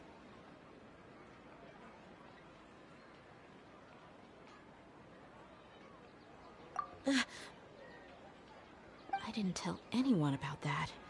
Including Miss Dunyarzad. You couldn't have known. And just now, you literally took the words right out of my mouth. What's going on? All right, so this is the situation.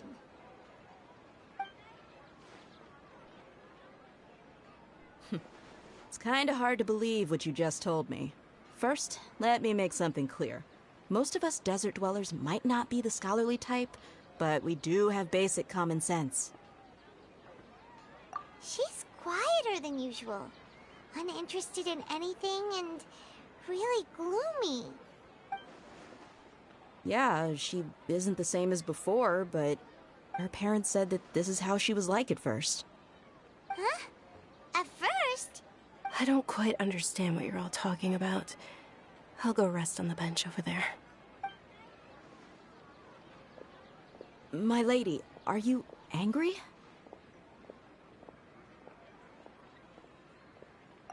All right, I'll give you the benefit of the doubt since you knew about my greatsword. Let's make this a quick trip. Miss Dunyarzad isn't completely safe here.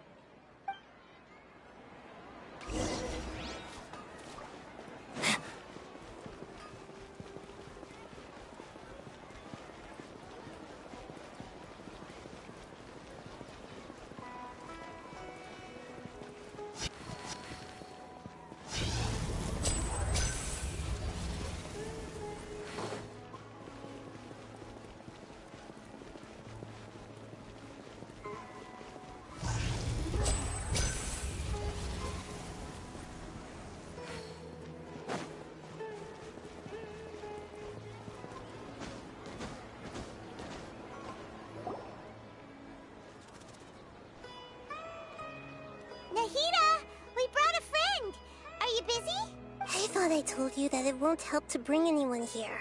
We just wanted her to see the real Dunyarzad's condition. The real Dunyarzad? Where and who are you talking to? Huh? I told you that you two are special. Other people can't see me or Miss Dunyarzad here.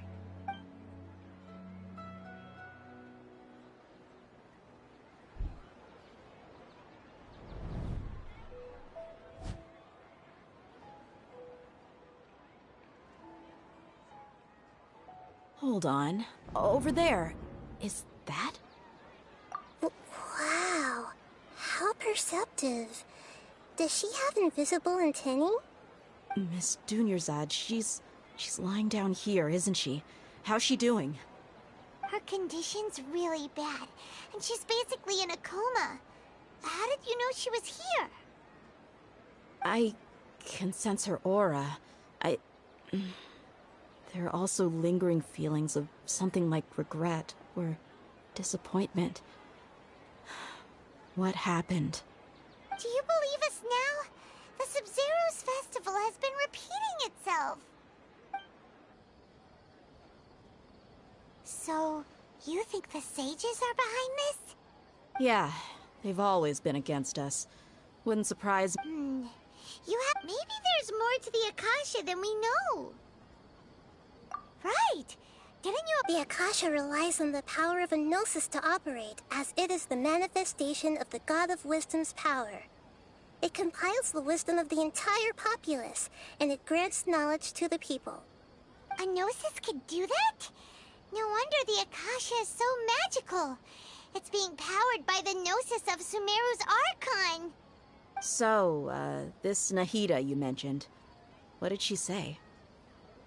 She said, and Paimon quotes, "The Akasha relies on the power of a Gnosis to operate, as it is the manifestation of the God of Wisdom's power. It compiles the wisdom of the entire populace, and it grants knowledge to the people." Compiles the wisdom of the entire populace and grants knowledge to the people. Wait. I get the grants knowledge part. That's what people have always used the Akasha for. But compiling the entire populace's wisdom? How does that work? Did she mean that the sages enter new knowledge into the Akasha? Oh, yeah. That sounds about right. What do you think?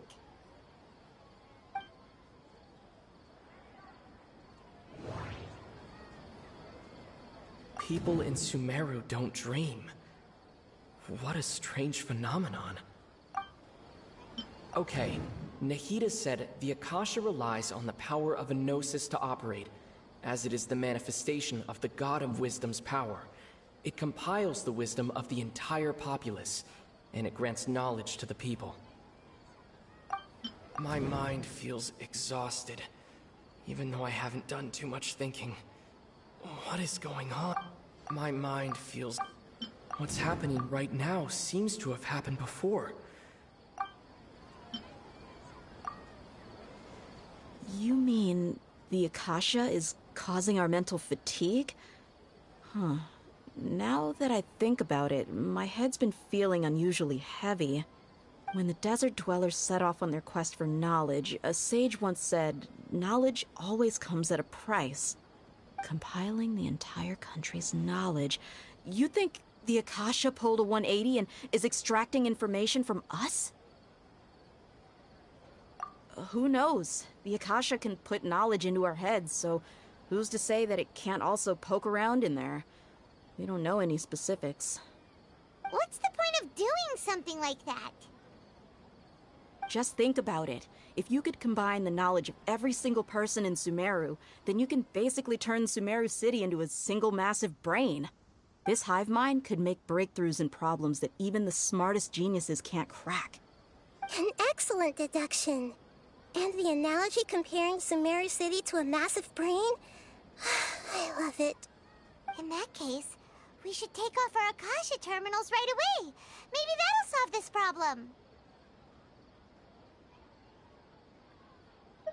Yeah, I was only wearing this for show in the first place. Didn't expect the sages to cook up such a conspiracy. Mark my words. When this is over, I'm getting evidence and exposing this whole thing to the public. How does everyone feel?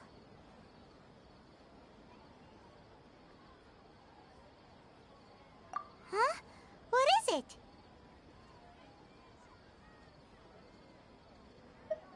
Oh, that! Paimon knows what you're talking about. It's a single soft beep that sounds like it's coming from the Akasha terminal. The sound of a beep. Could it be a prompt tone for when the Akasha is operating? That's probably an important clue. We weren't using our terminals, but we heard a beep anyway.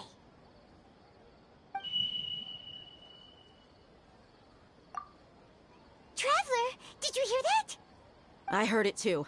Our ears aren't messing with us. There was definitely a beep, but it sounded like it was coming from inside my head. We took off our Akasha terminals.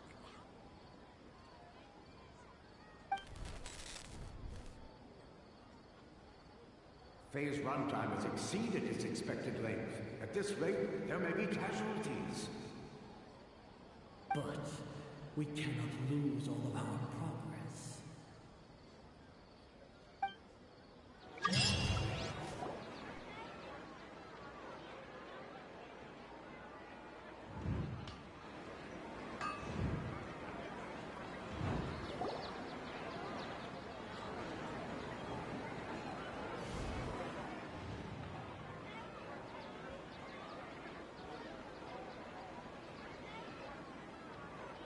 Paimon remembers everything! Good. You adapted quickly this time.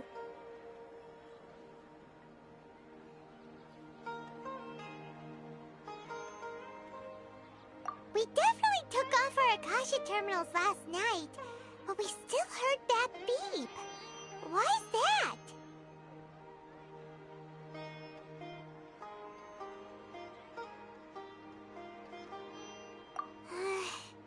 But now we can at least confirm one thing.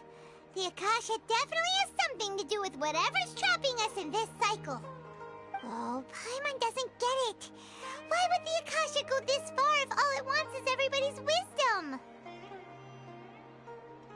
It's extremely difficult for lab rats in an experiment to understand why they're being treated the way they are. If we're lab rats, then what are you?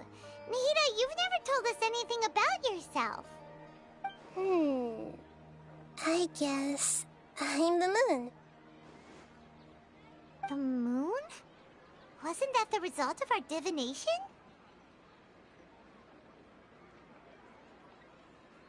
Anyway, knowing who I am won't help you get closer to the truth, so you should focus on other things. Don't get distracted and miss any clues. Okay then. Dia helped us a lot yesterday, so let's go find her. If Paimon's reading the time correctly, those kidnappers should be showing up soon.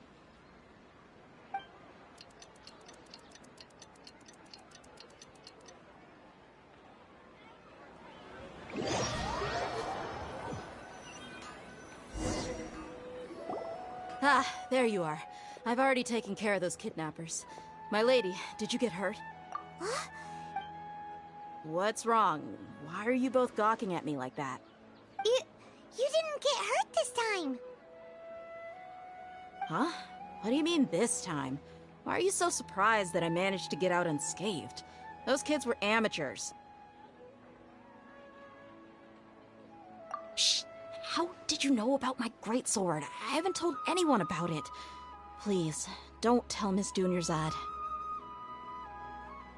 So Dia's lost her memories after all.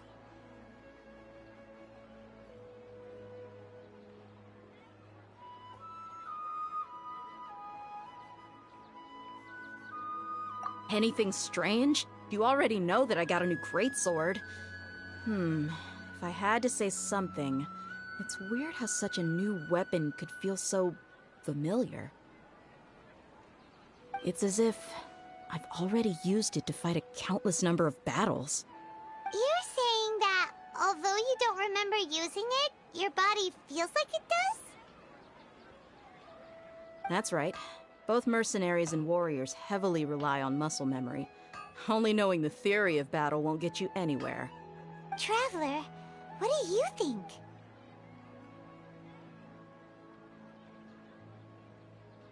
Yeah, Paimon's feeling really hopeful. Oh, you're right! Earlier in the Samsara, something like this would have never happened. I have no clue what you two are talking about, but it's still dangerous here, so... So you want us to take Dunyarzad somewhere else to rest while you check if there are still more kidnappers around, right? How did you know what I was gonna say? Can you read minds? Forget it. Go and do your thing.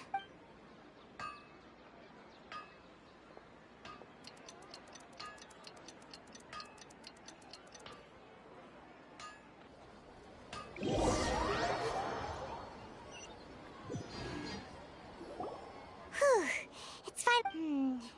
Listen, Nahida, we found out that Dia got out just fine today, even though she got injured every other time she fought the kidnappers. Do you think the Samsara has been broken? Have we saved Dunyarzad? Really? Good job on all that progress.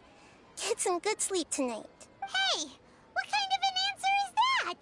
Tomorrow will come. Everyone assumes this is common knowledge, but the only way you can know that for sure is if you experience tomorrow. How many todays has it been? Is it possible that today will be followed by yesterday? Does tomorrow truly exist as anything beyond a made-up concept? It's even possible that this entire world is a lie, and the history of the whole world has just been one endless Sub-Zero's festival. Okay, no more. Paimon's brain is already shut down. That's why it makes no sense to waste your energy thinking about things you will learn tomorrow. Get some good rest. You know, use the bathroom and flush your anxiety dookie away. Huh? Hold on, what did you just say? Did Paimon hear you correctly? Huh? People always say they feel a sense of relief after they take a duk-duk. That's why I suggested you could try that. Is that so strange?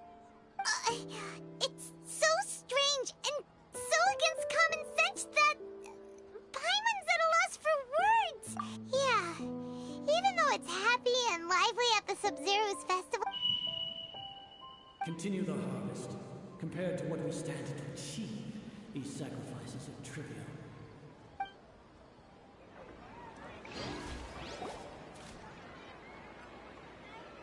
We're still in the same day! Nahida, you already knew last night that we didn't break out of the Samsara. Would there have been a point? You would have spent the night with new worries, with tomorrow still out of reach. In that case, you might as well rest within that brief moment of hope.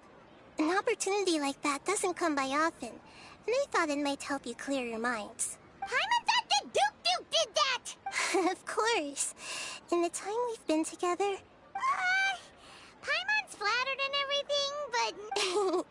What I mean is, even though I had asked you to solve this puzzle, you two are still the only ones who can see me and sense my presence. In other words, if you weren't here, I may as well not exist. That's why you two have been everything to me. Get it? Nahida's talking about confusing stuff Anyway, that's enough chit-chat. So, Traveler, did the new clues yesterday help you gain a... Huh? Why are you scrapping your previous theory?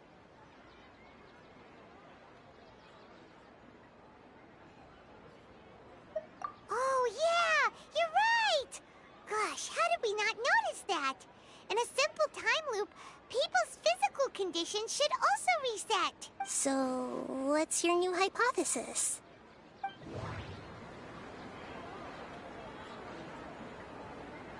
The moon, illusions, and lies.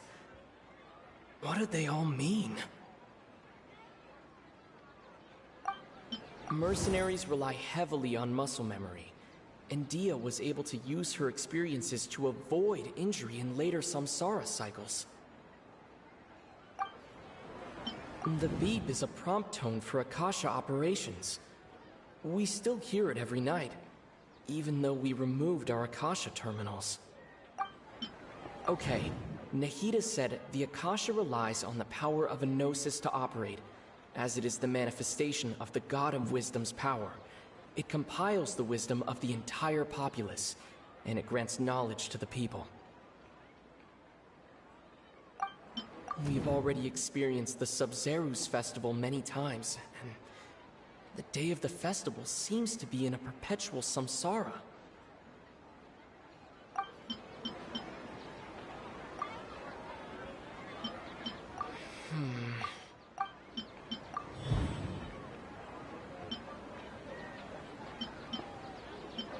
If all our memories of a day are erased at the end of that day, then we would unwittingly relive the same day again and again.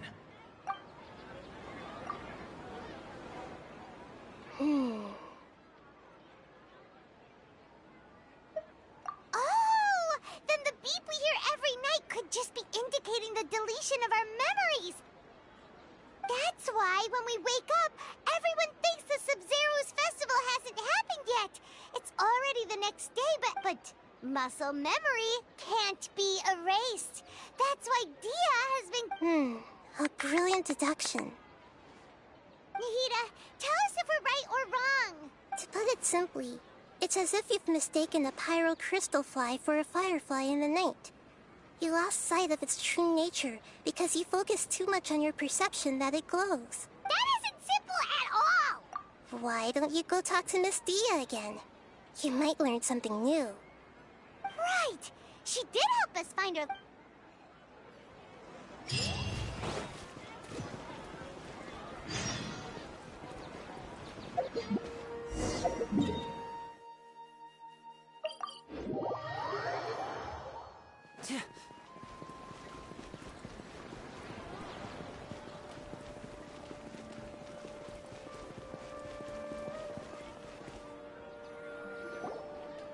There you are. Really took me a while to find you. As expected, Dia also didn't get hurt today. Get hurt? Why would I? Don't underestimate me. Well, you're still getting used to your new greatsword. Huh. Truth be told, I also think it's pretty strange. It just suddenly felt so familiar in my hands and... wait a second! How did you know— Traveler, could you explain the situation to her today? Paimon's gotten a little sick of doing it. Oh, that works!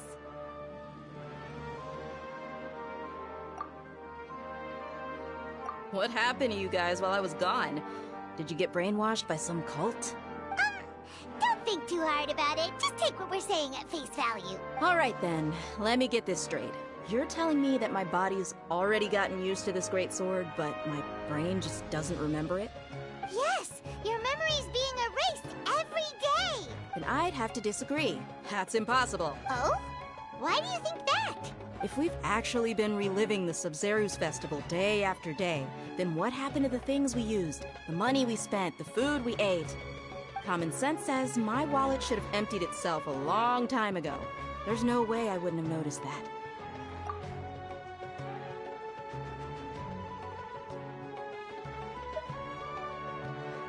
Right! They could use the Akasha to record what everyone did that day, and then use the city's resources to replenish everything! It's not very likely, but it's also not impossible. No, it is impossible. I've got proof. You have proof? Where? You two are surprisingly serious about this nonsensical discussion. Fine, I'll play along for a little longer. Come with me, Miss Dunyarzad. Please come along as well. I still can't guarantee that this area is safe.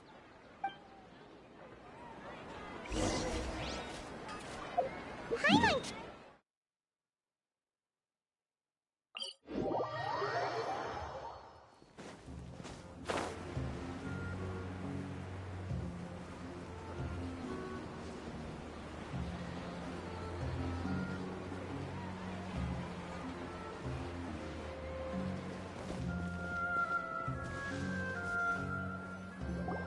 This is it. Huh? This is a wooden training dummy. What about it? See those marks on the dummy? Those are the result of several days' worth of practice. Let's say the sages didn't replace it every day. Shouldn't it be hacked to pieces by now? That's true, but what if they did? Then the sages would have had to reproduce every mark I left during previous training sessions. I'm a professional fighter. My martial school has always emphasized the importance of refined control. The force, angle, and entry point of each strike is calculated and deliberate. That's why I remember every mark on the dummy, as well as my state of mind as I made each strike. It's just as they say, each swordsman has their own unique style, and even the same swordsman can't make the same cut twice. It would be impossible to copy these marks. Is it really impossible? What if they used some fancy machine to carve every single mark? People often say that a camera's photo can never replace an artist's painting because the former has no spirit to it. The same thing applies here. At a mere glance, I can differentiate carved marks from the results of combat. Whew! I hope that cleared things up for you. Hey, is this that new brain exercise game that's been super popular with the scholars lately? It's surprisingly fun. Anyway, it's getting late. I should escort Miss Dunyarzad to Nilu's stage. See you later. Well, back to square one. Is our memory deletion theory also wrong? But at least we've reached some other conclusions in the... Yep, that's true. So, can we think of any new ideas right now? Strange? Paimon feels like it. Huh? Leaving the city? You're right! It's really strange how we never thought of some... Paimon can't believe it! Did we miss this because we're... How about we go back and ask Nahida? Maybe...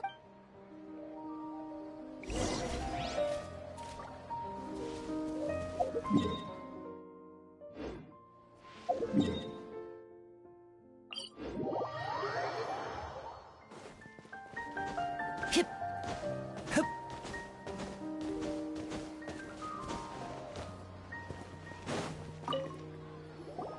Nahida!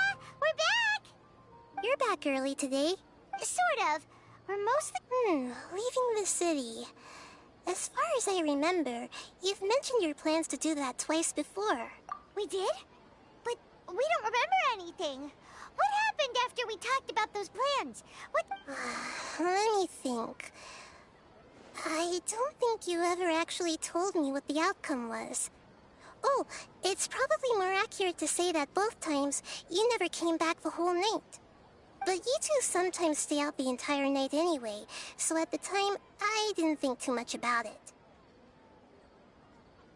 It is true that sometimes we lose track of time during our investigations. Before we know it, it'll already be the next day. But still, neither of us remember anything about leaving town. Really? That's kinda strange. In theory, I should have already awakened all your memories.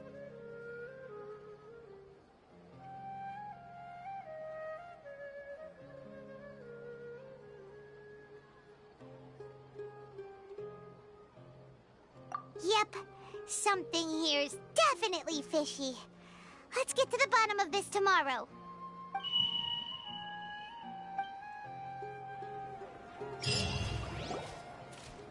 Our memories are back!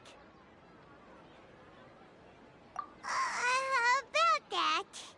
Well, where should Traveler, aside from your memories that were just restored, I have another message for you. Listen to it and you'll understand. Can't go back. There are countless spaces here. Our Sub-Zeru's festival in Sumeru City is just one of them.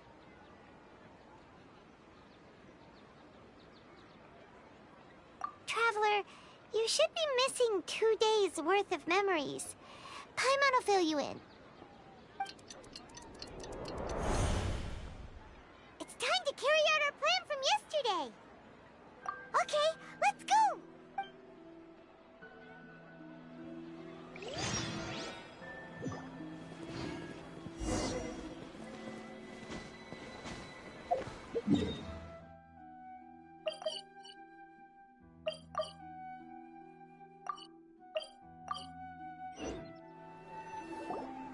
Why can't we leave the city? What is the Academia up to now? Don't ask me. It's not like I can tell you anything. This is a direct order from the Grand Sage. Just wait until tomorrow. I have a real emergency. My goods have already arrived at Port Ormos. If I don't hurry, they'll be stolen. That's your problem. Make sure you make a request in advance next time. But it's not like you can just predict business matters in advance. It looks like the Academia already announced a lockdown for Sumeru City today. How completely unsurprising. Let's go and question them. Hello, sir. Why can't we leave the city today? Here we go again. Don't ask me. I don't know either. We just received an order that no one is allowed to enter or exit Sumeru today. They didn't tell us anything else. Angering me won't get you anywhere. If I had that kind of insider info, I would have left this stupid post long ago. It looks like he really doesn't know. If we can't get anything out of him, let's take matters into our own hands. Why don't we climb over the walls? Those guards can't be everywhere at once. This is a good spot, and the guard hasn't noticed us at all. Let's hurry! Huh? Why? Are you going to leave Paimon behind? But what if things get really weird out there and you get into some trouble? Then Paimon won't be able to help you. Oh, Paimon knows that Paimon can't do much, but we've always been together. Haven't we? Okay. Paimon will wait for you. Promise Paimon that you'll come back as soon as possible. And please, be careful.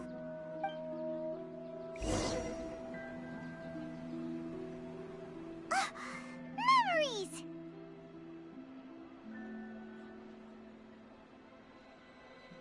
Traveler!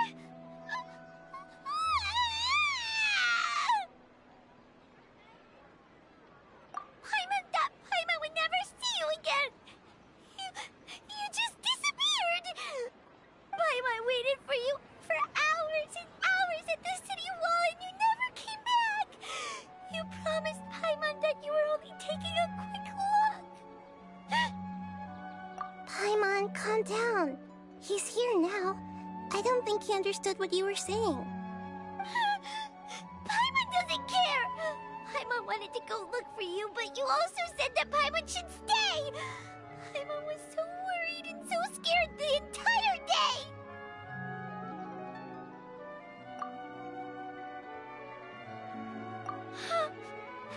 Okay. Paimon will forgive you. The most important thing is that you didn't actually disappear. Oh, Paimon was so scared that you had gone into another world. Okay, Paimon, can you tell us your perspective of what really happened yesterday? I see. Using two people's different perspectives. After that, you left the city. Paimon kept her eyes on you the whole time, but then you disappeared in an instant.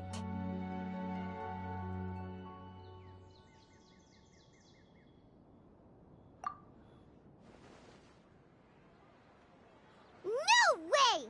Paimon was watching you with the fullest attention. What's your perspective, Traveler? You sure you don't have any memory of this? I guess that explains everything. You also lost your memories the last 2 times you tried to leave the city. Those days' memories can't be awoken. So, if we leave the city, our memories will be completely erased? It really sounds like something big outside of the city is being hidden on purpose. But this way, we'll also never discover what's outside.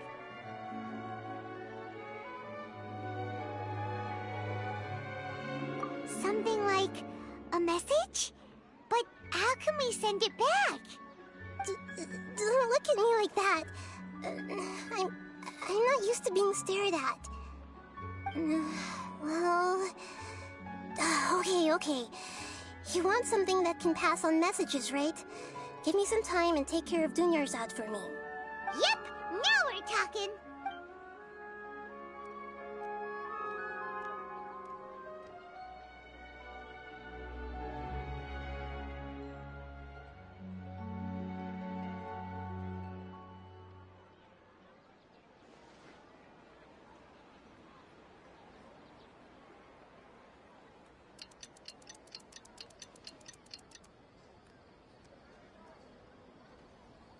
I'm done. Here you go. What? Isn't this just an Akasha terminal? You made some little changes. Akasha terminals are already capable of sending messages. I just tweaked it so that it could connect to any node. To make something like this? Nahida, you really know the Akasha like the back of your hand. Anyway, we can use this now to record a message, right? Yep. I'll help you save the messages. It should be pretty easy to use. I just can't guarantee the user's status and signal coverage when they're outside the city. We'll never know until we try. At least we're taking the initiative now. Let's go then. Let's expose those sages. All right. Paimon isn't as worried about being... Okay. That covers everything that's happened so far. Yes. Although the signal was choppy and had some interference, we still managed to receive 2 messages from you when you were outside. Okay, now that you understand what's going on, let's hear the messages together.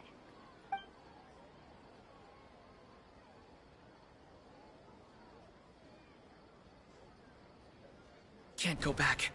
There are countless spaces here. Our Sub-Zeru's festival in Sumeru City is just one of them. I've entered another space. Before me are flowing sandstone and howling fish. Impossible and surreal sights. All these spaces are empty except for the occasional ones that contain mute puppets rather than people. I can't sense any human presence.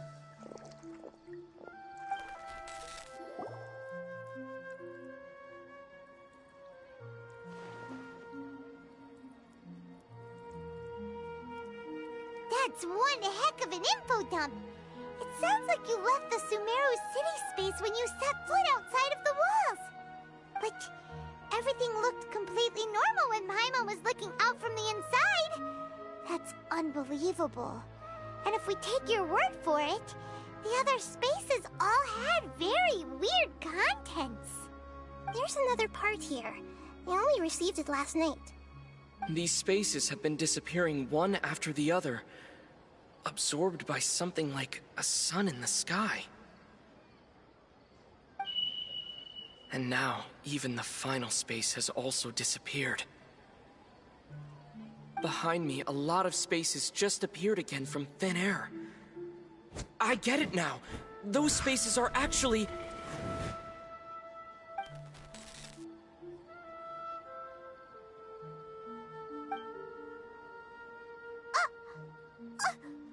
Why did the message end right there? What did the Traveler want to say? What are those spaces? Probably because yesterday just happened to end at that moment. Oh, right. Paimon did hear a beep from the Akasha. Did it come from here or from the message? The message. It should have come from the Traveler's Akasha terminal. After the beep, Traveler said even the final spaces also disappeared. Traveler, what do you think that final space could have been? All the bizarre spaces I saw outside the city had one thing in common: a lack of human presence. Was that space actually the real world? But wouldn't a real space just randomly disappearing like that be catastrophic? My impression is that each day in this samsara only ends at the sound of that beep from the Akasha.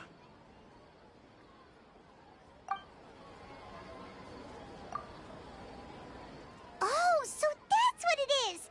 After the sound of the beep, the final space, the Sub-Zeru's festival, also disappears, and we're taken to the next day.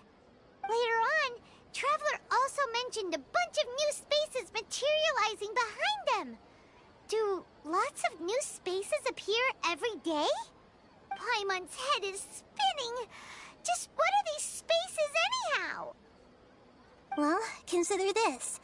For all the horrors of the Archon War, at its heart, it was just a game where a bunch of gods fought over 7 seats. So no matter how strange or spooky things may look on the surface, maybe all they point to in the end is a small and simple secret. Wow, the Archon War, huh? That's an analogy and a half.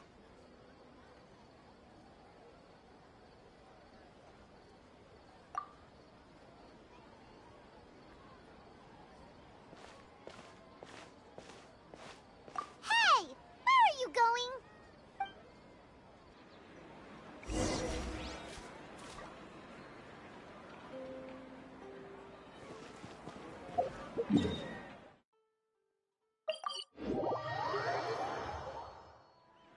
Do you want some alone time to think? All right.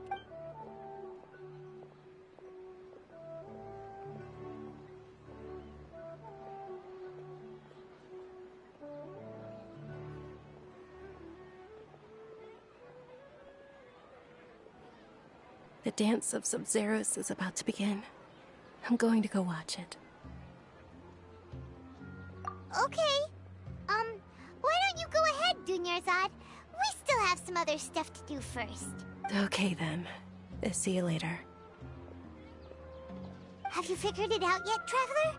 Time is ticking away. Awesome! What is it? Paimon wants to know. Oh, wait, no. Let's meet up with Nahida first. You can tell us both together. This...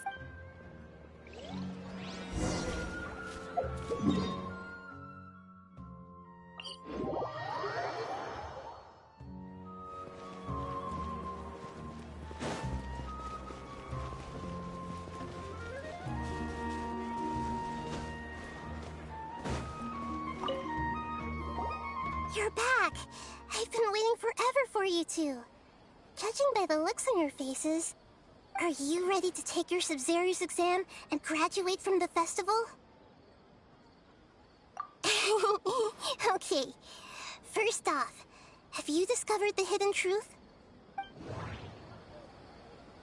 Okay, Nahida said the Akasha relies on the power of a Gnosis to operate, as it is the manifestation of the God of Wisdom's power. It compiles the wisdom of the entire populace, and it grants knowledge to the people. We've already experienced the Sub-Zero's festival many times, and the day of the festival seems to be in a perpetual samsara. All the bizarre spaces I saw outside the city had one thing in common: a lack of human presence. The moon, illusions, and lies. What do they all mean? Those spaces remind me of dreams, like the one I had in the Avidia Forest, except these have no sign of human presence. People in Sumeru don't dream. What a strange phenomenon.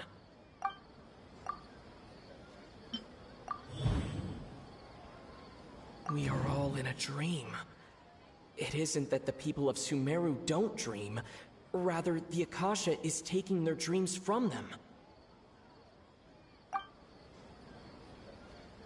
People in Sumeru think they don't dream, but the truth is the Akasha steals their dreams without them knowing it. And those spaces with no human presence are stolen dreams without their host. That would explain why they sounded so weird when he was trying to describe them. Huh. So people in Sumeru do dream after all. In fact, we're all in one big dream together right now. Correct answer. Now, how did you conclude that the Akasha is capable of this? The Akasha relies on the power of a Gnosis to operate.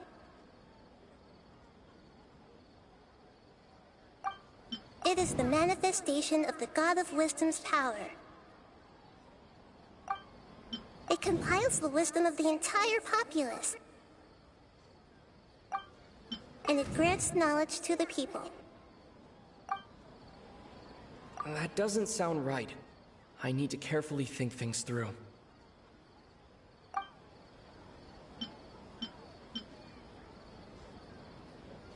It compiles the wisdom of the... That doesn't sound right.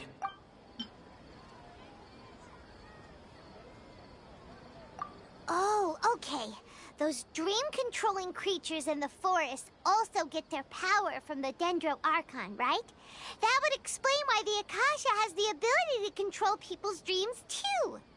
But is stealing everyone's dreams really how the Akasha compiles their wisdom? Isn't there anything more to it than that? Dreams are fantastical, complex, and full of imagination.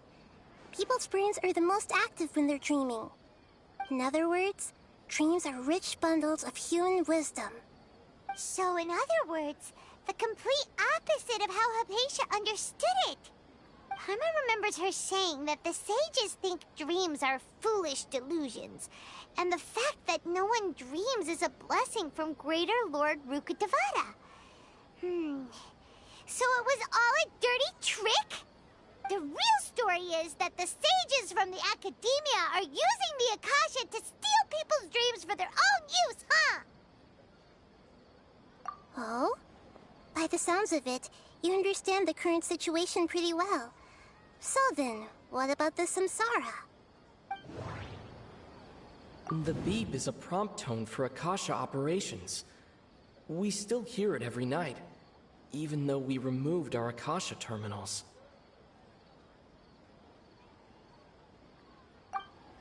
Those spaces kept disappearing before my eyes. But as soon as that beep sounded, many more spaces materialized. Those dreamscapes kept vanishing, but as soon as that beep sounded, more new spaces appeared. The Grand Sage said, "Go celebrate the birth of that god to your heart's content." Did he mean something more? My mind feels exhausted, even though We've already experienced the Sub-Zerus festival many...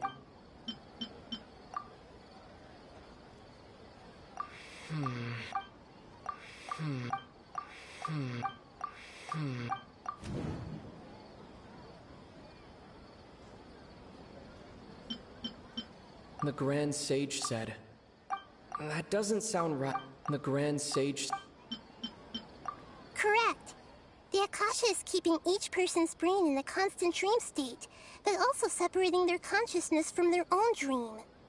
Their disembodied consciousness is placed inside the collective dream of the Sub-Zerus festival along with everyone else's, while their now vacant dreams are harvested by the Akasha. No one is any the wiser as another day passes in the dream, and so begins another samsara cycle. People wake up to yet another dream about the Sub-Zerus festival. The dreams that belong to them are once again harvested by the Akasha, and so it continues. So, this is like a dream factory, and the Akasha is a dream harvesting machine. Did Paimon get that analogy right? Very good, Paimon. Using analogies well is an excellent habit to get into. Okay, so that beep we keep hearing is actually from our real-life Akasha terminals. Taking off our terminals in this dream doesn't do anything. Alright, last question. Who am I?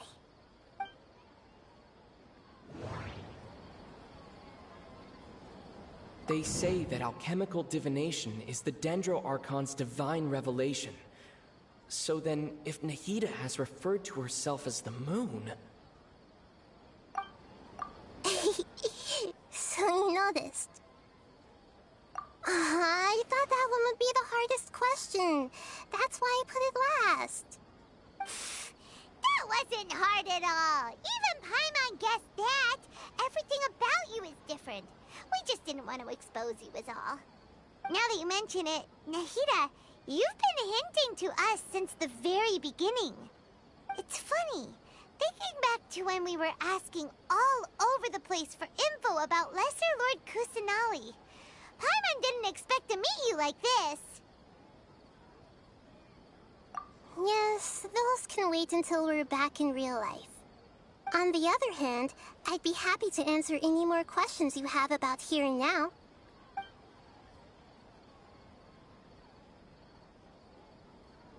You asked me this question before. My answer was, it would literally blow your minds. Now that you know this is all a dream, this answer should hopefully make more sense. Have you heard the saying, don't wake a sleepwalker? Likewise, if someone suddenly had told you all this instead of you learning it on your own, your notion of reality and dream would be thrown into irreversible confusion. I couldn't expose you to that kind of risk. That's why I could only give you very subtle hints and some suggestions. Long story short, I'm really sorry I had to keep you guessing. You asked me this question. Now that you know this is all a dream, this answer should... Have you heard the saying, don't wake a sleepwalker? Your notion of reality and... That's why I could only give you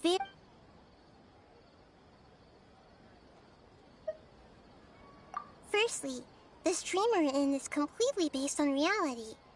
People have already experienced this Sub-Zero's festival, so it would be very difficult for them to find anything that strikes them as surreal. Secondly, you're probably wondering why people don't have any memories from earlier samsara, right? That's because people don't remember their dreams most of the time anyway. And in any case, their actual dreams are being taken away from them by the Akasha. So whenever they wake up in this dream of the Sub-Zero's festival, they don't remember anything from their previous identical dream. That reminds Paimon. Traveler had a dream when we were in the Avidia Forest, but couldn't see what it was about after waking up. Is that an example of what you mean? Yes. Only after receiving the blessing of Dendro can a person gain the Dendro element's dream-enhancing power. That explains the feelings of deja vu. Meanwhile, everyone else has no idea that they are in the Sub-Zero's festival samsara, while their dreams are stolen from them over and over again.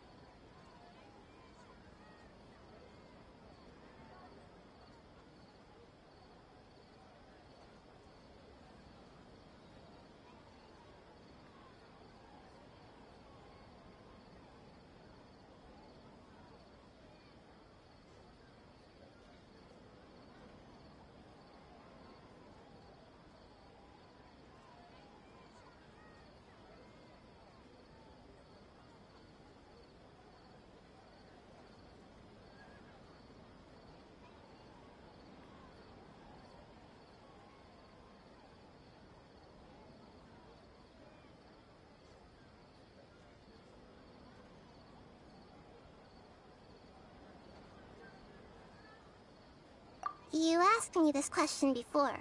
My answer was, it would literally blow your minds. Now that you know this is all a dream, this answer should hopefully make more sense. Have you heard the saying, don't wake a sleepwalker? Likewise, if someone suddenly had told you all this instead of you learning it on your own, your notion of reality and dream would be thrown into irreversible confusion. I couldn't expose you to that kind of risk. That's why I could only give you very subtle hints and some suggestions. Long story short, I'm really sorry I had to keep you guessing.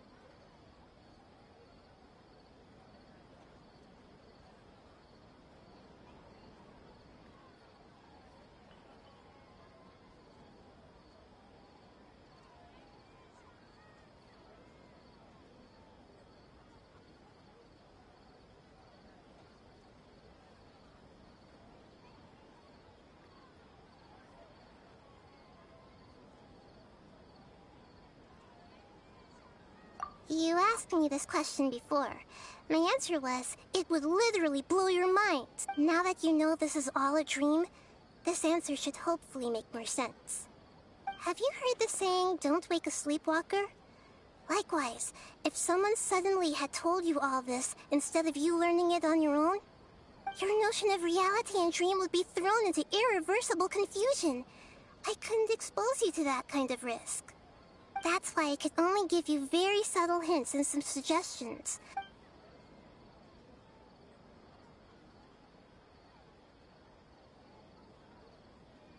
You asked me this. Now that you know this, have you heard the saying, don't wake a sleepwalker? Likewise, your notion of reality, that's why I could only give you... Firstly, secondly, that's because people don't remember their dream, so whenever they wake... Never mind, Paimon. Traveler had... Yes. Only after receiving the blessing of Dendro can a person gain the Dendro element's dream-enhancing power. Meanwhile, everyone else... You asked me this question. Now that you know this is all... Have you heard the saying, don't wake a sleepwalker? Your notion of reality and dream would be thrown into irreversible confusion. That's why I could only give you Can humans really keep dreaming forever like this? We might say your mental fatigue has already... Especially though... People's lives are at... I know, right? Why did they have to base this dream on my birthday? Could it really just be a coincidence? Even you don't know the reason? The Academia Sage and Traveler, do you have an... Those spaces remind me of... dreams. Like the one I had in the Avidia Forest. Except these have no sign of human presence.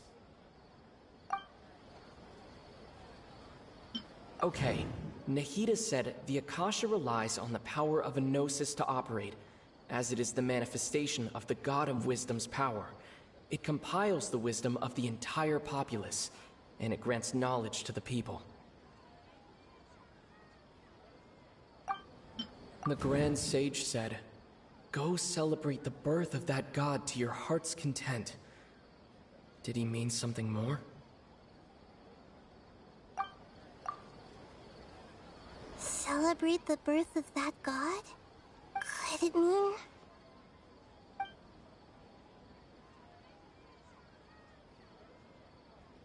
You asked me this question before. My answer... Now that you know that... Have you heard the saying, don't wake a sleepwalker?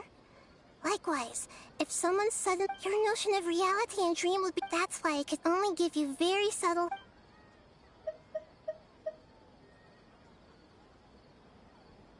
Deceiving the people of... After we end the Sub-Zero's fest... How can the sages... In the end, I'm just the moon. A sun and a moon... Oh, we're out of time today! I'll tell you how to break free of the samsara tomorrow. See you then.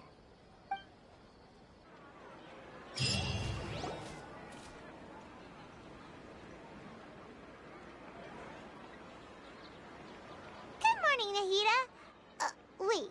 Now that Paimon remembers everything, should we instead say good morning, Lesser Lord Kusanali?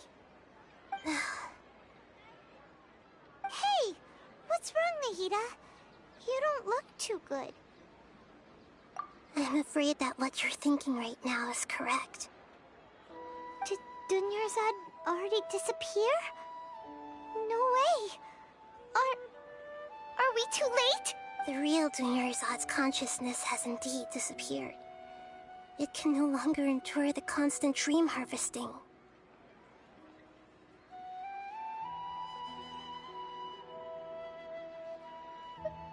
Paimon can't believe it.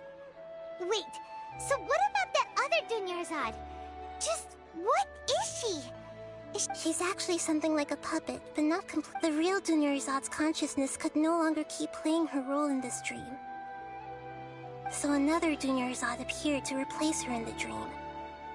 Just like the grass and the trees, that Dunyarzad is just a building block of the dream that helps to keep it going.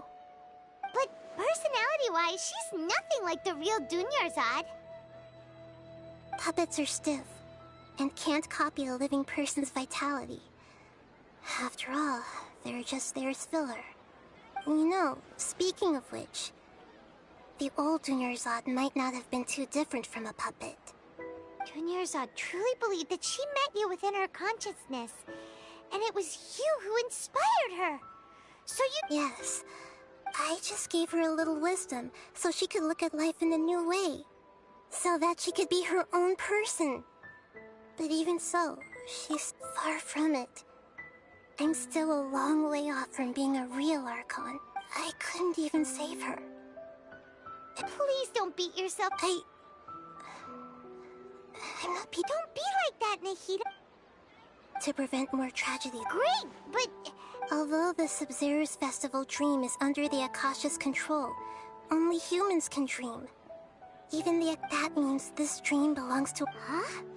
So... Well, which means, with the power of imagination... Imagination? Imagination, like when the server... However, if the dream will respond... But right now, our host is unaware that this is a dream. No matter how many times they're served, it will find some way to make that person realize that they're dreaming. Usually, once that happens, the person will wake up and the dream samsara will be broken. How are we going to find them, though? And even if we did, after all, like you said... It's extremely difficult, yeah. As for me... Out of town? Yes. I want to try... Hurry and go. Dreams are supposed to be fantastical. Paimon's still a little upset that she was such a good person. Yeah, but Paimon's wondering, do you... So, who do you think the... Oh, that would make sense. Fairest, the Knight of Flowers, is a symbol of the whole... Let's